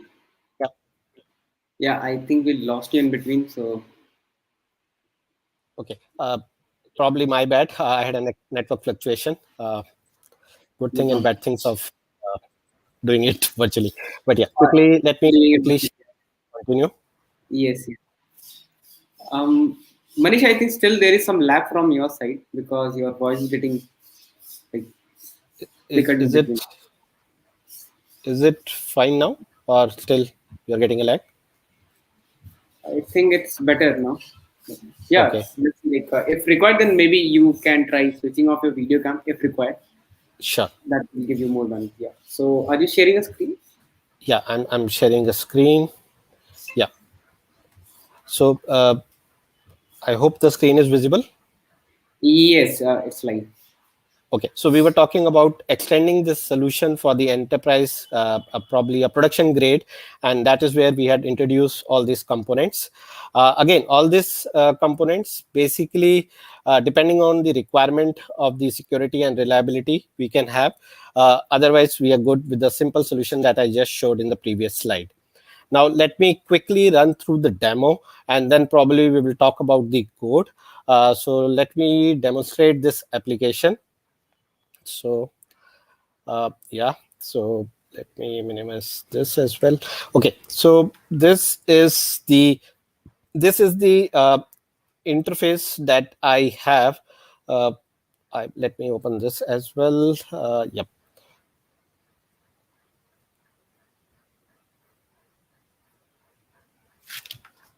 Okay, so let me start a call here.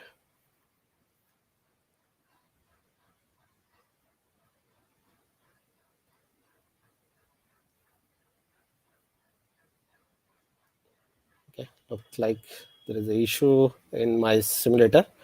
It will just take a couple of seconds. And what I'm trying to showcase here is, so this video calling uh, experience at the mobile as well as at the web level, how it looks like. And let me quickly run this again. Hopefully this should work this time. Uh, so I'm just starting my emulator. So this is my mobile application, which again helps me to initiate a video call.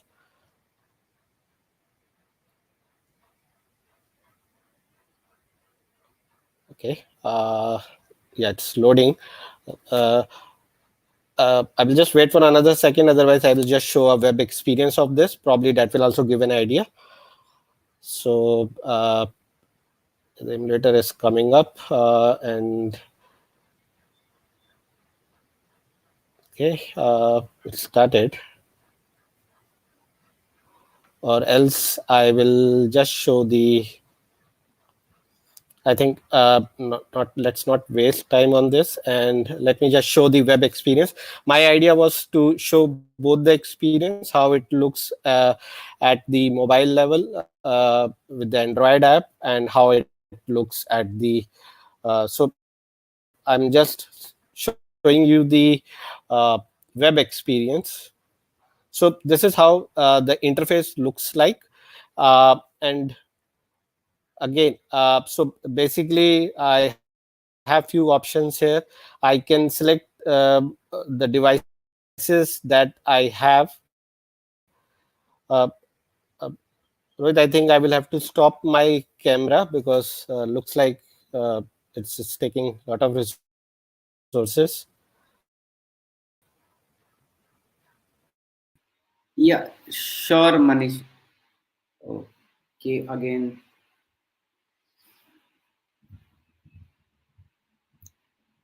So this happens in virtual conferences. So just wait until he joins again.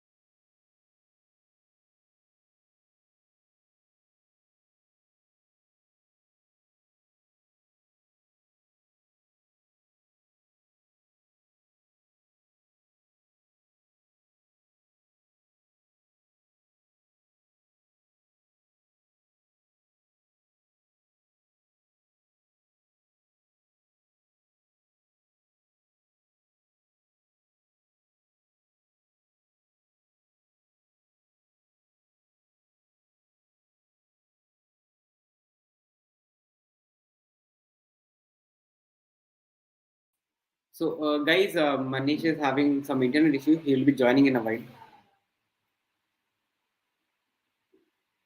Also, after the conference, we have quiz 3. So, request you all to stay.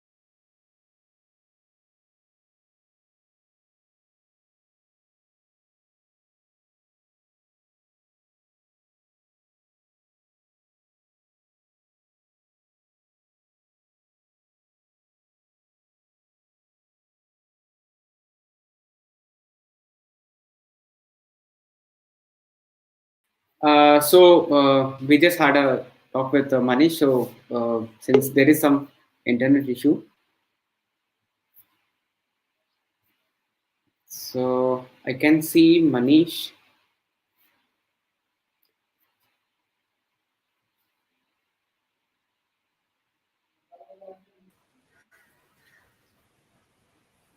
Um, Manish, can you hear me? Yeah, I can hear you. Okay, so all good. Yeah, my bad again. I am having a network fluctuation at my level. So Oh, okay, no problem. So, yeah. uh, let me try to So, quickly show across what I wanted to do cover in this yeah, session. yes. I'm waiting for your screen. So, Yep, I just shared the screen. okay. Okay, hope the screen is visible. Not yet.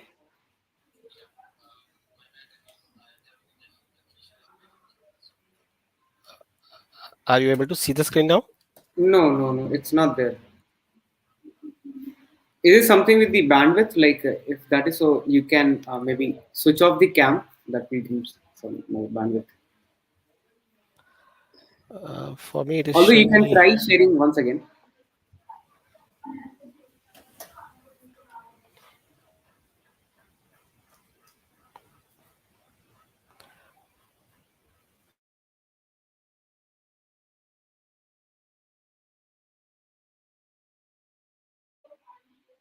Manish, you there? Hello.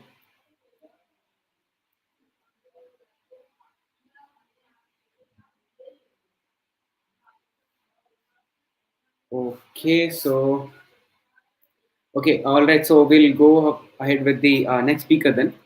So we'll bring Divakar on screen.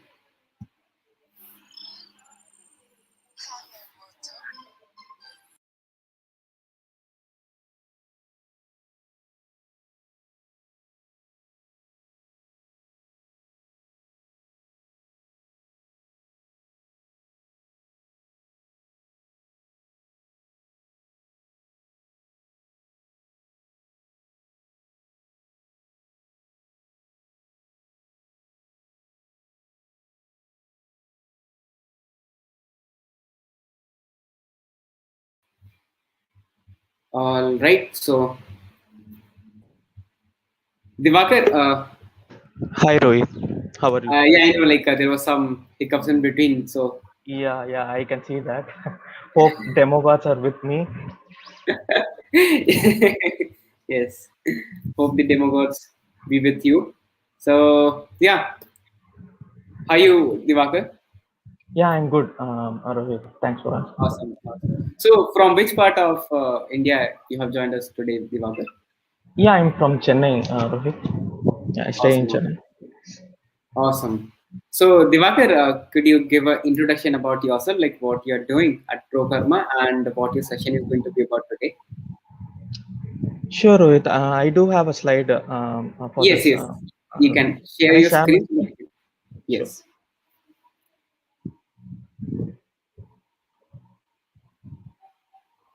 Okay. Yes. We can see your screen. Hope you can see my screen now. Yes. Yes. Okay. So hi everyone, this is Divakar. So today we will see how to implement the serverless middleware in Azure Functions. So this is just a bit about me. So I work as a senior software engineer at Procama, and I have around 6+ years of experience in Microsoft technology stack. And if you guys want to reach out to me, you can do in this links if in case there are any doubts with this topic. So the agenda for today is to give an overview about the middleware. So what is it, how it works behind the scenes, and post that we will see serverless architecture. So what are the benefits and what are the challenges that we have with this architecture. And then we will see what are the middleware compatibility issues that we have with the current Azure function runtime. So, and also we will see how Microsoft mitigated this issue with the recent announcement that they released. And also we can see a demo on that one. And if time permits, finally, we can recreate this middleware pipeline in the current runtime as well. So what is the middleware? So middleware is nothing but a class that can handle your HTTP request or HTTP response. Consider any framework, let it be like .NET or Java or Node.js. So middleware can perform only 3 jobs. So let's see what are those. So a middleware can perform work on the request. So consider you are going to have 3 middlewares. So middleware A, middleware B, and middleware C. And I'm going to consider ASP.NET Core as an example here. And consider middleware A is going to be your exception handler middleware, and middleware B is going to be your logging middleware, and the final middleware is going to be your MVC middleware. So whenever the request is coming from the client machine to your server, it first of all gets into the middleware A, since you have injected this middleware into the top of the pipeline. So all it does is the exception handler middleware will send the request to the logging middleware, and the logging middleware will log the request and sends the request to the MVC middleware. So this is the middleware. The MVC middleware is the one which is responsible to create a response back to the client. So here is the middleware function where you will be write your own business logic, and you will be generating the response, and you will be sending back to the middleware B and middleware A. Say suppose there are any unhandled exceptions in the successive middlewares among in the pipeline, it will be caught in the first middleware. That is going to be your exception handler middleware. So this is the first configuration with a middleware where you can perform the work on the request. So the other configuration options are below. So the next one is short circuiting a request. So consider middleware A is going to be your authorization or authentication middleware, and based on your request, consider it is going to validate the user credentials, and if it is going to be a valid user, it will send the request to the successive middlewares in the pipeline. And if it is not a valid user, what it does is it terminates that particular request and sends the response back to the client. So this is one another configuration option that we have with respect to the middlewares. And the final option is rerouting the particular request. So along with the request, say suppose you mention the path. So all it does is this middleware looks for that path and reroutes the request to that particular middleware or web server. So these are the 3 middleware configurations that we have with respect to the middlewares. So consider a middleware is going to be a component. It is not only responsible to handle its own custom logic, it is the responsible component to invoke the next middleware in the pipeline.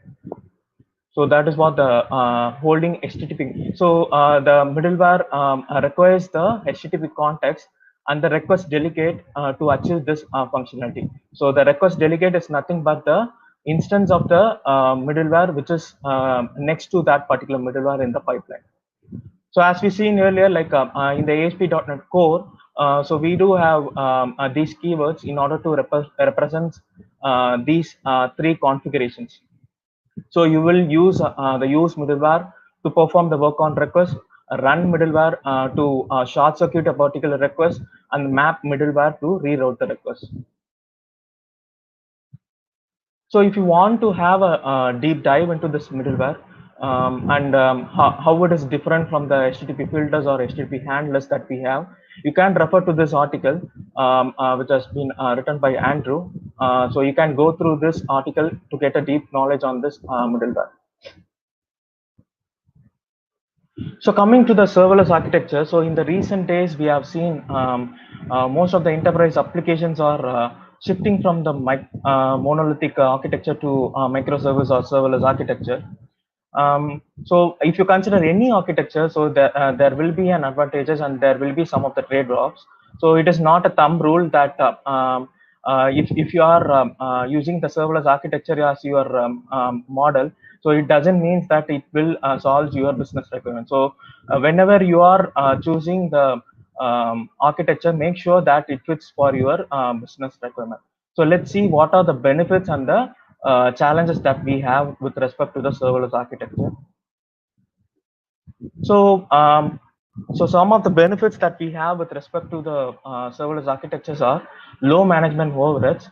So you don't need to worry about the underlying infrastructure.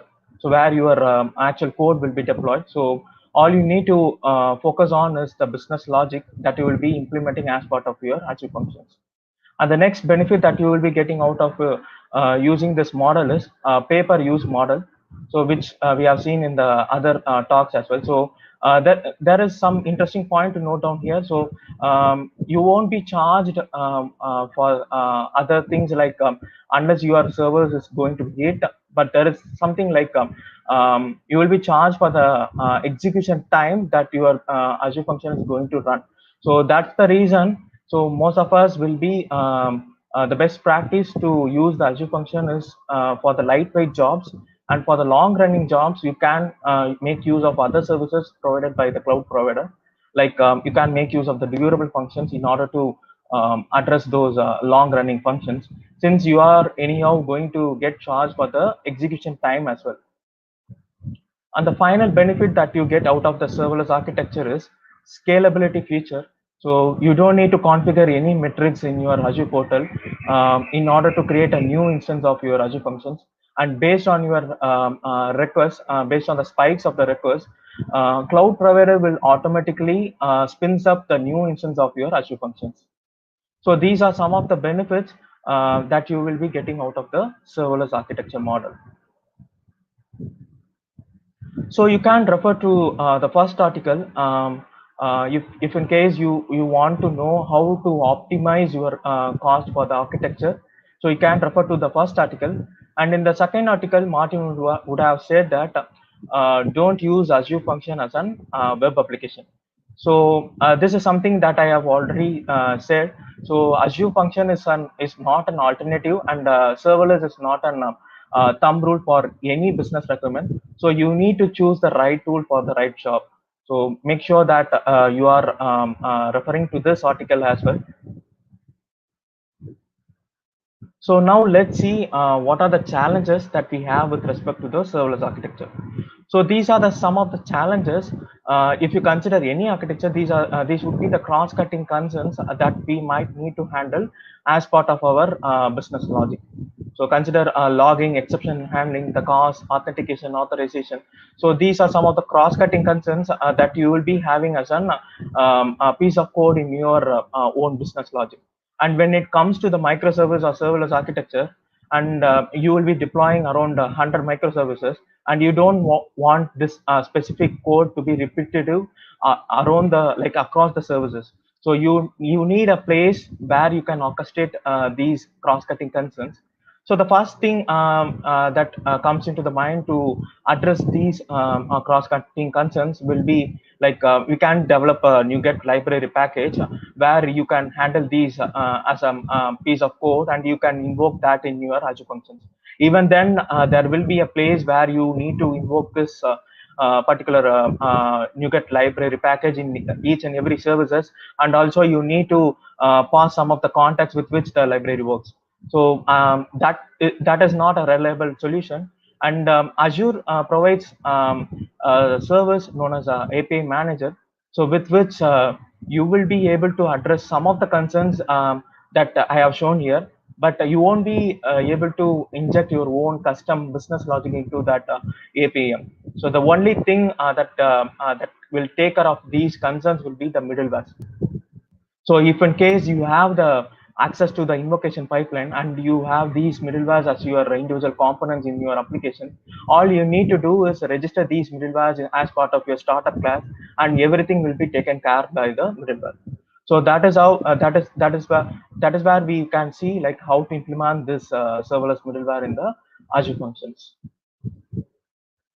But there is a problem that, with the current runtime in the Azure functions. So consider the Azure functions version from 1.x to 3.x, which is targeting the frameworks from .NET Framework to .NET Core 3.1 later versions. So everything is going to be a tightly coupled one. And when I say tightly coupled, so whenever you deploy your Azure functions into the Azure portal, so the Azure function runtime hosts this application as a class library, and you won't be able to invoke the you won't be able to have the access to that invocation pipeline when you are going in this in-process model. So there are two models to note down, like whatever the model that we followed recently till now is based on the in-process model, where your Azure function is tightly binded to the Azure function host runtime. So that's the exact reason you won't have the ability to inject your middleware into the pipeline. So that's the reason Microsoft announced recently. They announced .NET 5 support on the Azure functions. So why it is exciting news? So they have introduced something known as .NET 5 worker process, which is going to run in an out of process model with which you can have the access to that invocation pipeline, which we don't have earlier. So let's see what is the out of process model initially, and then we will see how it works in the .NET 5 Azure functions. So the out of process model is not new to us for those who have implemented the ASP.NET Core web application. So we have used this model prior to the ASP.NET Core 2.2 version. So we have been using this model in order to host our application in the IaaS server. So here, if you consider this architecture, so you can see that IaaS is going to act as a proxy server, which is going to get the request from the internet, from the client, and it is going to package your request. And all it does is it forwards that request to the port that is exposed in the Crystal web server. So that is how you will be deploying your ASP.NET Core application in your earlier versions, which is prior to the 2.2 versions. So if you consider this architecture, since we introduce an intermittent layer, so now there is a possibility for the latency issues. So as you could see, rather than hitting from the client directly to your Crystal web server, now you have introduced an intermittent layer where you can experience some of the performance issues as well. So these are some of the trade-offs that we had with the out-of-process model, and that's the reason they have introduced the in-process model where your application code will be running inside a single process. That is how they get rid of this performance issues as well. So if you want to have a deep dive into this hosting model, refer to this article where the in-process and the out-of-process model will be explained in depth by Rick. So as we seen earlier, so Microsoft announced a .NET 5 worker process with which you can run your application in a separate process. So that is what we are going to see in upcoming slides. So .NET 5 worker process is nothing but a standalone process that is going to run as a separate console application. It is nothing but an exe file, a console application with which you will be able to have the access to the invocation pipeline, and also you have the full control over the applications. So that is how they made sure that we don't have this compatibility issues in the later versions. So let's visualize how it looks behind the scenes, this architecture. So this is how it looks right now. So consider whenever you are going to deploy your Azure function code, so the Azure function runtime, what it does is it is going to spin up a new instance that is going to be your .NET 5 worker process.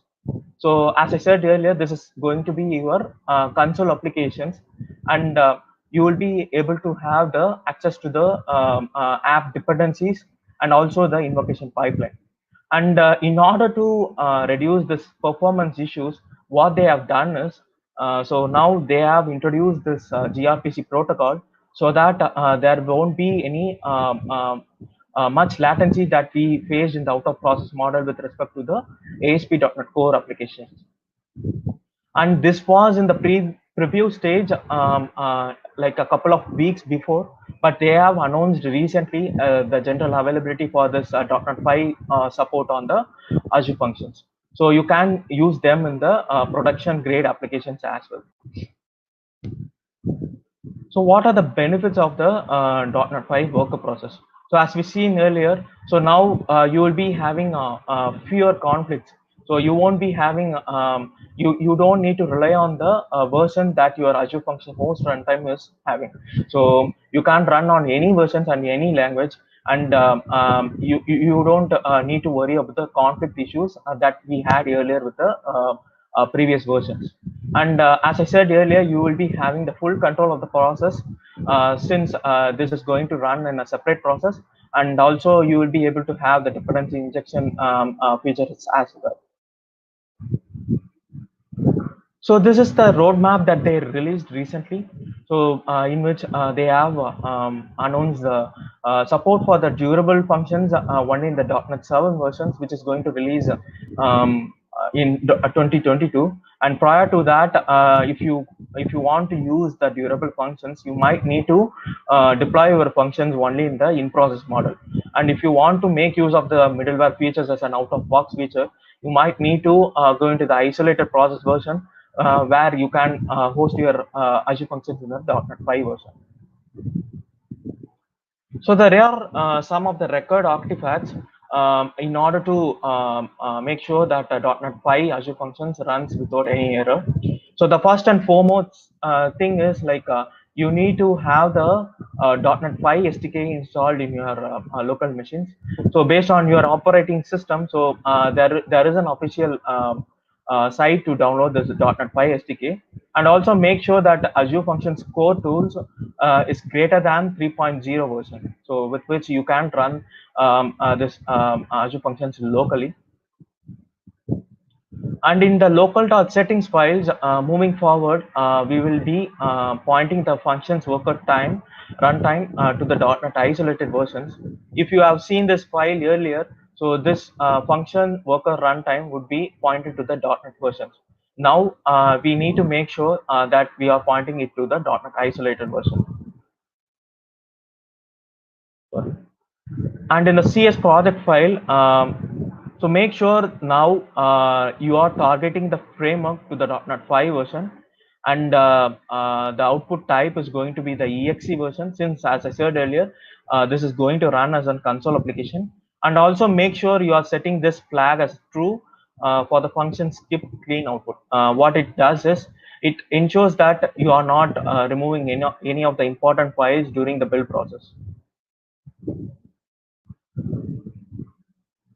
So these are some of the NuGet packages like references that you need to have with respect to your Azure functions in order to make this code executable.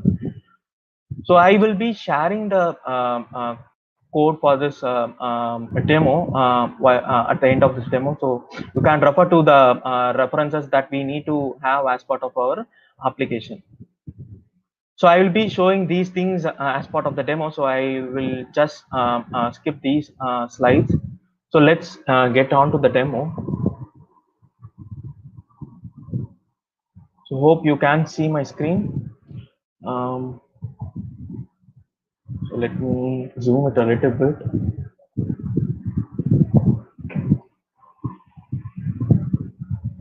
So as I said earlier, so make sure the .NET isolated version has been changed for the functions worker runtime.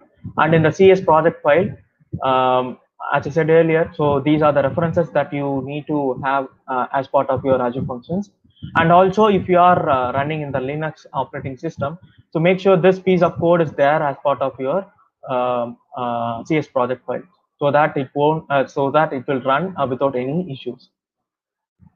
And I am using the Visual Studio Code in order to execute this Azure functions in the .NET 5 version. Since till now we don't we don't have a support for the Visual Studio in order to run this .NET 5 Azure functions. So this is going to be your entry point of your application.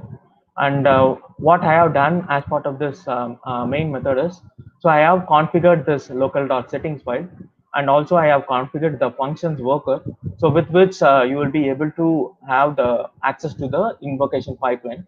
And also I have injected some of the dependencies as well as part of this method. So these are some of the dependencies, as I said earlier, so which I developed for this demo purpose. So some of the middlewares that I have developed are format response middleware, where you can see how to format your response after your HTTP trigger has been hit. And then you can see the short circuit middleware with this help of bypass middleware class. And there's something like exception handler middleware as well. So I have separated the regions for to demo these individual scenarios as well. So consider this is going to be your place where you will be injecting your middleware into the pipeline. So as I said earlier, a particular middleware needs the function context and as well the next instance of the middleware. So those are the two things that a particular middleware will expect in order to invoke the next middleware in the pipeline. So that is where you will be passing these as part of your invoke parameter, and then you will be calling the actual HTTP trigger. So as part of the HTTP trigger, it is nothing but a simple get a trigger. So where I have simulated a response, and let me show what are the different middlewares that I have.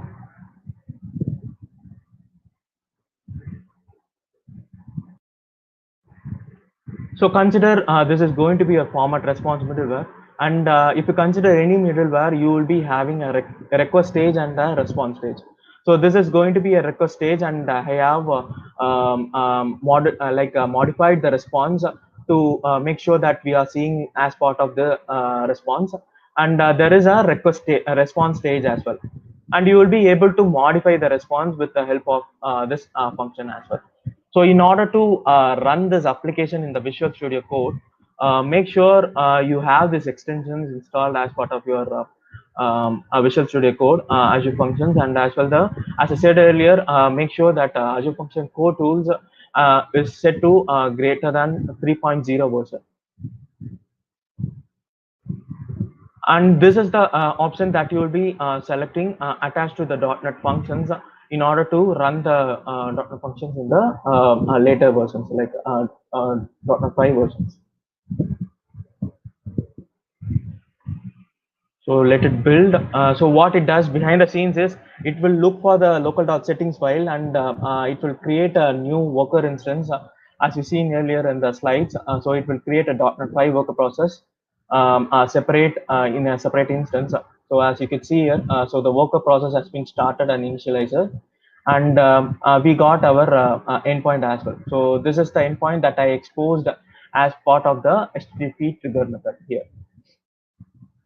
So I will be using Postman as a tool to send the request to this middleware.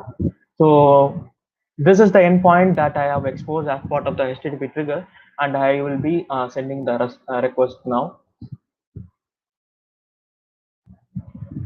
So once the request has been sent to the HTTP trigger, like it will look into the middleware pipeline in the first place. So what we done here is like at the top of the middleware, we have initialize this format response middleware. So that's the reason it will get inside the format response middleware in the first place, and then only your actual HTTP trigger will be getting executed. So that is the reason it gets inside this invoke method. And as I said earlier, each middleware is responsible to invoke the next middleware in the pipeline. So that's the exact place where which you can see here. So what it does is it will invoke the HTTP trigger in the pipeline, and it gets inside the HTTP trigger. So what I have done here is like as I said earlier. So I have modified the response and sending the response back to that middleware. And you can see middleware can have the request stage and the response stage as well. So the purpose of this format response middleware is to modify the response. So what I will be doing is like I will be getting the response from that HTTP trigger, and what I am doing is like I'm appending some of the text to that response body, and I will be sending it back to the calling client. So this is the response that we get out of that HTTP trigger method. So it first of all gets inside the request stage, and it gets inside the HTTP trigger. And what it does is like I modified the response, and it gets inside the response stage of the middleware. So this is how the flow will be in general. If you consider these three configurations, so this consider this is going to be your performing work on the request. So all it does is it passes the request and performs any operations you intended to have as part of this middleware, and it passes the response back to the client. So consider this is going to be your bypass middleware, which I shown you earlier. So this is going to be your short circuiting middleware. So what it does is it rather than invoking the next middleware in the pipeline, I am just simulating a response back to the client. So what it does is it won't call the HTTP trigger, which is next in the pipeline, and it will send the response back to the client. And in the exception handler middleware, what I did is like I had the try and catch block. Inside the try block, I am invoking the next middleware in the pipeline. And if in case there are any exceptions in the successive middlewares, it gets caught in this block, and you can send the actual response to the client rather than showing the error from the DB or somewhere like. So let me show you this as well as part of the demo. So for that, I will be commenting out these regions, and I will have only the exception handler middleware for this case. So in this, you could see that I am registering the exception handler middleware as the top middleware for this pipeline, and also I am registering this function execution middleware as well.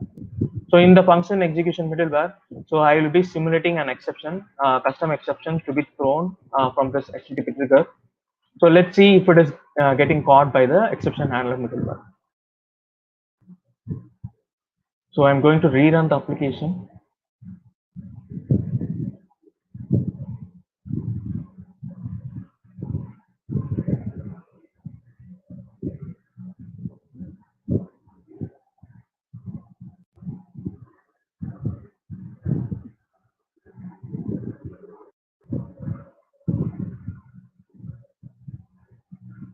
Yeah, so the build has been succeeded, and the worker process has been created. So now we got the endpoint. So let me try to hit the request. So now it gets inside the exception handler middleware as we commented out other middlewares in the pipeline. So this is the top middleware in the pipeline, and it gets inside the request stage, and it will try to invoke the next middleware in the pipeline. That is going to be your function middleware. So inside the function middleware, so we have simulated the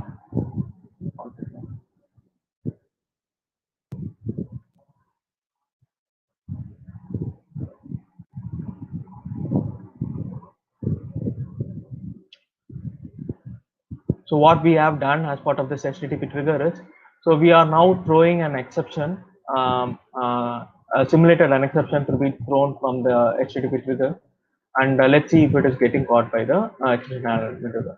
So now it gets inside the catch block, and it is getting caught by this middleware, and you can send the response back to the calling client.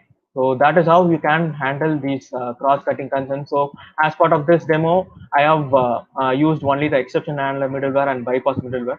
So as I said earlier, so you can handle authorization middleware, cost middleware as part of this pipeline, and all you need to do is like just register these middlewares in the pipeline.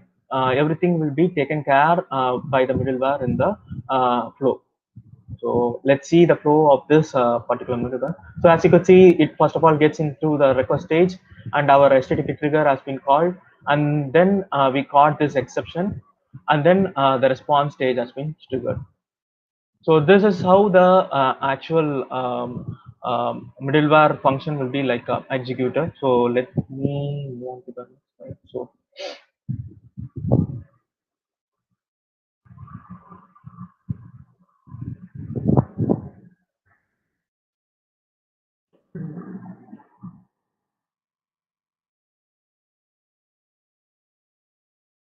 So we have seen, so like Rohit, do we have some time to show this as a demo? Like, are we out of the time? Actually, we are running out of time, but if we can do it in 2 minutes or 3 minutes, then we can do it. Okay. I think that is very less. Yes, exactly. So what I done is like I recreated this pipeline. If in case most of our production applications are running in the ASP.NET Core version, so what I have done is like I have recreated this a whole middleware pipeline. So I can share this code with the audiences, so they can go through this. So what I've done is like I created a separate abstraction in order to have handle these serverless middleware things, and I have created my own pipeline builder where I will be registering these these middlewares as part of the pipeline. And at the functions level, what I have done is like I will be calling this pipeline factory, and with this self it can recreate this middleware pipeline. So that's all I had for this demo, Rohit. So if there are any questions, we can take up. Yes, Divakar. Let me see if there are questions. Sure. Okay, so there is one question. I hope that is for you only. Can you see it on your screen, or I'm not sure whether this question is for you or the previous session. So how to set up a disaster recovery and backup scenario on serverless? So as you've seen earlier, so like the serverless functions, we do have different tiers. So if you are going to into the consumption tier, so there will be like an cold start that you can consider with respect to the disaster recovery as well. So if you consider any architecture, you need to handle this as part of your architecture. So even if it is going to be a microservice architecture or some other services, so you need to handle take care of these resiliencies, and there are other services as well provided by Azure in order to handle this disaster recovery as well. So I will send out the links for that as well once I complete this. That would be really great, Divakar. So I don't think we have much questions here, but Divakar, what you can do, you can go to this live session URL of the YouTube. Sure. And if there are any questions, you can answer them offline. Sure. Yeah, I will be doing that. Awesome. So thank you so much, Okay. Divakar, for this. Yeah, thank you, Rohit. Yeah. Awesome. Thank you, Divakar. Thanks, Rohit. Okay. So that was Divakar from ProKarma. That was a really awesome session with demos. So the previous session by Manish, we actually lost him in between. So there is some part left out. So we'll bring Manish. So continue with the session. So people who are asking for the quiz 3 link, that the quiz will start soon after Manish session. So please be patient, and soon after that we will start with the quiz. So all right. Hello, Manish. Yeah, hi Rohit, and hello everyone.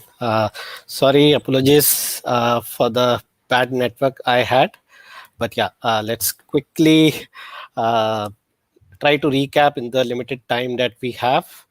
Yes. And yeah, let me.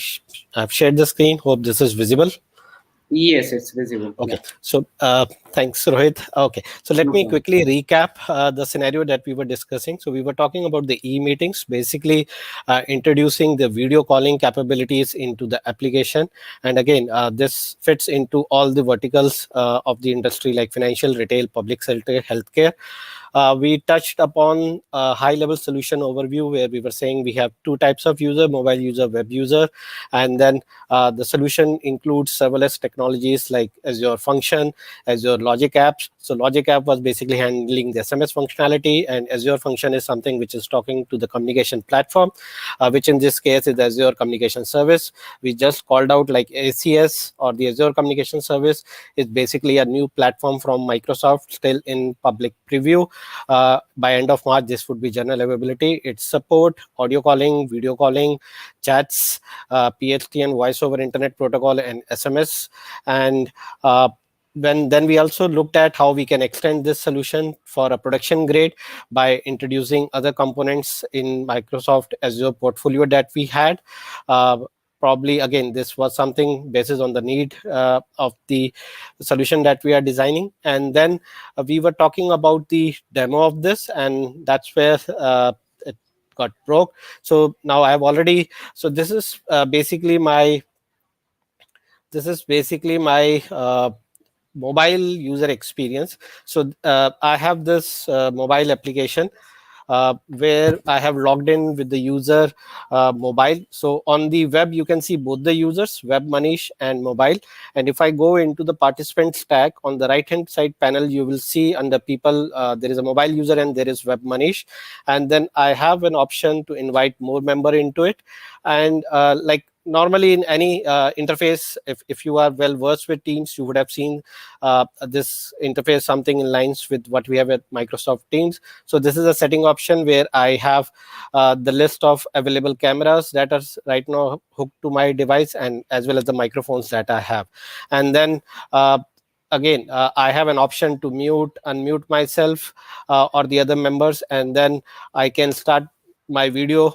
And so yeah, I'm on video at this, and then I could also start a video on the mobile for the other user, and this is how the experience looks like. uh, Probably probably all the device manager are trying to hook to my same camera.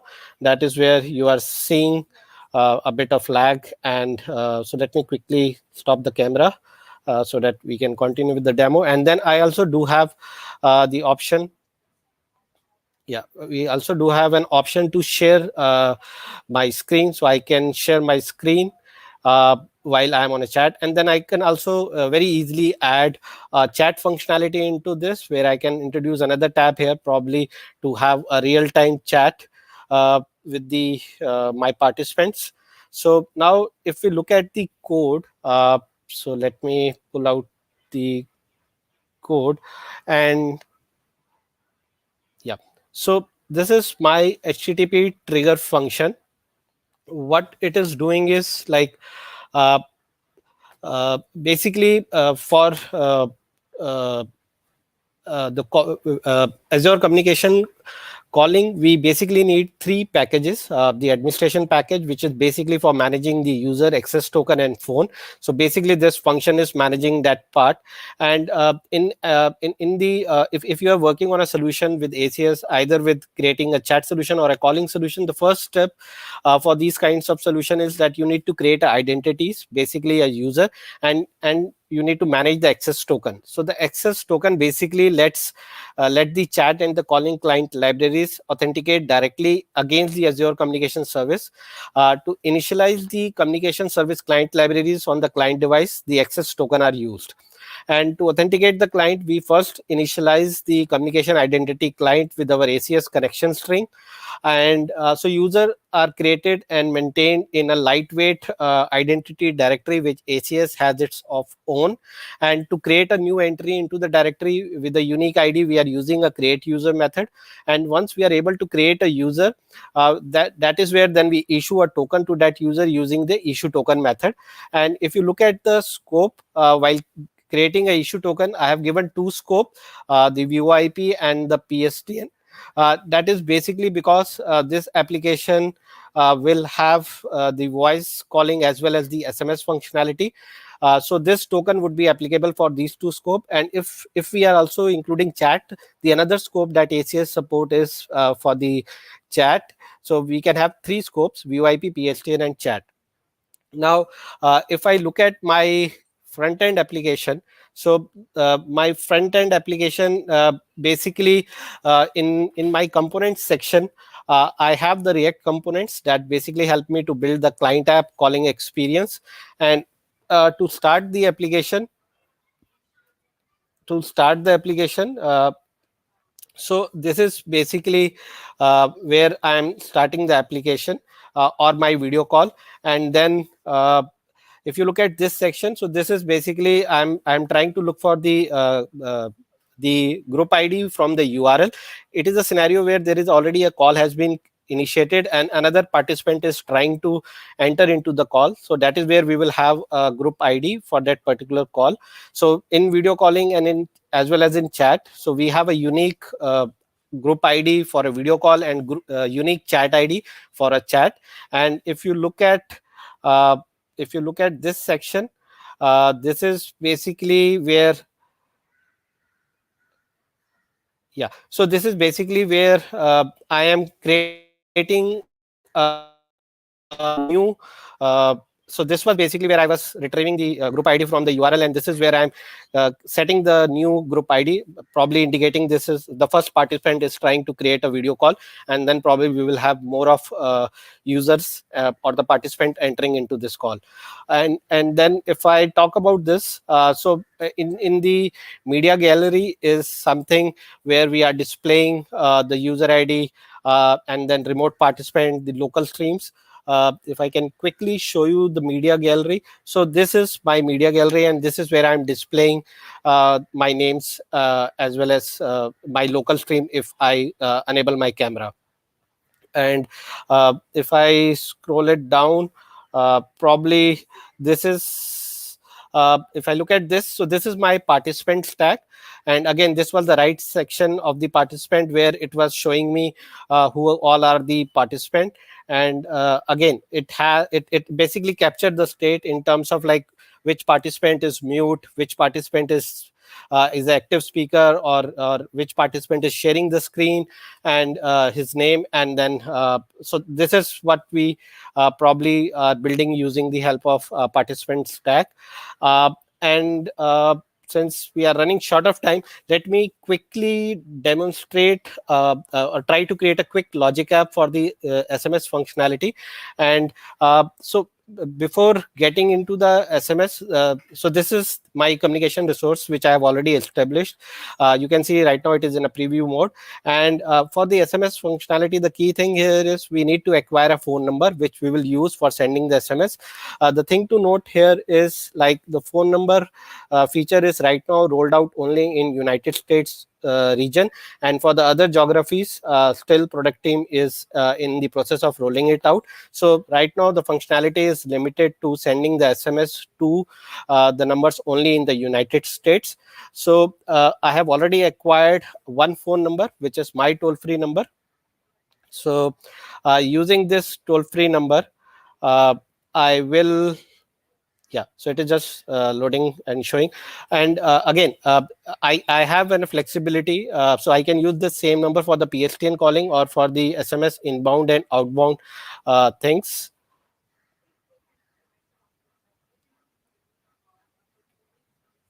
Okay, looks like some issue at this level, but no worries. We will continue, and let me quickly go into a logic app. So what we will do is, let me create a simple logic app, and let me say that whenever I receive an email in my inbox with the subject saying that there is a meeting, I need to send an SMS. So now at this stage, I will select the Azure Communication Service as my connector. Uh, let me select Azure. So what it will do is, it will automatically go and look for all the numbers that I have associated with my communication resource. I'm selecting the send SMS item, and this is where it will go and look for my toll-free number that I've already acquired. So I've taken that number, and let me select the same number to send this SMS. And again, this I can dynamically create, and I can have my list of participants to whom I want to send this number. So I can create a team of the participants and message, let me say, meeting with, and it allows me to create it dynamically with the subject this. And yep, so now let me quickly save this and run this. Now let me parallelly send one email in my inbox, and as soon as I will get that email in my inbox, you will see the code will get executed here as well. It should take, yeah, I believe I just got a mail. Yeah, so it is basically showing me that both the steps got executed. Now, if I have already configured an event to my this logic app, so I have an ACS event which was configured. So let me quickly refresh this, and I should see an SMS that probably showing me. I had a message which said that SMS CCD days demo mail, which was triggered, and this is how the participant can get a message. And I have not written a single line of code here, but I was able to integrate the SMS features which ACS support into my application. Yeah, so this was more or less from my side. Probably didn't had much time to talk in details around the more around the code part, but yeah, if you have any questions, feel free to call it out here, or you can reach me on LinkedIn, and I would happy to address them. That was a really nice comeback, Manish. And we know there are some negative sides of this virtual conferences. So it was today. So anyway, that was a really awesome session by you. So let me just go through the comment box if there are any questions for you.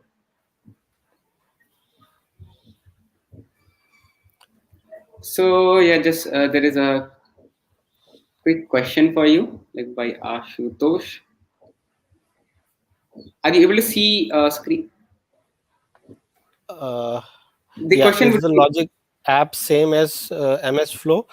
Not exactly. We have MS Flow, which caters mostly into the Power Apps automation scenario, and Logic App is different. I can share you more details in form of notes around both of these two technologies. okay. So let me see if there are more. Actually, most of the questions were during your session timing. So the yeah. So actually, Manish, just one quick thing. A lot of people asking for your this presentation and Sure. the source code, if that is available. All those things. I don't think if there will be any source code for your session, right?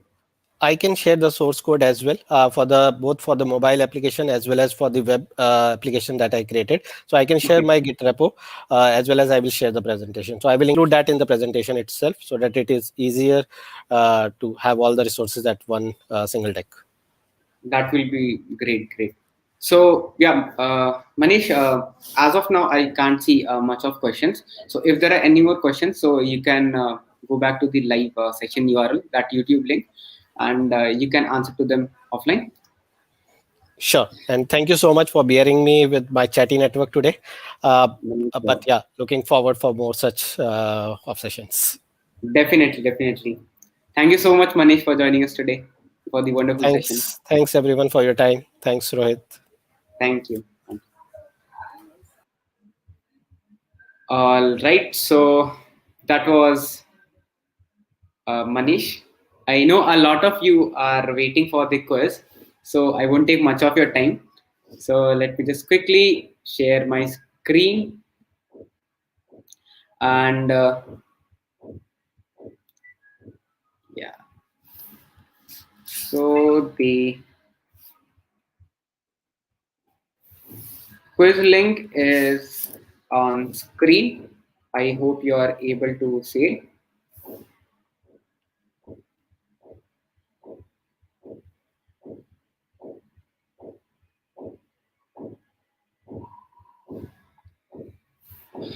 All right. So yeah, here is the link on my screen if you are able to see. We'll also share this link in comment box.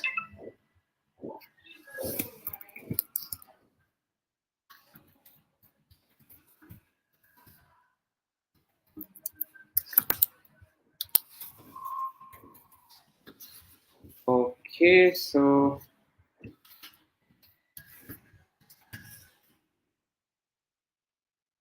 the quiz link is there in the comment box as well.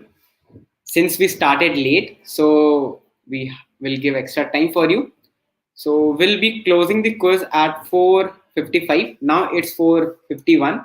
So we have 4 minutes for the quiz.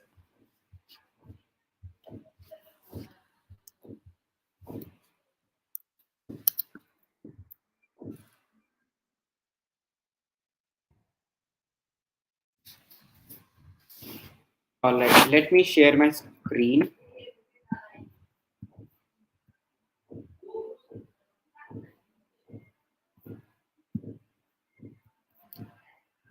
So here is the link to the quiz. So all you need to do is just enter your registered email address or the booking ID that you have received. So once you give your details, you can start the quiz. There will be 10 different multiple choice questions. So you need to answer them and try to answer as many as correct answers. So the top 5 on the leaderboard will be considered as winners and they will be receiving Azure certification exam vouchers.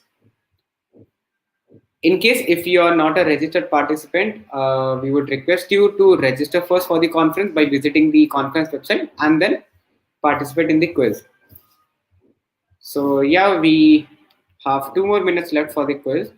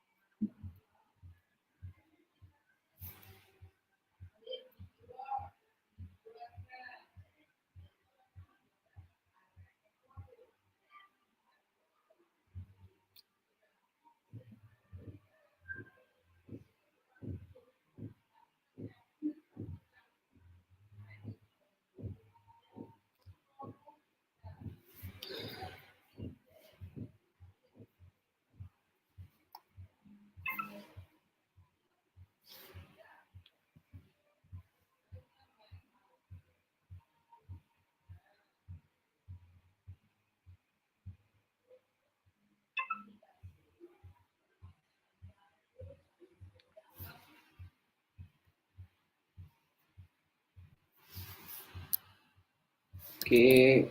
In case if you're not able to find the quiz link, the link is here. I'm just sharing it again. By the way, we have very less time for the quiz. So please play it and participate fast.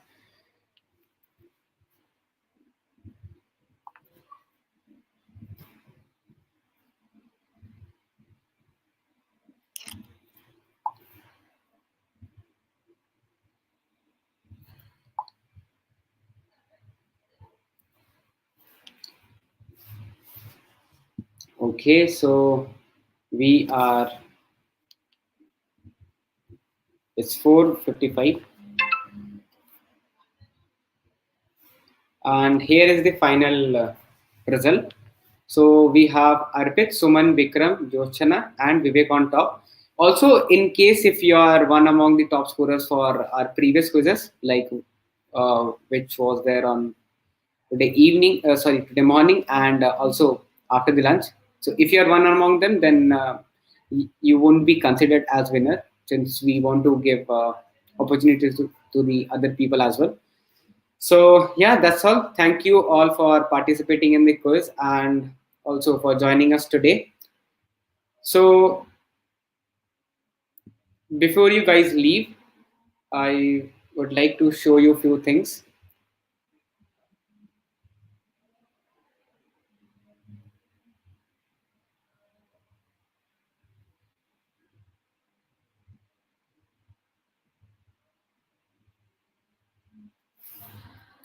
All right. So tomorrow we have the day 2 of Cloud Community Days, and tomorrow we are going to follow the theme of DevOps. So here is the agenda for tomorrow. We are going to start with the conference at 11:40 with welcome and announcements, and soon after that we'll be starting with the quiz at 11:50. From 12 p.m. onwards, we'll be having workshop by Ashish Raj on applying DevOps strategies on scale using Azure DevOps services. And then we'll break out for the lunch break. And then again, we'll be having the quiz at 1:50, and followed by we'll have sessions by Niloshima at 2 p.m., then Mayank Bhola at 2:30 p.m., Menaka at 3 p.m., and Henk at 3:30 p.m. And after Henk's session, we'll have quiz 3, and then we'll be having the closing note and winners announcement for the quiz. Also there, we were running referral contest for the whole conference. So those who are participating in the referral contest, so the referral contest will end tomorrow at 4 p.m. Also, there were many invalid referrals, so our team is validating them, and the updated numbers will be updated, shown on the leaderboard, and the winners will be contacted via their registered email addresses. So apart from CC days, I would like to show you about our other events which is coming up.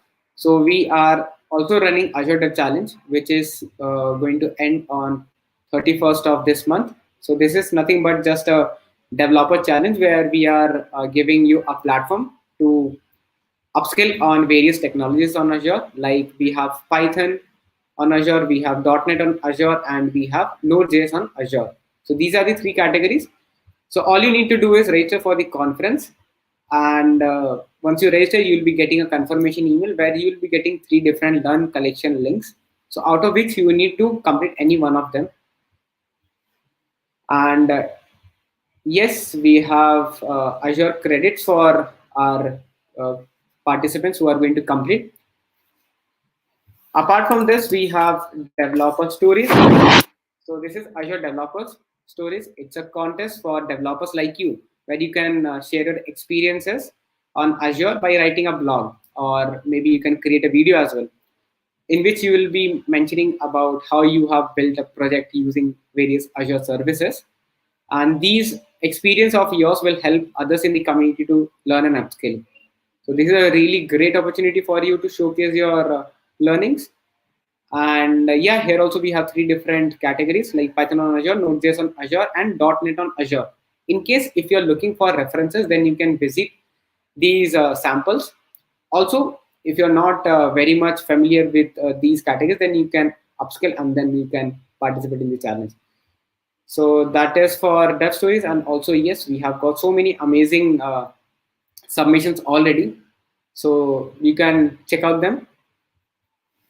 And at last, I would like to show you about Azure Developer Community. So what is Azure Developer Community? So this is a community of tech enthusiasts who love to network with people, and also they are learning various technologies. So this is a platform where we are giving you the opportunity to learn by attending several meetups, conferences, events, and trainings by our experts. Also, you can network with other community members and industry experts and community contributors as well. And if you are experienced technocrat, then you can use this platform to showcase your skills. By maybe you can give a talk. If you want, you can do a hands-on workshop as well with our committee members. That will help you excel and will be a great thing for you to showcase your experiences. Also, we have some upcoming meetups lined up under Azure Developer Community that you can check out. And yeah, you can join these events by joining any of these like nearest communities of yours. So how to do that? Suppose if I'm from Kolkata, then I just need to search for Kolkata, and you can find the community group. You just need to join that group, and then you will be getting regular updates about the upcoming events. So yes, also don't forget to update your LinkedIn profile with Azure skills.